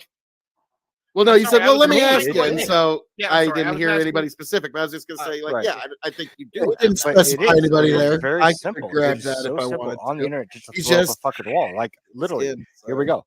I threw up a fucking wall. What are they going to do about it? Right, and that's where I'm like, if someone's And gonna then, say, no, and then we can just go like this. Guess But what? we all have I'm on the show. I really don't care. Phil, I will hit that one button, buddy. I'm an admin too. Yeah, we all have admin. Yeah, and I can still here, remove it. moron. Yeah, we're all admin. Well, then that would be your loss of removing the biggest star on the show. So like that Yeah. that would really be your loss. So you So- get what I'm saying. It's so easy just to click that button and it's done. right, But you and can't do it in I don't physical disagree. real life. So I don't disagree with that. And for me, I think it's pretty straight and simple. You honor the house by playing by the house's rules. So you know what? Don't come up in here and being like, you know There was what? Thing Fuck you, violated. you're He a just nugget piece of pushed shit. you I don't back like on you. your Like, idea. you're gonna get your ass kicked, and you That's should get your CTV ass. thing. Well, no, I push back on the very notion that it's your house. Like when you come onto the internet with an internet show like this is you presenting yourself to the public. This is like you bringing the big top circus out to the public and you want everybody to see it. So this is you going out into public. And then when you say, I'm going to unilaterally decide that this person has no place in this particular discussion, that is very much like, I know you were saying, well, that's not technically censorship. We all understand that to be the idea. So like, your ability to speak in this public forum has now been limited, basically just because for no reason other than it offended your sensibilities. And so to me as content creators, I think if it's just something that offends my mere sensibilities, like people insult me all the time.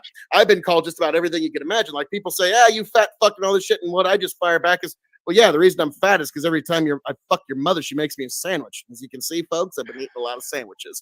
And so, yeah, it's one of those like, hey, yeah, getting a bit thicker skin might help. And I know I'm not saying that like to be a dick about it, but I'm just saying like to be on the internet space, it's going to require. Don't worry, I promise you, I will be back to ignoring people and do haste. Okay, but what I'm getting at here is that I think this is a really interesting question as far as It is. so yeah, it is because what you're getting into from your perspective, and I don't think it's There's wrong. times I don't where it's know like if I there's no agree with input with Ty. it, is that It's just like you'll um, give the data own input. should we treat people in the regard that, hey, look, you know, this is a public platform, it's not a private platform. And it's weird because it definitely gets into the gray area. It's my stream, but I'm on Twitch or I'm on YouTube, right? So it's semi-public. As long as they You don't get to still decide follow what the the TOS is, for example. Right. Like, yeah.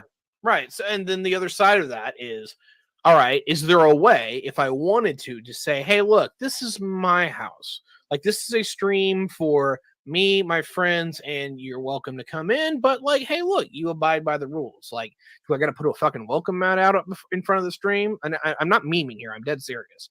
How do I, under your guys' logic, be like, hey, look, my stream is for me and the people who want to play by my rules?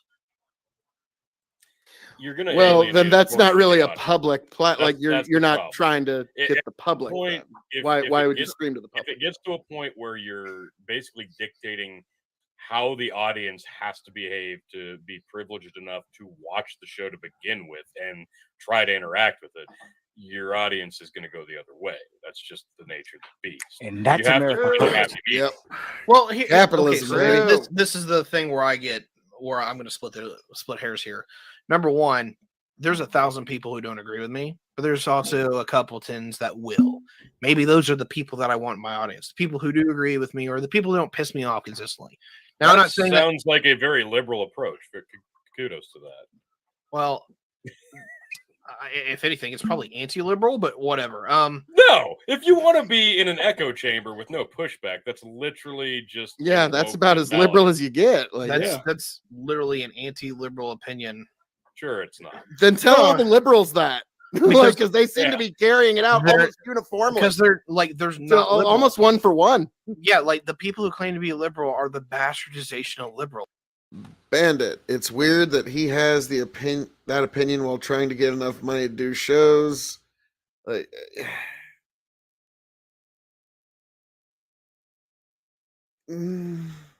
In almost every way, shape, and form. They're not liberal at all. not gonna say anything on that. It's quite awful. But yeah, that's a whole other conversation. No, I'm dead serious. Like, in some ways, the Republican Party is more liberal than the Democratic Party at this point. Well, like it's kind of the difference between, like, I always look at it as the international versus the American definitions of liberal and conservative are very different, because like by the international affairs definition, like Iran would be an example of a conservative country because it doesn't move very fast, while America would be an example of a liberal country. But then with the American definitions of liberal and conservative, that's where you get kind of shift. And so I'm sorry. I just noticed. and so the now people who Master want the most Yang. personal liberty are the people who are considered conservative in America. Well, yeah, that gets into a whole other conversation because, like, I do go more by like the political science definition, where I'm like, conservatives right now are the Democrats. Like the progressives are the actual, like, left wing part of the country, and then Republicans have now gone into what we would blatantly call reactionaryism, which, in all fairness, little called for at this point. A party that can't say no needs to be fought very, very strongly. Well, yeah, eventually you got to be able to say no, and Republicans are the ultimate no sayers. They're the ones who What are did the he best say, at saying Trey? no What in did I American miss? politics. Do What's that? I don't know. Trey said, "Clip that." He said it. What did you say that needs clipped? I missed something. I Yeah, have no so- idea. it's obviously some piece I'll of see Phil it later. K.O.E. brilliance. Like, yes, obviously. But But yes, I love the fact that you two talk about like the freedom of speech of like through your own home of your Discord or your YouTube, your Facebook, your fucking Rumble, whatever the fuck platform you have. I and like. stuff. I've got. I get it. I'm also like, I'm not just in the political part. I'm in gaming. I'm in servers. This and that. I have servers for GTA. I have servers for Rust. I have servers for this. It is a consistent of. Hold on a second. hello. Sorry, daughter Sure. needed a good night kiss. So, No, I understand.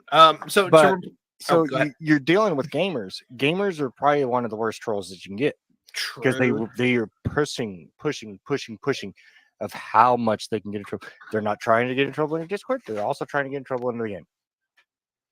So you got a multitude of everything that's going on.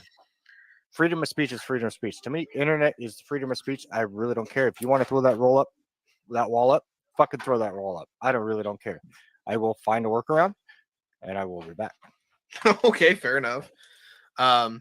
No, because that's so what the internet is. Create a new account. Guess who's back? I mean, yeah, Then again, that is a potentiality. It's also a amount of effort on you that somebody has put onto you when they do that, right? So like, yeah, you can come back, but you got to actually work at it, and that's part of the discouragement, right? So anyway, the real thing here is that you guys disagree with me, and that's fine. I'm actually trying to explore that and like put it into context because I don't know if I'd flip sides because there's plenty of people who also agree with me, and some of them are in my chat. But it's like, all right, cool. Is the internet actually a public domain? And that's the weird thing. It kind of is and isn't. Like there is no like perfectly public part of the internet. There's parts that are like way more closer, but unfortunately, I hate those places. That's fucking 4chan and shit, right? Say whatever you want. Also, very critical. I don't believe that free speech is saying whatever you want. I believe that free speech is that you say whatever you want and the government can't do anything about it. That doesn't mean that your neighbor can't hit you in the face with a shovel because you're a jackass.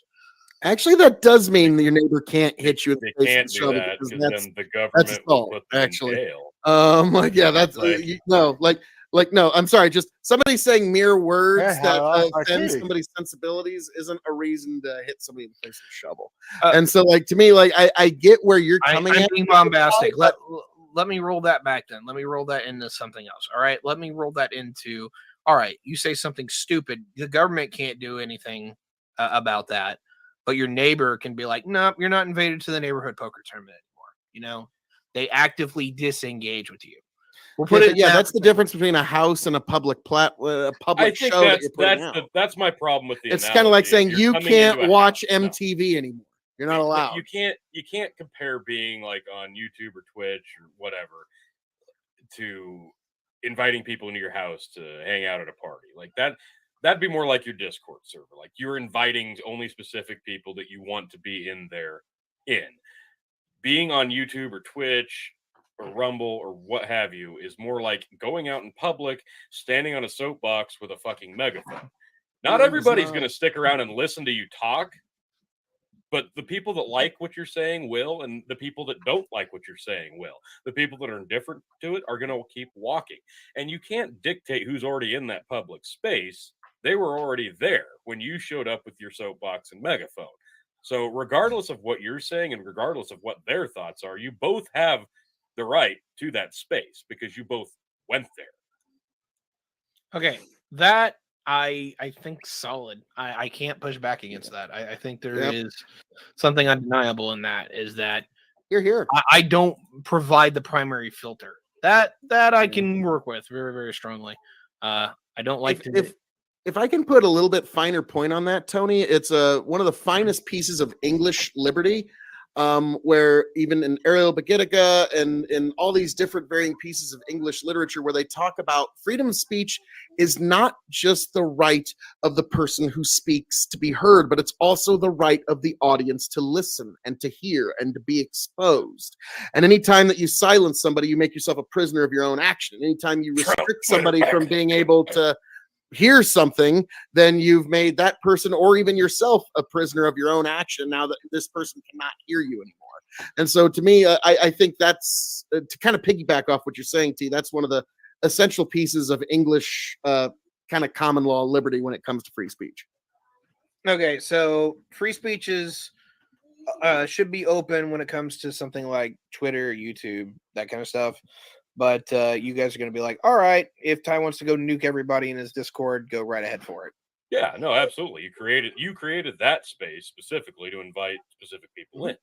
So Okay. yeah, no, that's 100% play by my fucking rules. Yank, are you on board with that? Everything is so indifferent with the world today. It's like the internet is Enough. one thing, real life is another, Discord is another. Everybody's got their special platforms because someone's got to have something special where they feel the greatest in the world, and then they have one where they feel like the worst in the world. So it all depends. I could be Twitter. They could hate me to high hell. Doesn't matter. In Discord, they could love me. It all depends on where you're going to go with it. Shit, And I how think we you want to lost be Ty. treated. Yeah, I'm I sure we think Ty did. froze. He's froze. Yep. Grow the Farm Up says, enter as many situations as you can in life without a preconceived notion. You will be surprised what you learn. Good, I like that. good advice. And Tiberius is probably going to try and ban me on Discord right now as he speaks. Like, so you guys said it was okay. So fuck you, Phil. So like, I'm gonna go see. Okay, I'm still a member of Tiberius' Discord for now. There he goes. He's gone. Yeah. Oh, dang it. He did leave. But no, and I get it. What he's saying, like it's your house, your rules, stuff like that. It's I have my a house. Discord.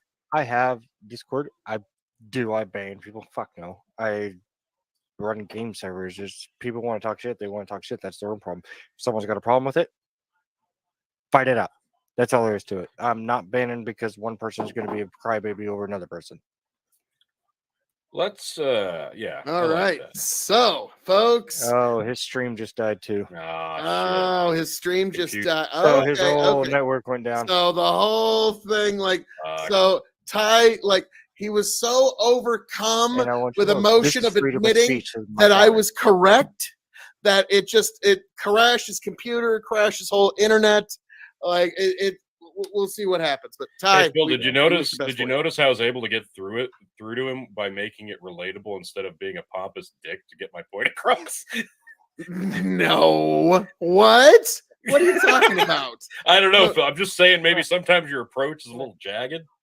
It could be a little prickly depending on the recipient, but to be fair, Ty banned my brother on his stream, so yeah, I was gonna come both barrels fucking blazing on him tonight, and it was pretty fun. It was pretty fun, I gotta say.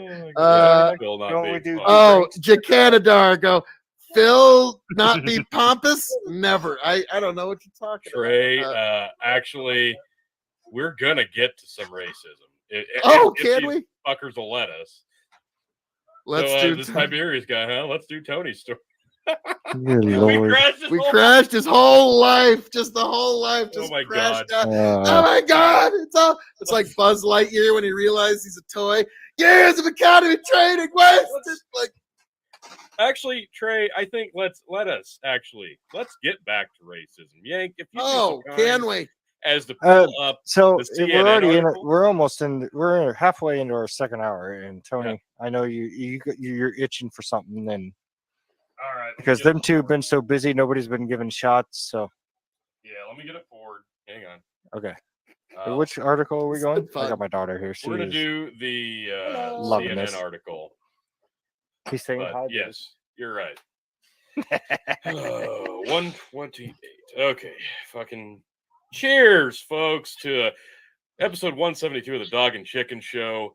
The night Phil and Ty finally fucked. Oh, yeah. God damn it. There he is. Hey, folks, we got him back. You missed one of the toasts. Tony just had a toast. I am so sorry about that. I completely disconnected from everything. So that's what they're saying. Yeah. But as Trey said, let's get back to racism. Yank, if you pull up that CNN article, this is one I haven't read, but I saw the picture of it in one of our chats. I wanted to read this together because I was so excited. Oh, no, it's not working. And no, you're right. You are 100% correct there. Yeah, it's right. Yeah, it's just Bush Light because that makes for a way better show. Yes, this one. Oh, wow. Opinion. Oh, dear Terms God, of service. X acknowledge you have read and agreed to the updated terms. I know. My stuff's all messed up right now. Oh, there. God. You have to flock out of there. So I really don't know much about this story. I'm hoping some people can fill us in first, but opinion from CNN. The police who killed Tyre Nichols were black, but they might have still been driven by racism. So if anybody knows anything about this, can you fill us in quickly? Yeah, the left is racist and sees racism fucking everywhere. It classes no. Okay.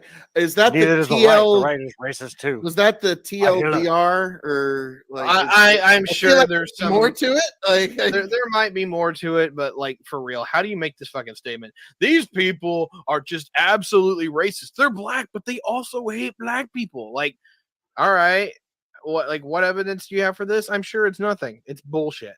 Like these people see racism everywhere, and anytime a black person is shot by the police, it is a racist act. Even if the officers are in question are black, they're tied up in the white supremacy of this nation, and they're consumed by the police structure. No, fuck them. Okay. yeah, I'll be honest. I don't know enough about this case to really give much of a statement on the case. The headline seems to be absurd on the face of it, just because it seems to be very counter to common intuitive wisdom. But yeah, I can't really speak towards the case because I know so little about it. Anyway, So what's the gist of this? Because I honestly know almost nothing about this. I was aware of the art. I mean, I was aware of this happening, but all I know is it was pretty fucking bad from the sounds of it. Like this apparently went really sideways really quick is all I really know. Now, other than CNN's horrible opinion, I mean the actual murder here. I don't have the particular details of this case, but I can absolutely promise you this is not the black police being racist towards black people. That makes absolutely no fucking sense. No, and that this is why an article like this, like in this day and age, in 2023, where believing and listening and following the media is almost laughable in the public eye. Like I think a majority of people pretty much understand that. But I don't know, man. Well, okay. A majority of people who actually Tiberius have is a going to hope fucking that's thought not there. true. Not just the people who just click on, Like- oh, okay, I accept that. That's the thing that I get really confused with, because it's like people will say this, and I 100% agree with that. But then they'll be like, oh, but this particular channel does it right, whether it's Fox or CNN or whoever. Like the confirmation bias is fucking stupid lately.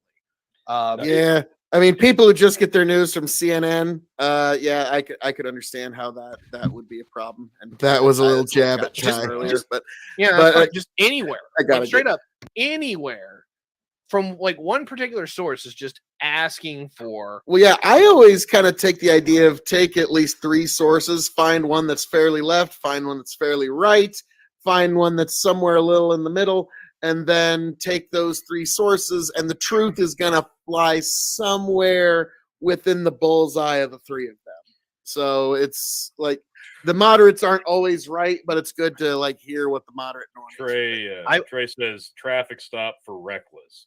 They pulled him from the car. He ran. When they came back upon him, they beat him to the extent that he died days later from the injuries. Rodney King, but he died, and they were all the same race. That see, to me, I believe it was 4 or 5 cops against one guy, reckless driving. Pray for this poor I man's soul. understand, like you can't run. You can't run. You just can't do that. I'm assuming he had something else to hide, or he expected something, or he had a warrant, whatever. There's obviously a reason he ran, but you can't do that. But when that happens, how in 2023 do we still have cops that are so oblivious to the fact that their job is under such a small, eensy-weensy, bitty, tiny microscope that they would even chance something like this? I wouldn't want to take that job if you paid me trillions, because that is the most thankless job. It's one of the most dangerous jobs. And you're ultimately going to be fired and canceled and shamed because of it, because you will do something so terribly wrong in the public's eye, regardless of it being wrong or not, that nobody's going to be willing to take this job. We are going to have such. You think the people in the law enforcement field are bad now? Oh, baby. When we get down to it here in 10 years, imagine, because nobody wants to take this job anymore because of the low pay, the dangerous job, and the stipulations behind it, the scrutiny that comes with it. Imagine how bad law enforcement field will be in 10 years, given who's going to have to fill those roles, because we do have to fill those roles. That whole It's gonna be defund the police worse. movement was Oh, it's going to yeah. be terrible. No, here's But what's how do worse. these cops still exist? Why would they go to this extent? It is unfathomable to me that this still happens. Knowing all the scrutiny that comes with the law enforcement field, how does this still happen? People need a job, and some people have been doing it for 20 years. Straight up. Like they planned on doing it, whatever. But when it comes down to it, what's likely to happen, and we're seeing this already start to unfold, is that red states, red areas, they will have police, and while they will have problems with their police, like they will literally, handle that by electing their local sheriff, and that will solve 90% of their issues. When it comes to blue areas, particularly, some of these major cities, they are depolicing themselves one way or another. They've actually increased their police spending, but they're making it to where no one wants to join the force. No, there And- is such a thankless position, and it pays like shit, and it's dangerous. Almost like That politicians. and in the last few years, it's been Yeah. shown that now, granted, there's a lot of these police officers that they did deserve the sentences that they got, but Absolutely. regardless, you now know as a police officer, the state does not have your back, No, absolutely not. and they'll throw you into prison with the people that you threw into prison, Nobody and I'm nobody sure that has will your go back. well. If you are a cop, nobody has your back. The public doesn't have your back. Even the ones flying the thin blue line flag, they will turn on you too, given any circumstance that goes against what they believe should happen. The state doesn't have your back. Your own law enforcement office does not have your back. Your government doesn't have your back. And you're getting paid shit to do it, and you could potentially die in the line of duty. Nobody is going to take this job soon. And we're going to be left with an even worse police. And we've had this discussion many a time. How do we improve law enforcement to prevent incidents just like this? It goes to training, which is basically non-existent in some cases. But now we're going the opposite way because we've defunded the police. And now we've put it under such scrutiny that nobody wants to chance taking that job. It has gotten to the point where we're going to be scraping the bottom of the barrel to fill these positions because we just have to. Or do we just go back to being the wild, wild west? Because that'll work too, folks. Apparently, there's a video of this, which I'm trying to bring up. I'm almost out of time anyway, so like I gotta knock a few points out. All But right. when it comes to this kind of thing, this is what scares me. This is one of my possible forecasts out there that is really concerning. We are looking at the collapse of urban policing. At the same time, we're looking at the potentiality of the Mexican drug war crossing the border. Yeah. I am terrified of this reality because it absolutely is starting to unfold before my very eyes. Starting to cross the border? So what we've seen is that while there is like an increase in drug trafficking and all this other stuff, basically when you get to the border, gangs aren't crossing lines. There is now one Mexican gang that's trying to get north, but the American gangs have been able to resist them to this point. And with the help of the feds, they've been able to literally, our gangs are helping the feds because they don't want to deal with this shit. Because the people who are going north are called Jalisco New Generation. And they are fucking batshit. Like, these are the people who come in and, like, chop off your head in the middle of the night in Mexico, right? These are the worst of the worst of these particular actors. And they're the ones that are actively being most aggressive, and they're the only ones actually challenging the status quo of letting a Mexican gang go north of the border. They're trying. So far, they have failed. But in the event that they actually succeed in crossing the border, I gotta push gonna be back on hell. that a little bit. I didn't want to, but okay. The American gangs by like 2013 had mostly been killed by the Mexican gangs. Okay, the Mexican gangs are just more violent. They're more brutal. They want it more. And so the idea that the American gangs are pushing back and like, who? Them and what army? Because it's not quite the same game it was back in 2006. and particularly Oh, Ground yeah. Zero is going to be either urban, Yeah, Jalisco. particularly It's not Jalisco. It's Jalisco. or it'll be Los Angeles. Is really where this will go full tilt.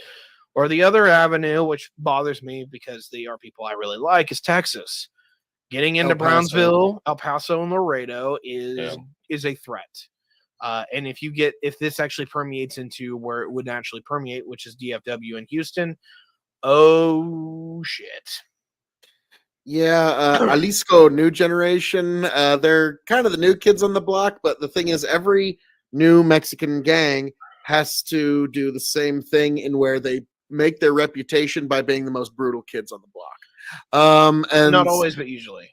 well, I mean, that's what puts your name on the map. Like, that's what the Zetas did. That's what the Sinaloa cartel did back in the day. They're the big ones. Yeah, they're the What- big wigs, yeah. but they didn't get there by fucking playing nice and playing patty cake. They had to do some fucking beheadings of their own, and they had to kill some of their own on the way. I So, hate. yeah. Now I know he's gonna try and say like they're the good guys, but no, they're. It's kind of like when somebody takes a side in any of these wars. It's like no, give it enough time. The longer a war goes, the worse everybody gets. The worse things get acceptable over enough time. And drug trade's no I hate to different. say this, but I'm actually going to defend gangsters here for a second. God almighty.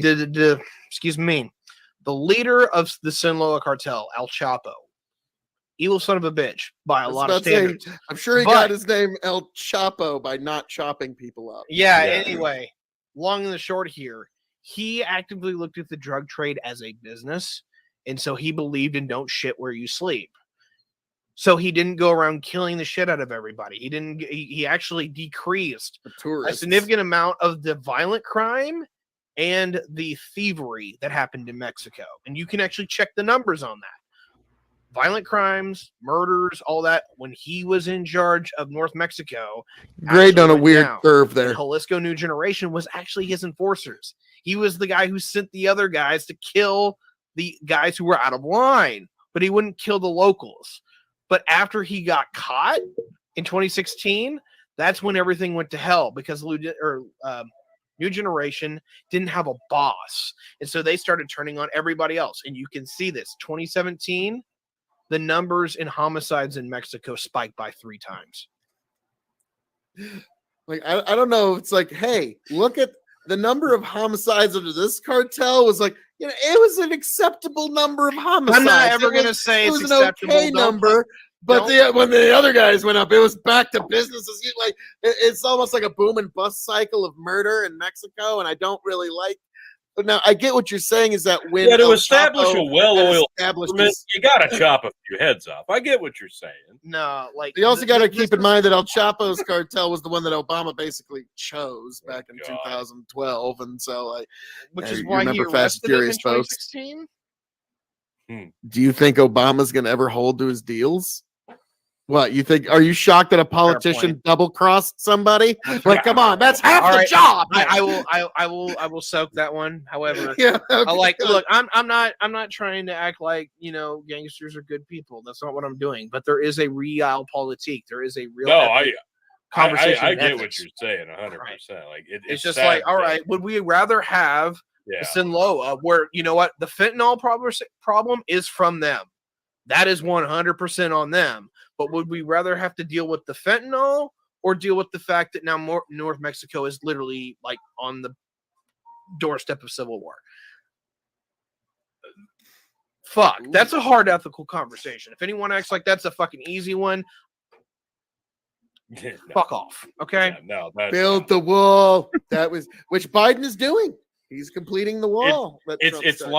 It's very much like when people go to vote. Oh, I've got to vote for 2 shitty candidates. This sucks. Well, it could be worse because you could be playing what's the lesser of 2 evils for realsies? Which drug lord do I like better? Which one of them is going to govern us the best without killing all of us? Like, And the answer is neither of them. They're not going to govern you good, and they're probably going to try to kill you. Phil just I'll vote gave for endorsement Kanye. for a reason you should not vote in your election. Thank you, Phil. Well, right, no, in Mexico, like I've often said that they're all just. Yeah, I've got to bounce. I'm out of time. I love you all. Right, thanks. Thank you for having me on. God bless, Ty. Phil, Plug it your is. shit before you go. Yeah, Phil, I appreciate you going full circle with me. We started off good. We set it through literally setting the train station on fire at one point. And now we're here. And so, ladies and gentlemen, my name is Tyberius D. Whether you like to see me fight Lord Phil K.O.E., whether you want to hear my more moderate takes because you need somebody to actually illustrate what the center is thinking to you, definitely come check me out, Tyberius D, on YouTube, TikTok, and Twitch, among any other things. And you can contact me pretty easily. Just, if you are going to enjoy my particular comfort, be mindful of being good to me. And without further ado, thank you for the beats. Take care. I played the sexy music because I was hoping Phil and Ty were gonna kiss, but No, sorry. Nah. No. Like he kissed the ring. He kissed my feet. That's enough. He admitted yeah. defeat. Brendan Brennan Roy, Roy's feeling me here with this one. Which cartel is the worst? Mexico We love drug you, Ty. cartels or the U.S. government? Yeah, exactly. It's Right. honestly, it's a toss-up. I mean, on the surface, I know which one looks worse. Underneath, that's a deeper question. So, we know which one's bigger. True. Yeah, we know which one's got more money. Grow the farm up. If you disagree with Ty about cartels, you can fuck off. If you could ban your way to saving the world, Tiberius is your guy. Oh man! All right, you got one in. All right, so grow the in. Trey. I'll be damned. The local news is on in the bar. The Liberal County has decided to embrace hiring 2030 security. Okay, all right. So, folks, Wow. that happened. Me and Ty, we got along perfectly. He admitted that I was right about everything, and he conceded at the end. So that's how that went down. Yes, both violent pieces of shit. Yeah. You and Ty are both violent pieces of shit. Wait, what? Right. I mean, he was the one talking about smacking people with shovels and such, and kicking people out of his home, punching people for having opinions. Like I understood the direction they meant to go, and a few of them just kind of didn't go the right direction. Right. The internet is a sketchy situation. Yep. And if you're gonna try and silence the family of extreme, Phil K.O.E.'s bringing the thunder. So Justin, let's go with the okay. What are we going? Are we going reaction? Are we going another lead? All right. So, folks, that happened. And it was quite a war. Me and Tiberius went to war, but as you can see, your king of extreme rises to the occasion once again and dominates the entire scene, left, right, center. And it was definitely what you all needed to see. For you, for me, and folks, all you beautiful people out there. As I'm known to say around here, all that being said, thank you for joining us here at the K.O.E. Nation for this very special Phil K.O.E. Tiberius D. We went to war. We went to battle. We met on the field of battle, folks, and it went down. It was glorious, folks. I am the devilishly handsome outlaw himself, your king of extreme, Phil K.O.E., the man of the hour, the man with the power, the man that makes the other podcast cower. Folks, find me at K.O.E. Nation on YouTube, K.O.E. Nation on TikTok, K.O.E. Nation on Twitch. God bless every last one of you. Raise a glass to yourselves, and I hope you find yourself back here at the K.O.E. Nation, happy, healthy, much the wiser, folks. God bless every last one of you, and we are going to leave off with this poem of the week, folks. This is Fresh Blessings by Mario Vitale. God bless every last one of you, folks. This was an incredible time, and I can't wait to catch you tomorrow night for Royal Rumble Results and Chill. It's going to be a good time, folks. God bless you.